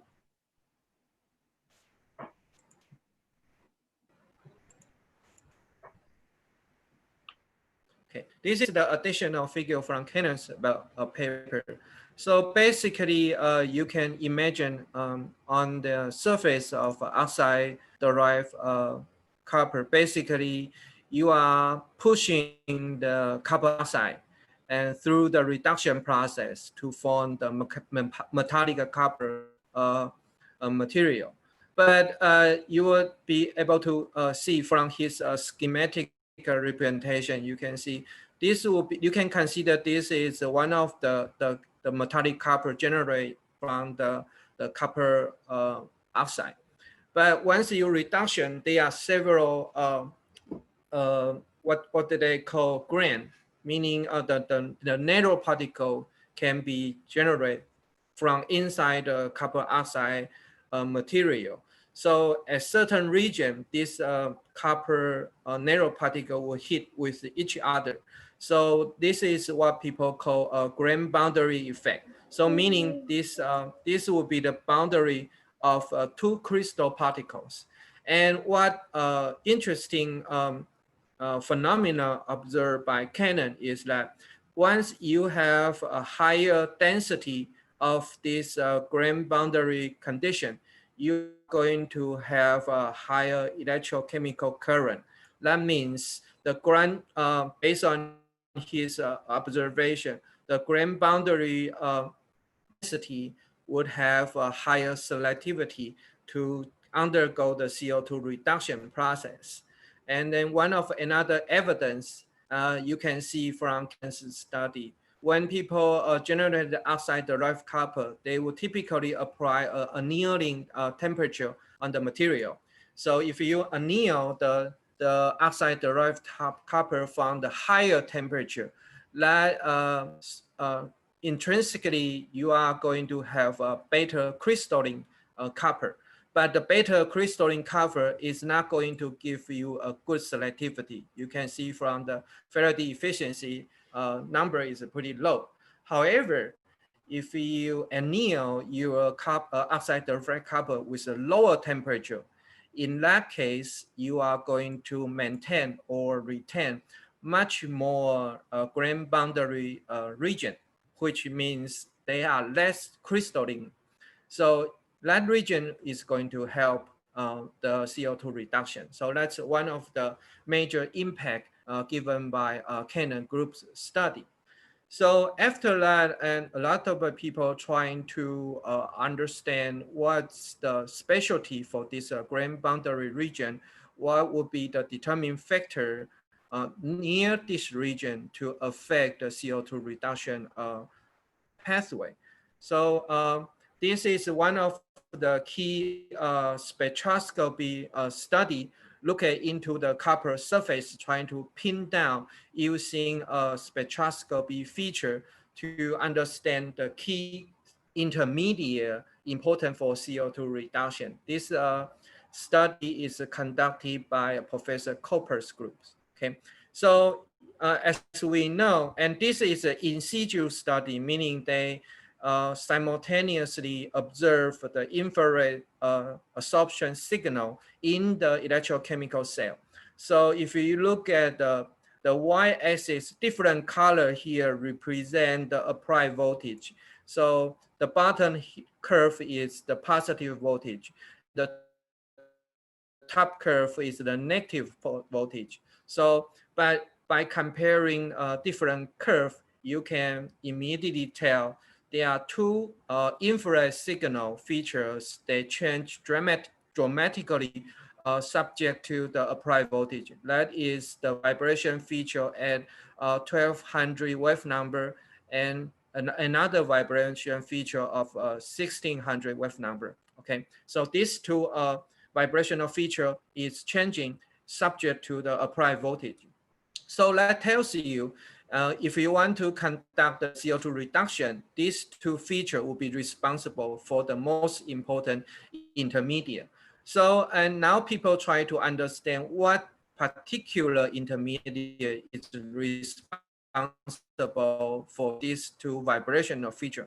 So on the right hand side, you can see a Copper's group undergo a lot of many intermediate calculation. This is DFT predicted vibrational numbers. Basically, so you can probably now you can get a sense about what computational chemistry can do is they can use the software to imagine all the possible intermediate and use that software to predict a certain property feature. And in this case here is the vibrational wave number. And then so different intermediate will corresponding to different vibrational feature, and then use this feature to compare with the experimental observation. So that would be the similar question coming from the previous talk, Professor Seto's talk. And how do you distinguish what's the spectroscopy feature in the samples? And this is one of the common way for the computational chemist can do. So based on Professor Copper's study, he quickly observed, and if you have a species is OCCOH, that's going to correspond to the vibrational feature of that. And then OCCOH is at this area. So this is intermediate F here. So he concludes the OCCOH is the key intermediate responsible for his spectroscopy observation. So based on the study, people now can imagine, and because you can think about CO is going to generate quickly from CO2 once you apply the negative potential. So some of the CO on the catalyst will hit with each other. If the grain boundary density is high, that particular area would help the CO-CO coupling. Once the CO-CO is copper, it's going to be very electrostatic interaction very strong, and it will become have a lot of the charge transfer effect. And then I'm going to show you by the next few slides. Okay, once the CO-CO is coupling, it's going to form OCCO species. This OCCO species can immediately attract a proton from the solvent like water. And so that's why in the Professor Copper's spectroscopy, he observed OCCOH as the key intermediate. Okay, and then this argument is basically proven by Professor Goddard's computational study. This is the recent work conducted by Professor Goddard in Caltech group. And basically he used DFT method to predict what's the reaction barrier of a CO-CO coupling. So in his model, he has three different material. One is the pure metallic copper, and then that's the pure metallic copper. The other one is copper 1 oxide. Okay, this is the copper 1 oxide. Okay, and then he create a artificial model where he remove part of copper 1 oxide and from the computer program, and then he add in the pure copper into this model. So this is this area here. Basically, he create a mixed valence model containing copper 1 and copper 0 in the software. So now he compute the CO-CO coupling reaction barrier for these three type of material. So immediately you can tell if you want to undergo a CO-CO2 coupling on the copper 1 oxide surface, the barrier is pretty high. This is almost, and then if you have a copper 0, the metallic copper surface, the barrier is 1.1 EV. Okay, but interesting thing you can see here and at this boundary region. So that's the boundary region. The barrier is only for 0.7. So computationally, they predict the smallest barrier is happening on the copper 1 and copper 0 region. So that basically can explain what Professor Cooper do in his spectroscopy observation. So now my group, inspired by the Professor Goddard's work, now we quickly try to propose there's another type of mixed valence oxide. We call it copper 1 and copper 2 oxide. So in the previous computational study, they proposed copper 0 and copper 1. And we think copper 2 and copper 1 can also, this type of mixed valence boundary can all process the CO2 reduction. So this is what we do.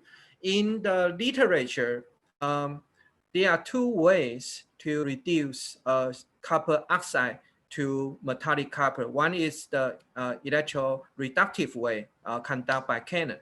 In the much earlier days, you can see people can use the gas bombarding experiment to bombard the copper 2 oxide material, and then they can use carbon monoxide to hit with copper 2 oxide surface.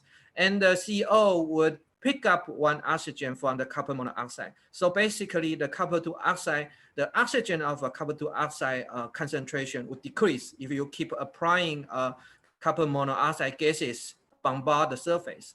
So you would expect the copper 2 oxide by removing the oxygen, and it can convert to copper 1 oxide. Okay, and if you keep doing that, ideally you can remove all the oxygen to pure copper. But there is a metastable phases in between the copper 2 oxide and copper 1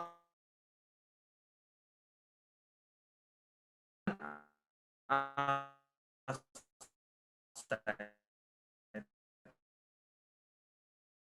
This is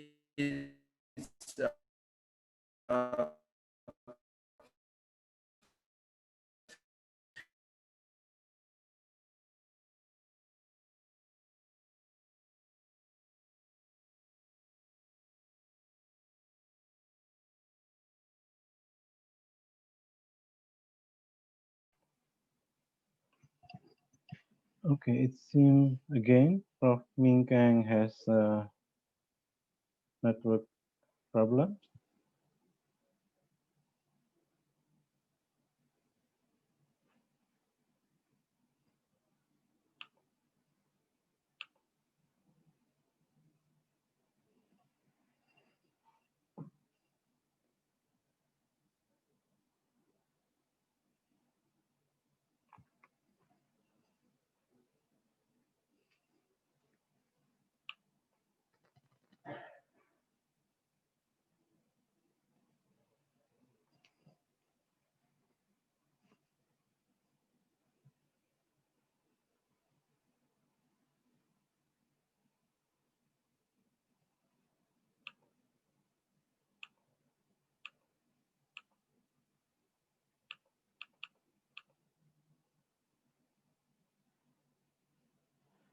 So previously we lose a moderator, but now we lose the speakers.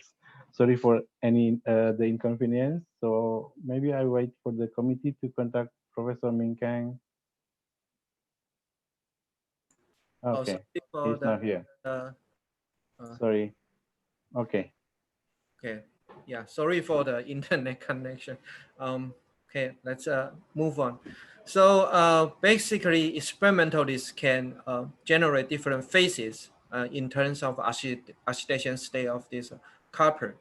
So by having that, we try to make a model and make an argument. If we have a proper mixed valence copper 2 and copper 1 surface, we can also create a good reduction area for the CO2 reduction. So basically what we do here, we create a 3 model, and that's a copper oxide 111 surface, and also the copper 4 oxygen 3 202 surface.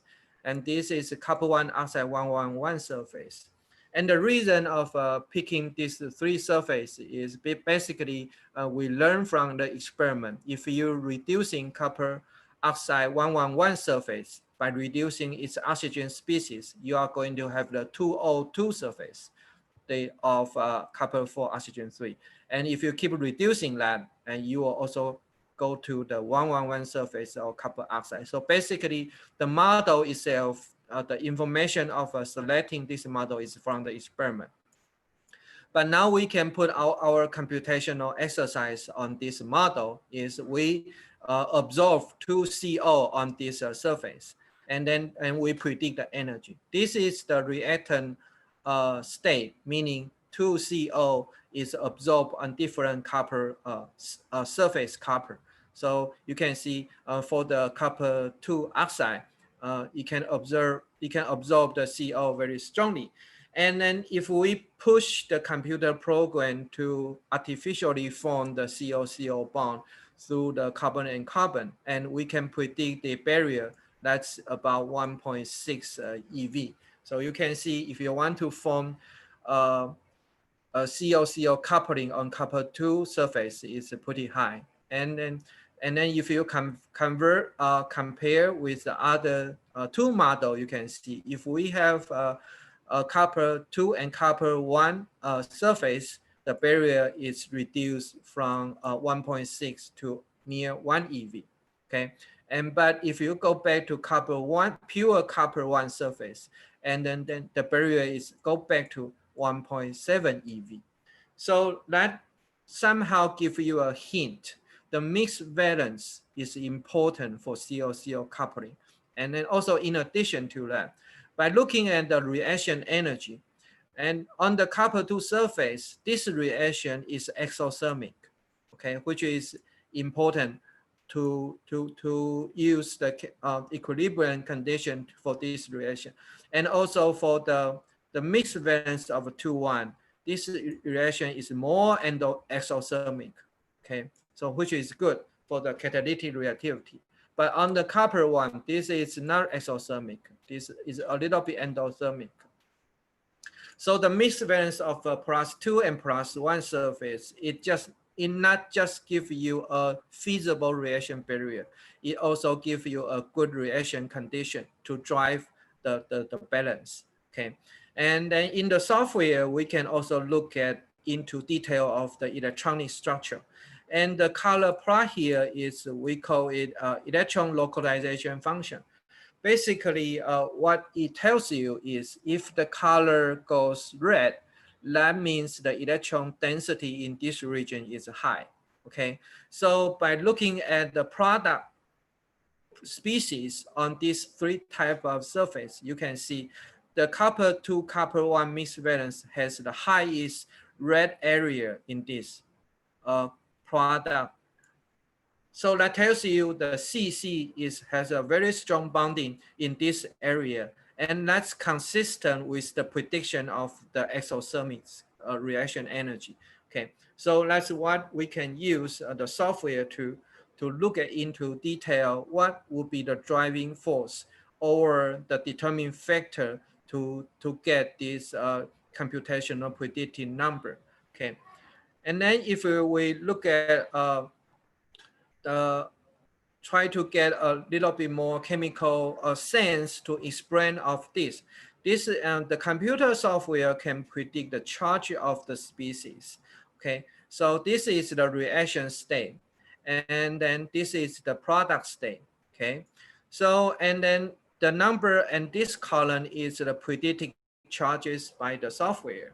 And so as we know on the copper 4 oxygen 3 surface, the 2O2 surface, the reactant containing two CO species, and usually you would expect the CO is a neutral charges. It may have a little bit charge transfer effect from the surface, but basically the charge should close to neutral. Okay, so that's the initial condition of the CO on the 2O2 surface. But once the product is formed and the CC bond is formed, so you can immediately see the charge has a very substantial change. One of the CO, if you sum up the charge, you will realize one of the CO is negative, the other CO is positive. So basically that tells you in order to have a strong carbon-carbon interaction, you have to create two types of environment. One environment is going to be friendly to the positive CO fragment. The other environment has to be friendly to the negative CO fragment. Okay, so the idea here is consistent with the reason why the mixed valence is important to facilitate this CO-CO coupling process. So that's what we can learn from the electrostatic interaction analysis by the computer program. Okay, so by publishing our prediction 2 years ago, last year our model is realized by the experimental group. And this is an experimental group conducted by the Siemens laboratory in Germany. Basically, they take our prediction and try to synthesize the copper 4 oxygen 3 material and use that particular material to undergo electrochemical reduction experiment. So, and basically, well, what's interesting is because of copper 4 oxygen 3, this particular phases, this is metastable. So it's not easy to maintain these phases in the experiment. So they have to introduce a lot of, if you look at that paper, it's called a polymer wrapping, meaning they have to wrap the polymer around this nanoparticle. And that particular polymer wrapping is going to introduce some of the strength to the nanoparticle. In that particular strength can facilitate the maintenance of the particular oxidation state. Okay, and basically you can tell, you will expect the oxygen, the concentration of the oxygen species is going to affect the lattice constant of that particular nanoparticle, meaning from copper 2 oxide all the way reduced to pure copper, the lattice constant can change substantially. So if you want to keep a particular oxidation state, you have to somehow introduce some constraint from the environment. So in the Siemens experiment, they used the polymer wrapping technique to do that. So they successfully synthesized the copper for oxygen 3 phases, and they observed this nanoparticle using the selective area diffraction pattern. So there's their spectroscopy feature. They can see in their nanoparticle, they can have this the copper for oxygen 3, but sometimes they also have the copper 1 oxide. Okay, so that would be subject to the experimental controlling technique. But if they can successfully synthesize the copper for oxygen 3 phases, they use that nanoparticle to undergo the electrochemical conduction. So you can see in their Faraday efficiency, if you introduce the copper for oxygen 3, you can see it has a very high catalytic current. The current density can be higher to 1 milliamp and all the way up to 3 milliamp, depending on the purity of your copper for oxygen 3 nanoparticle. And what's more interesting is in the high milliamp experiment, they have a very high C2 species. Okay, so their observation somehow consistent with our prediction. The copper 2 and copper 1 mixed valence surface can facilitate the CC bond coupling, and that's why they would have a lot of C2 species in their product. Okay, so that's encouraging for computational study, showing that the prediction by the computer software actually can be meaningful to the experimentalist. Okay, another that's the one of the part, and I try to show you the interesting things the computer software can do. And now I'm going to move the second topic. There's another factor try to will affect the CO-CO CC bond formation process, and we call it the strand effect. If you remember my previous slide, once the grain boundary is formed, there are two different grain. And once the nanoparticle is growing, the grain will hit to each other.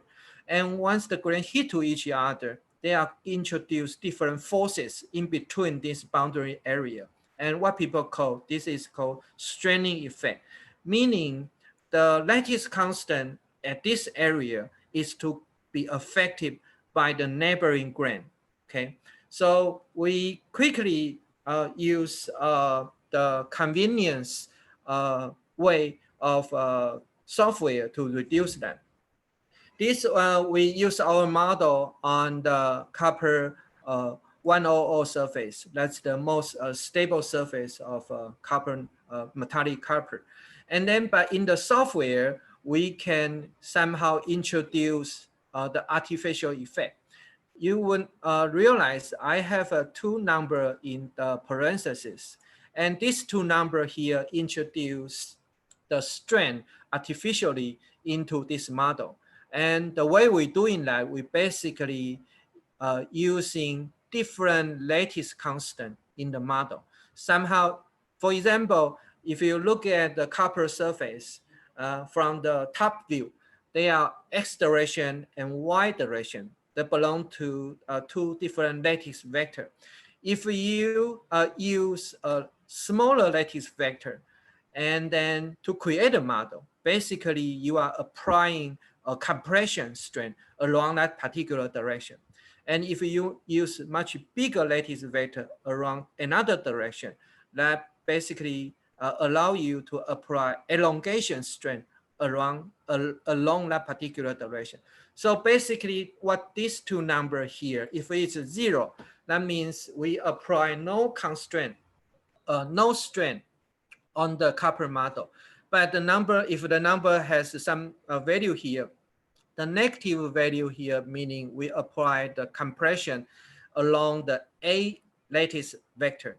And the positive number here, meaning we apply the elongation strength along the B lattice vector. So in the computer software, we basically can check all the possible combination meaning we can apply different combination of strength on the model, and then use those model to calculate the CO-CO coupling barrier and try to see if that particular strength condition can help the CO-CO coupling process. So that's the basically we do in this study. So immediately you can see from the figure here, the green curve here is the 0-0 curve. That is the no strength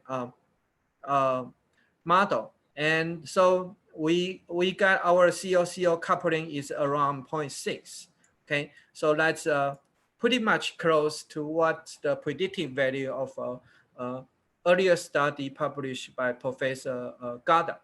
And then, but somehow if we manipulate the strain condition, we can also get different surface containing different strength, but those surface also have very similar reaction barrier for the CO-CO coupling process. So for this case, the red number here is we have 6% compression and 10% elongation on the copper surface. And if we increase the compression to the minus 10%, and that's also give a good, much lower energy barrier for the CO-CO coupling process. So basically that tells us the strength would not change the CO-CO coupling barrier pretty much. Okay, that tells you that. And that's also consistent with Cannon's experiment. In the grand boundary region, intuitively, you would expect the boundary would be experiencing the strain coming from the neighboring nanoparticle. Okay, but in the computer software, we can take a step further, and then we can look at the C3 reaction pathway, meaning the CO-CO coupling is responsible for the 2 carbon species. Okay, but in the experiment, if you go back to Cannon's experiment, you can identify Cannon actually see the C3 species coming from the CO2 reduction. So we try to explain, is any possibility from the theory to examine why on the grand boundary region can facilitate the C3 species. So what we did here, we pick one of the important intermediate people recommended in the literature, and that particular intermediate could be responsible for the C3 generation pathway. Right? And the intermediate we use here is, this is CCH. Okay, basically, that would be the hydrogenate species. Once the CC bond is formed and the oxygen of OCCO is removed, you will get a CCH intermediate. Okay, so you can see the barrier for the CCH. This is the CCH. You can, the gray atoms is carbon, the white atom is hydrogen. The CCH, if we interact with the carbon monoxide, and then you can see the reaction barrier to form the CC bond for the C3 species is actually even smaller in our model than the C2 species. Okay, so this is an encouraging sign for applying the strength into the copper material. That tells you if you have a suitable strength condition, basically C3 has a little bit less reaction barrier than the C2 species. Okay, so this prediction will be consistent with Cannon's experimental observation. Another C3 pathway can correspond to the CCOH intermediate. This is also one of the important intermediate proposed in the literature by people in the previous papers. The CCH also has the ability to react with the CO to form the second CC bond. So you can see the reaction barrier is also around the 0.6, 0.5, 0.6 EV. So it's also comparable with the traditional CO-CO coupling barrier. And Professor then, Minkang, sorry to interrupt your talk. Your time is about 5 minutes. oh, really? Okay. Yeah. Okay, Sorry. I'm going to finish this and then go to conclusion directly. Okay, so what's the what's the interesting model we have been using is you can see we have a arrow bar in our data, and that tells you, and in order to treat this reaction pathway successfully, you have to introduce the water interaction. So in the model, you somehow have to introduce the presence of water, and if you add too much water, and that will cost you a very computational expense pretty high. So this is what we do in the model. We have a few layers of water, and then this will be the electrolyte we add into the model. So basically in the model, we somehow can artificially create a charge separate species that is going to give you the model the feature of a negative electric voltage. Okay, so this is one of the way you can explicitly modeling the electrochemical reduction using quantum mechanical calculation. So that's what we did for the second topic. And because of the kind constraint, and I'm not be able to talk about the third topic, I'm going to jump to the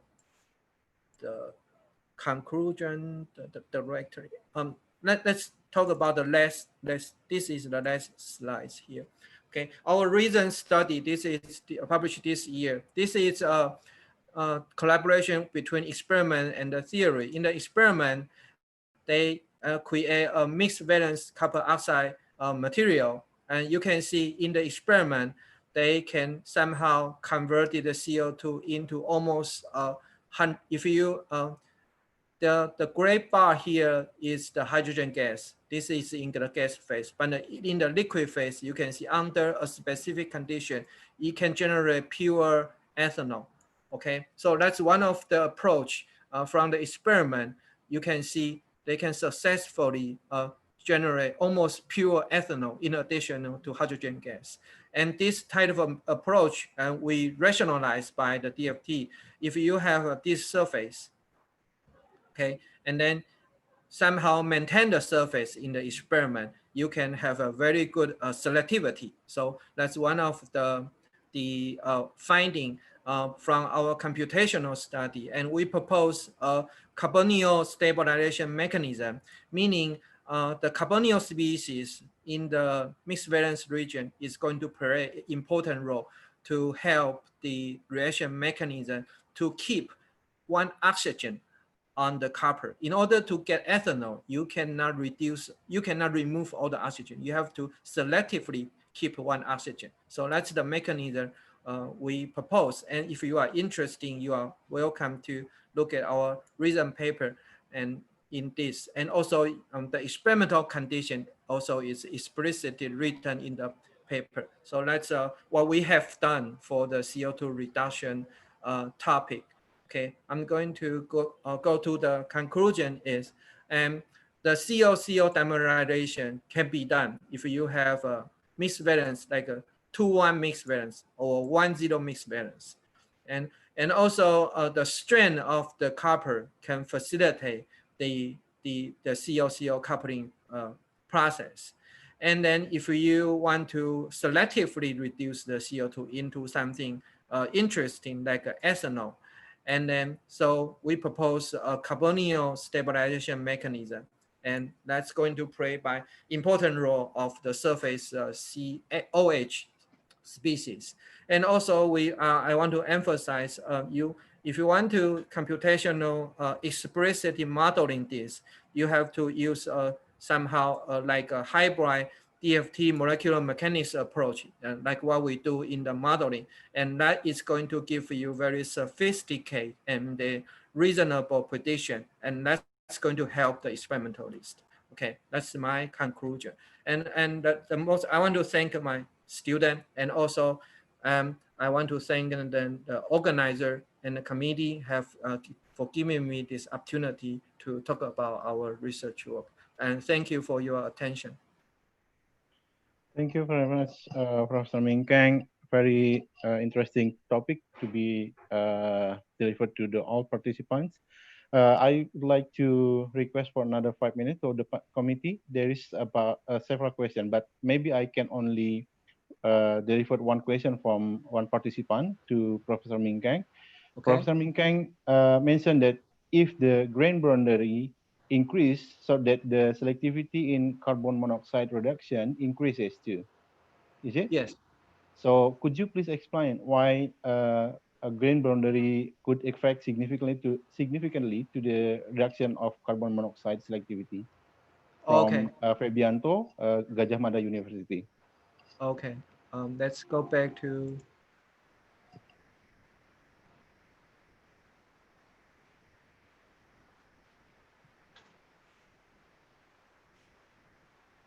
Okay, that's basically the observation given by Professor Cannon's experiment. And after he reported this, actually there are many groups try to give a reasonable explanation why this is happening. And if you go to the literature, actually the true answer has many explanations. One of the interesting argument people propose in the literature is at the grain boundary region, there are certain area containing the oxygen residue. Okay, this argument has been examined by some of the computational paper in the literature. So when at the strand area, they are part of the geometry would maintain the oxygen residue. So this is consistent with our reason, our natural communication paper. If we create a model, in that particular model, we have two regions on the model. One region is metallic, the other region is copper 1 oxide. Okay, and that copper 1 oxide is very important to maintain the oxygen species. Okay, so that's one of the reasons. Another explanation given by the Berkeley group is in that particular region, the pH, the local pH is important. Okay, if you have an oxygen residue, that particular oxygen can interact with water, can form the OH species. So that from the microscopic perspective, that particular pH is also different from the bulk. So that tells you there are many factors play around this, and people try to pin down each factor. So it's still an ongoing debate what is the final answer. But at least people agree. If you want to have a good reactivity, you want to have a good density of the grain boundary. That's what people has been agreed. Okay. Thank you. Okay, thank you very much. There's actually another question from Bu Fitri and Pak Ikhtiar, but unfortunately due to the limited of the time, so maybe a committee can help the question to be delivered by email to the Prof. Ming Kang, or Bu Fitri and Pak Ikhtiar can directly drop the email to Professor Ming Kang. I'm No problem. pretty sure, yeah, he can very welcome with the question. Thank you very much, Professor Ming Kang, and good luck for your research and for your future. And I back the time to the MC. Thank you very much. Assalamualaikum Thank warahmatullahi you. wabarakatuh. See you.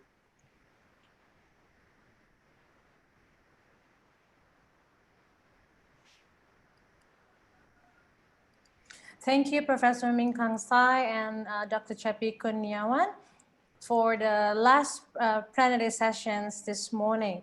Ladies and gentlemen, conference participants, plenary session 4 concludes the entire morning session of the 15th Joint Conference on Chemistry 2020. For the participants, I would like to remind you that on the chat room, there is a link for attendance.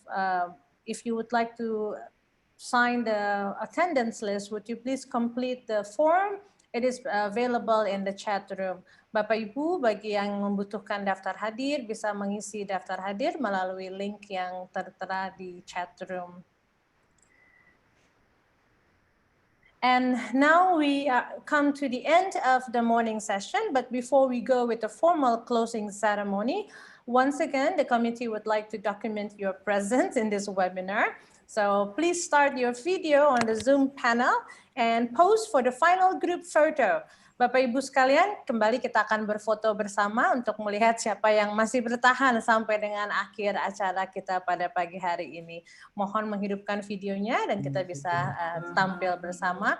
Panitia boleh memotret layar. Okay, I will screenshot the pictures and I will count to 1 to 3.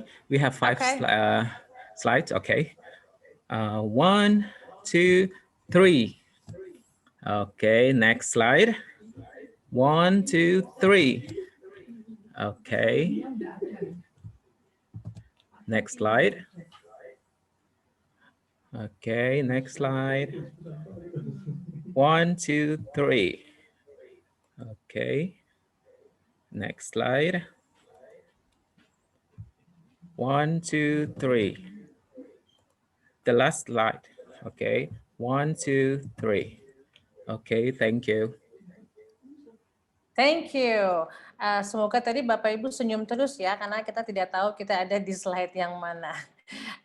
Thank you, ladies and gentlemen. I hope you give your best pose because we don't know which slides we are in, but we hope that it is well documented. And now we will close the morning session with the formal closing ceremony. I would like to remind all participants and also presenters that you have to rejoin the conference for the parallel sessions in the afternoon. Please welcome the chairperson for today's conference, Dr. Anda Hatati Sucipto, to deliver her closing remarks.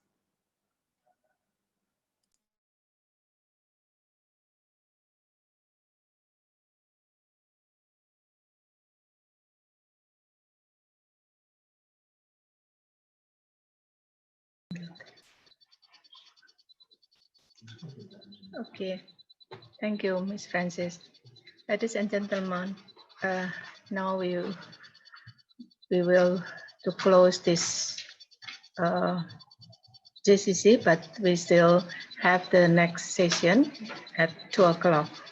With gratitude to God, I would like to take this opportunity to express my gratitude to all those involved in the implementation of the 15 JCC, whether as a keynote speakers, invited presenters, participants, and committees, so that 15 JCC can run smoothly. If there is something that does not please the participants, all of us, the committee, apologize. Furthermore, the implementation of the 16 JCC will be carried out by Jenderal Sudirman University, Purwokerto. Let me invite the head of the committee or representatives from Universitas Jenderal Sudirman, Purwokerto, to give some remarks. Finally, I, as the chief of the committee, would like to say goodbye, selamat berpisah, sayonara, zaijian.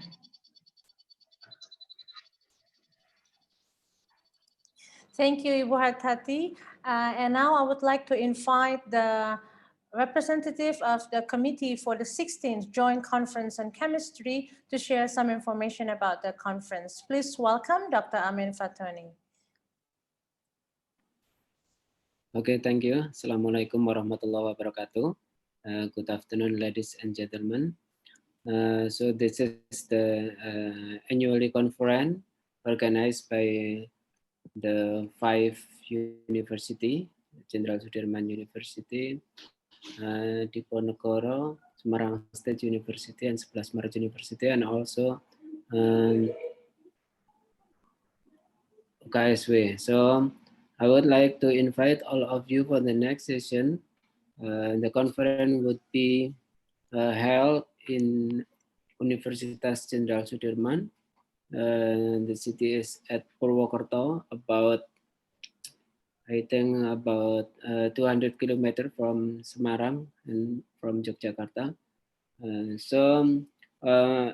And I think it's about September also for the conference. So all of participants and also keynote speaker, we will inform you later for the detailed information. So please keep in touch with us, and please welcome for all participants to join for the next year conference. Thank you for the committee, and Assalamualaikum warahmatullahi wabarakatuh. Thank you, Dr. Amin Fatoni. Ladies and gentlemen, this is the end of the morning sessions. As Ibu Hartati mentioned earlier, we have parallel sessions. There are 6 parallel sessions which will start at 2 p.m. Western Indonesian time. I would like to invite you to join one of the parallel sessions that interest you. And for this morning, thank you for joining us. We hope you enjoyed all the plenary sessions and the conference in general. We will see you in the afternoon for the parallel sessions. Enjoy the rest of the conference. Please stay safe.